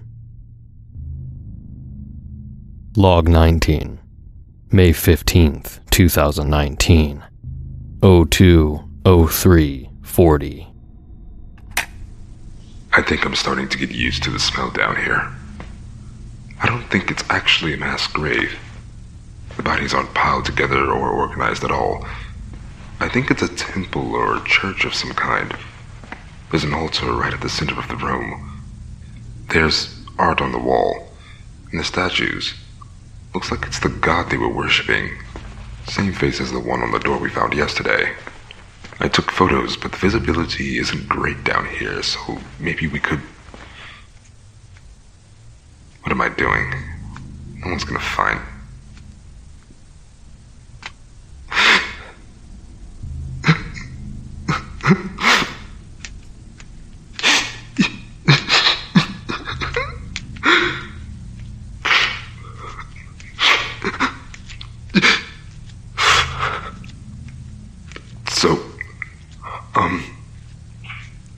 We really only have access to the two rooms.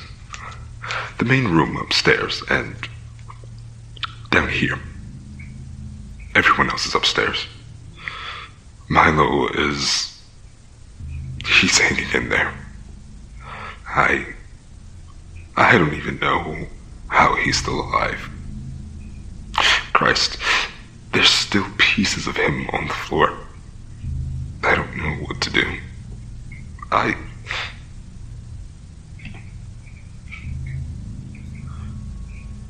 think I hear air. There's an opening somewhere here. What the?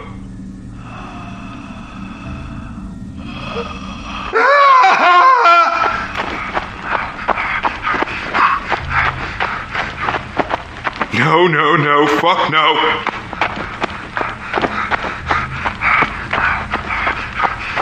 Carter? Help me! We've got to get out of here now! Suddenly, the rapid, heavy thud of footsteps closes in, growing louder, until, with a deep, resonant thud, the sound of a body colliding with another fills the air. There's a sharp, forced exhale followed by a muffled thump, accompanied by scattering pebbles. John, what are you... I'm sorry. Milo is right. What? He told me its name. Put that away. What do you think you're doing? The harsh sound of labored breathing and strained grunts from both Carter and John. There's the occasional sharp scrape of a metallic object against stone. I'm doing you a kindness. Bob, get him off of me. I'm so sorry. Bob, please. Bob, you know better. We can't.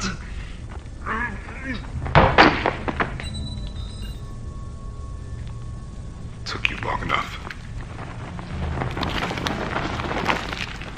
What the fuck happened? I was only gone for a few hours. Come on, let's get out of here. Bob, the body's down there. I know. Isn't it wonderful? Actual miracle sealed down here.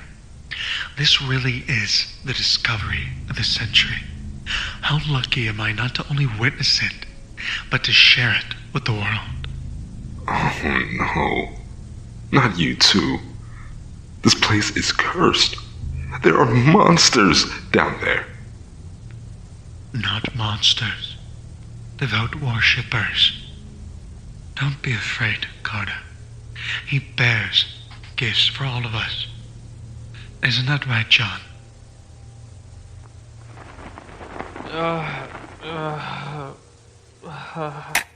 End of Log 19. Log 20. May 15th, 2019. 12:34:20. A steady beat of stone clattering onto the floor continues from the previous recording, although slower. It is accompanied by the sound of labored panting. It's been over 24 hours since we've been down here. Supplies are getting low, but we'll make it too when the relief team arrives. Milo and John are in critical need of medical attention. There's only so much I can do for them with what I have on hand. The corpses in the lower levels aren't. We seem to be experiencing some kind of mass hysteria. No one seems to be in the right state of mind down here in the dark. We had to restrain John for the time being, for his and our safety. Bob, please don't do this. It's lying to you. Was he lying when he cured you? Where are your hearing aids, John? Ever since your accident, He has no need for those anymore. Carter, can you pour me some water?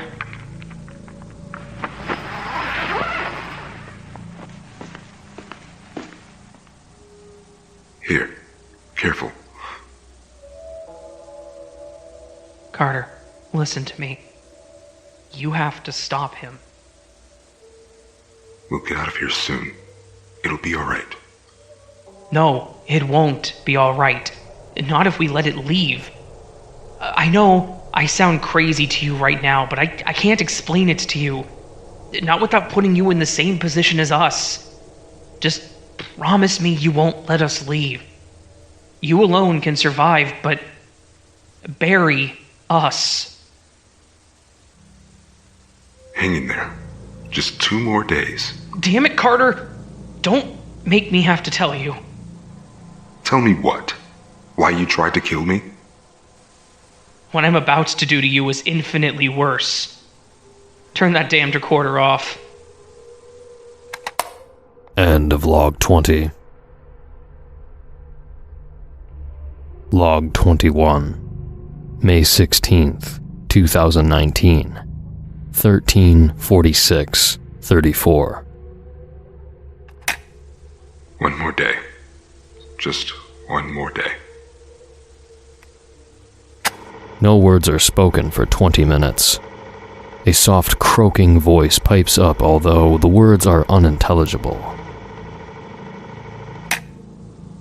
We are all out of water. Sorry. Hang in there, buddy.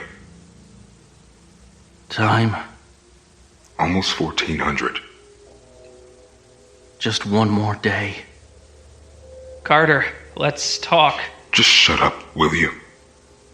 Is it speaking to you yet? I told you to shut up. I'm gonna assume that was directed at it. Shut up. Shut up. End of Log 21. Log 22. May 17th, 2019. 03:17:44.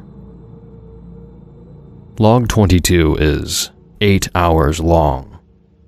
There are intermittences of silences, so for your understanding benefit, I will include a timestamp for when something of note resumes. I don't want to be down here with them. Yeah, well, I don't want Bob hearing us. He won't care. The only thing on his mind for the past 12 hours is digging a way out. You think he can? Unlikely. You destroyed that recorder like I asked, right? Yeah. Right, so her only way to get out of here is the relief team. And if you're right, they'll be here in a few hours. They'll be here. You know we can't let them find us, right? You know what it'll do if it gets out. So we just resign ourselves to a noble death for the greater good? We'd be lucky if it lets us die at all. Fuck you. You wouldn't have believed me if I didn't tell you. So what then? We rot down here with the rest of them for eternity? They made the same sacrifice. For us. Don't you want to see her again? I'm doing this for her. I can't. It's been in your head long enough. You can read the walls, right? Warnings of an idea to be left forgotten. John! Stop it!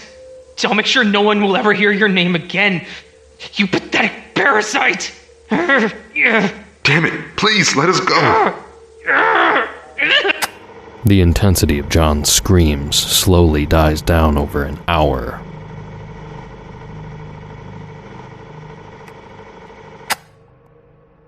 May 17th, 2019. 04:52:28. Is John alright? He's calmed down. Merciful. You haven't taken a break since last night. Has it been that long? And the relief team should be arriving soon. Yeah, about that. He asked you to stop me, didn't he? To ensure that we're not rescued. I bet that fool spoke of a noble sacrifice for the greater good. If he wants to be a martyr, then let him suffer alone. It will... He is not Enid. He is a god. He is the Prometheus. He nurtured the flame within man, gifted us with knowledge and wisdom to stand at the pinnacle of beings. And this was how they repaid him once they deemed him unnecessary. Hubris. He will unleash vengeance upon everyone if he gets out. Perhaps. I'm sure his anger seems boundless now. But there will come an end to his wrath.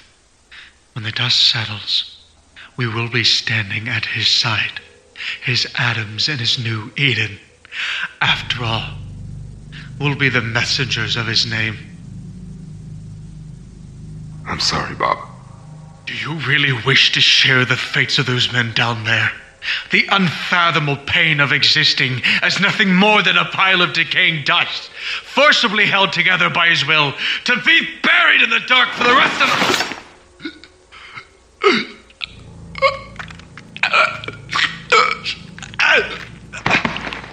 I'm so sorry.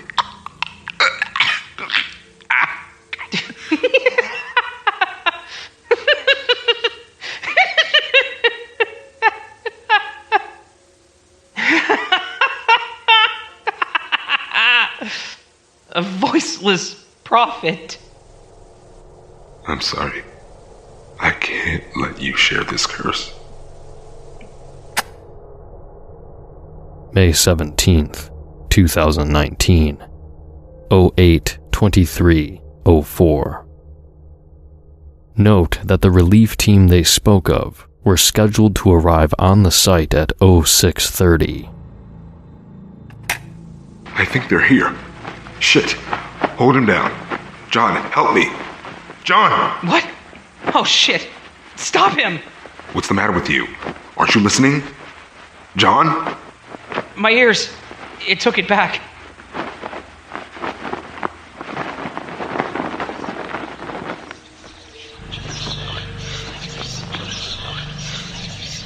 Stay strong, Carter. Sacrifice. Sacrifice.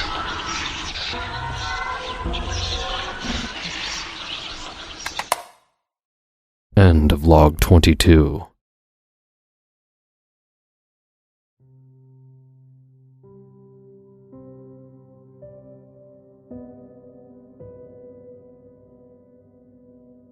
I had to know more of what happened to that team. I've already gone through all the files that came with the device. Other than the series of logs, none of the information I found pertained to anything that happened during the team's time on the site. I'm sure, like many of you would be, I was compelled to find out more. The first place I looked was in the files of the secondary team that was to arrive on the site on the 17th of May, 2019. Similar to the first set of files, there wasn't a lot to go through. The files did not include another satellite communication device. This device was the original. There were only 2 logs in the device. Log 1, May 17th, 2019, 12:47:22.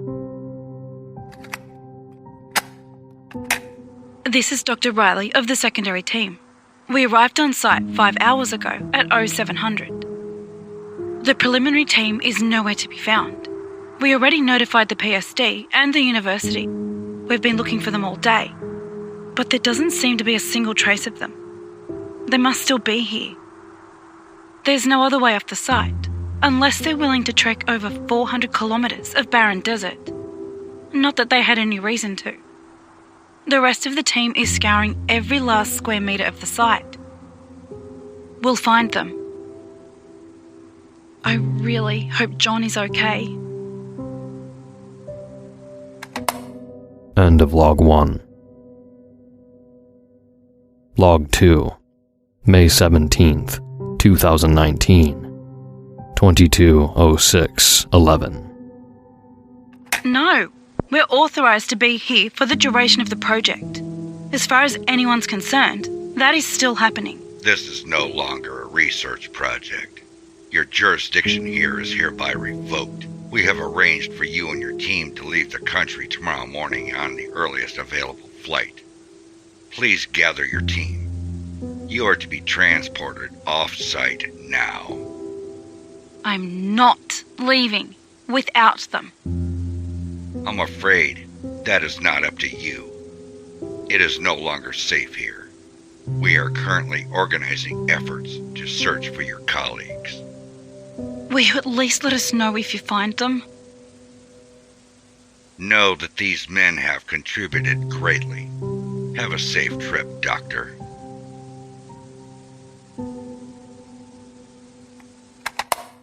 End of log 2. The research project was officially postponed indefinitely on the 18th of May 2019. There is no further information on the search effort for the 4 missing men. Even combing through social media, I found nothing. It was as if the missing researchers ceased to exist. The last known record of them are contained within the logs. I stated that there were only 22 logs at the beginning. There is, however, one last entry. No words are spoken during the duration of the recording. In fact, the majority of log 23 is 27 hours of complete silence. Occasionally, I think I can hear air circulating, like soft labored breathing. 3 hours into the log, there is a spike in audio as a raspy gasp is heard, followed by the sound of stones shifting. This final log was received last week. The timestamp reads September 18th, 2023, 11:07:36. I think they're still down there in the dark with the rest.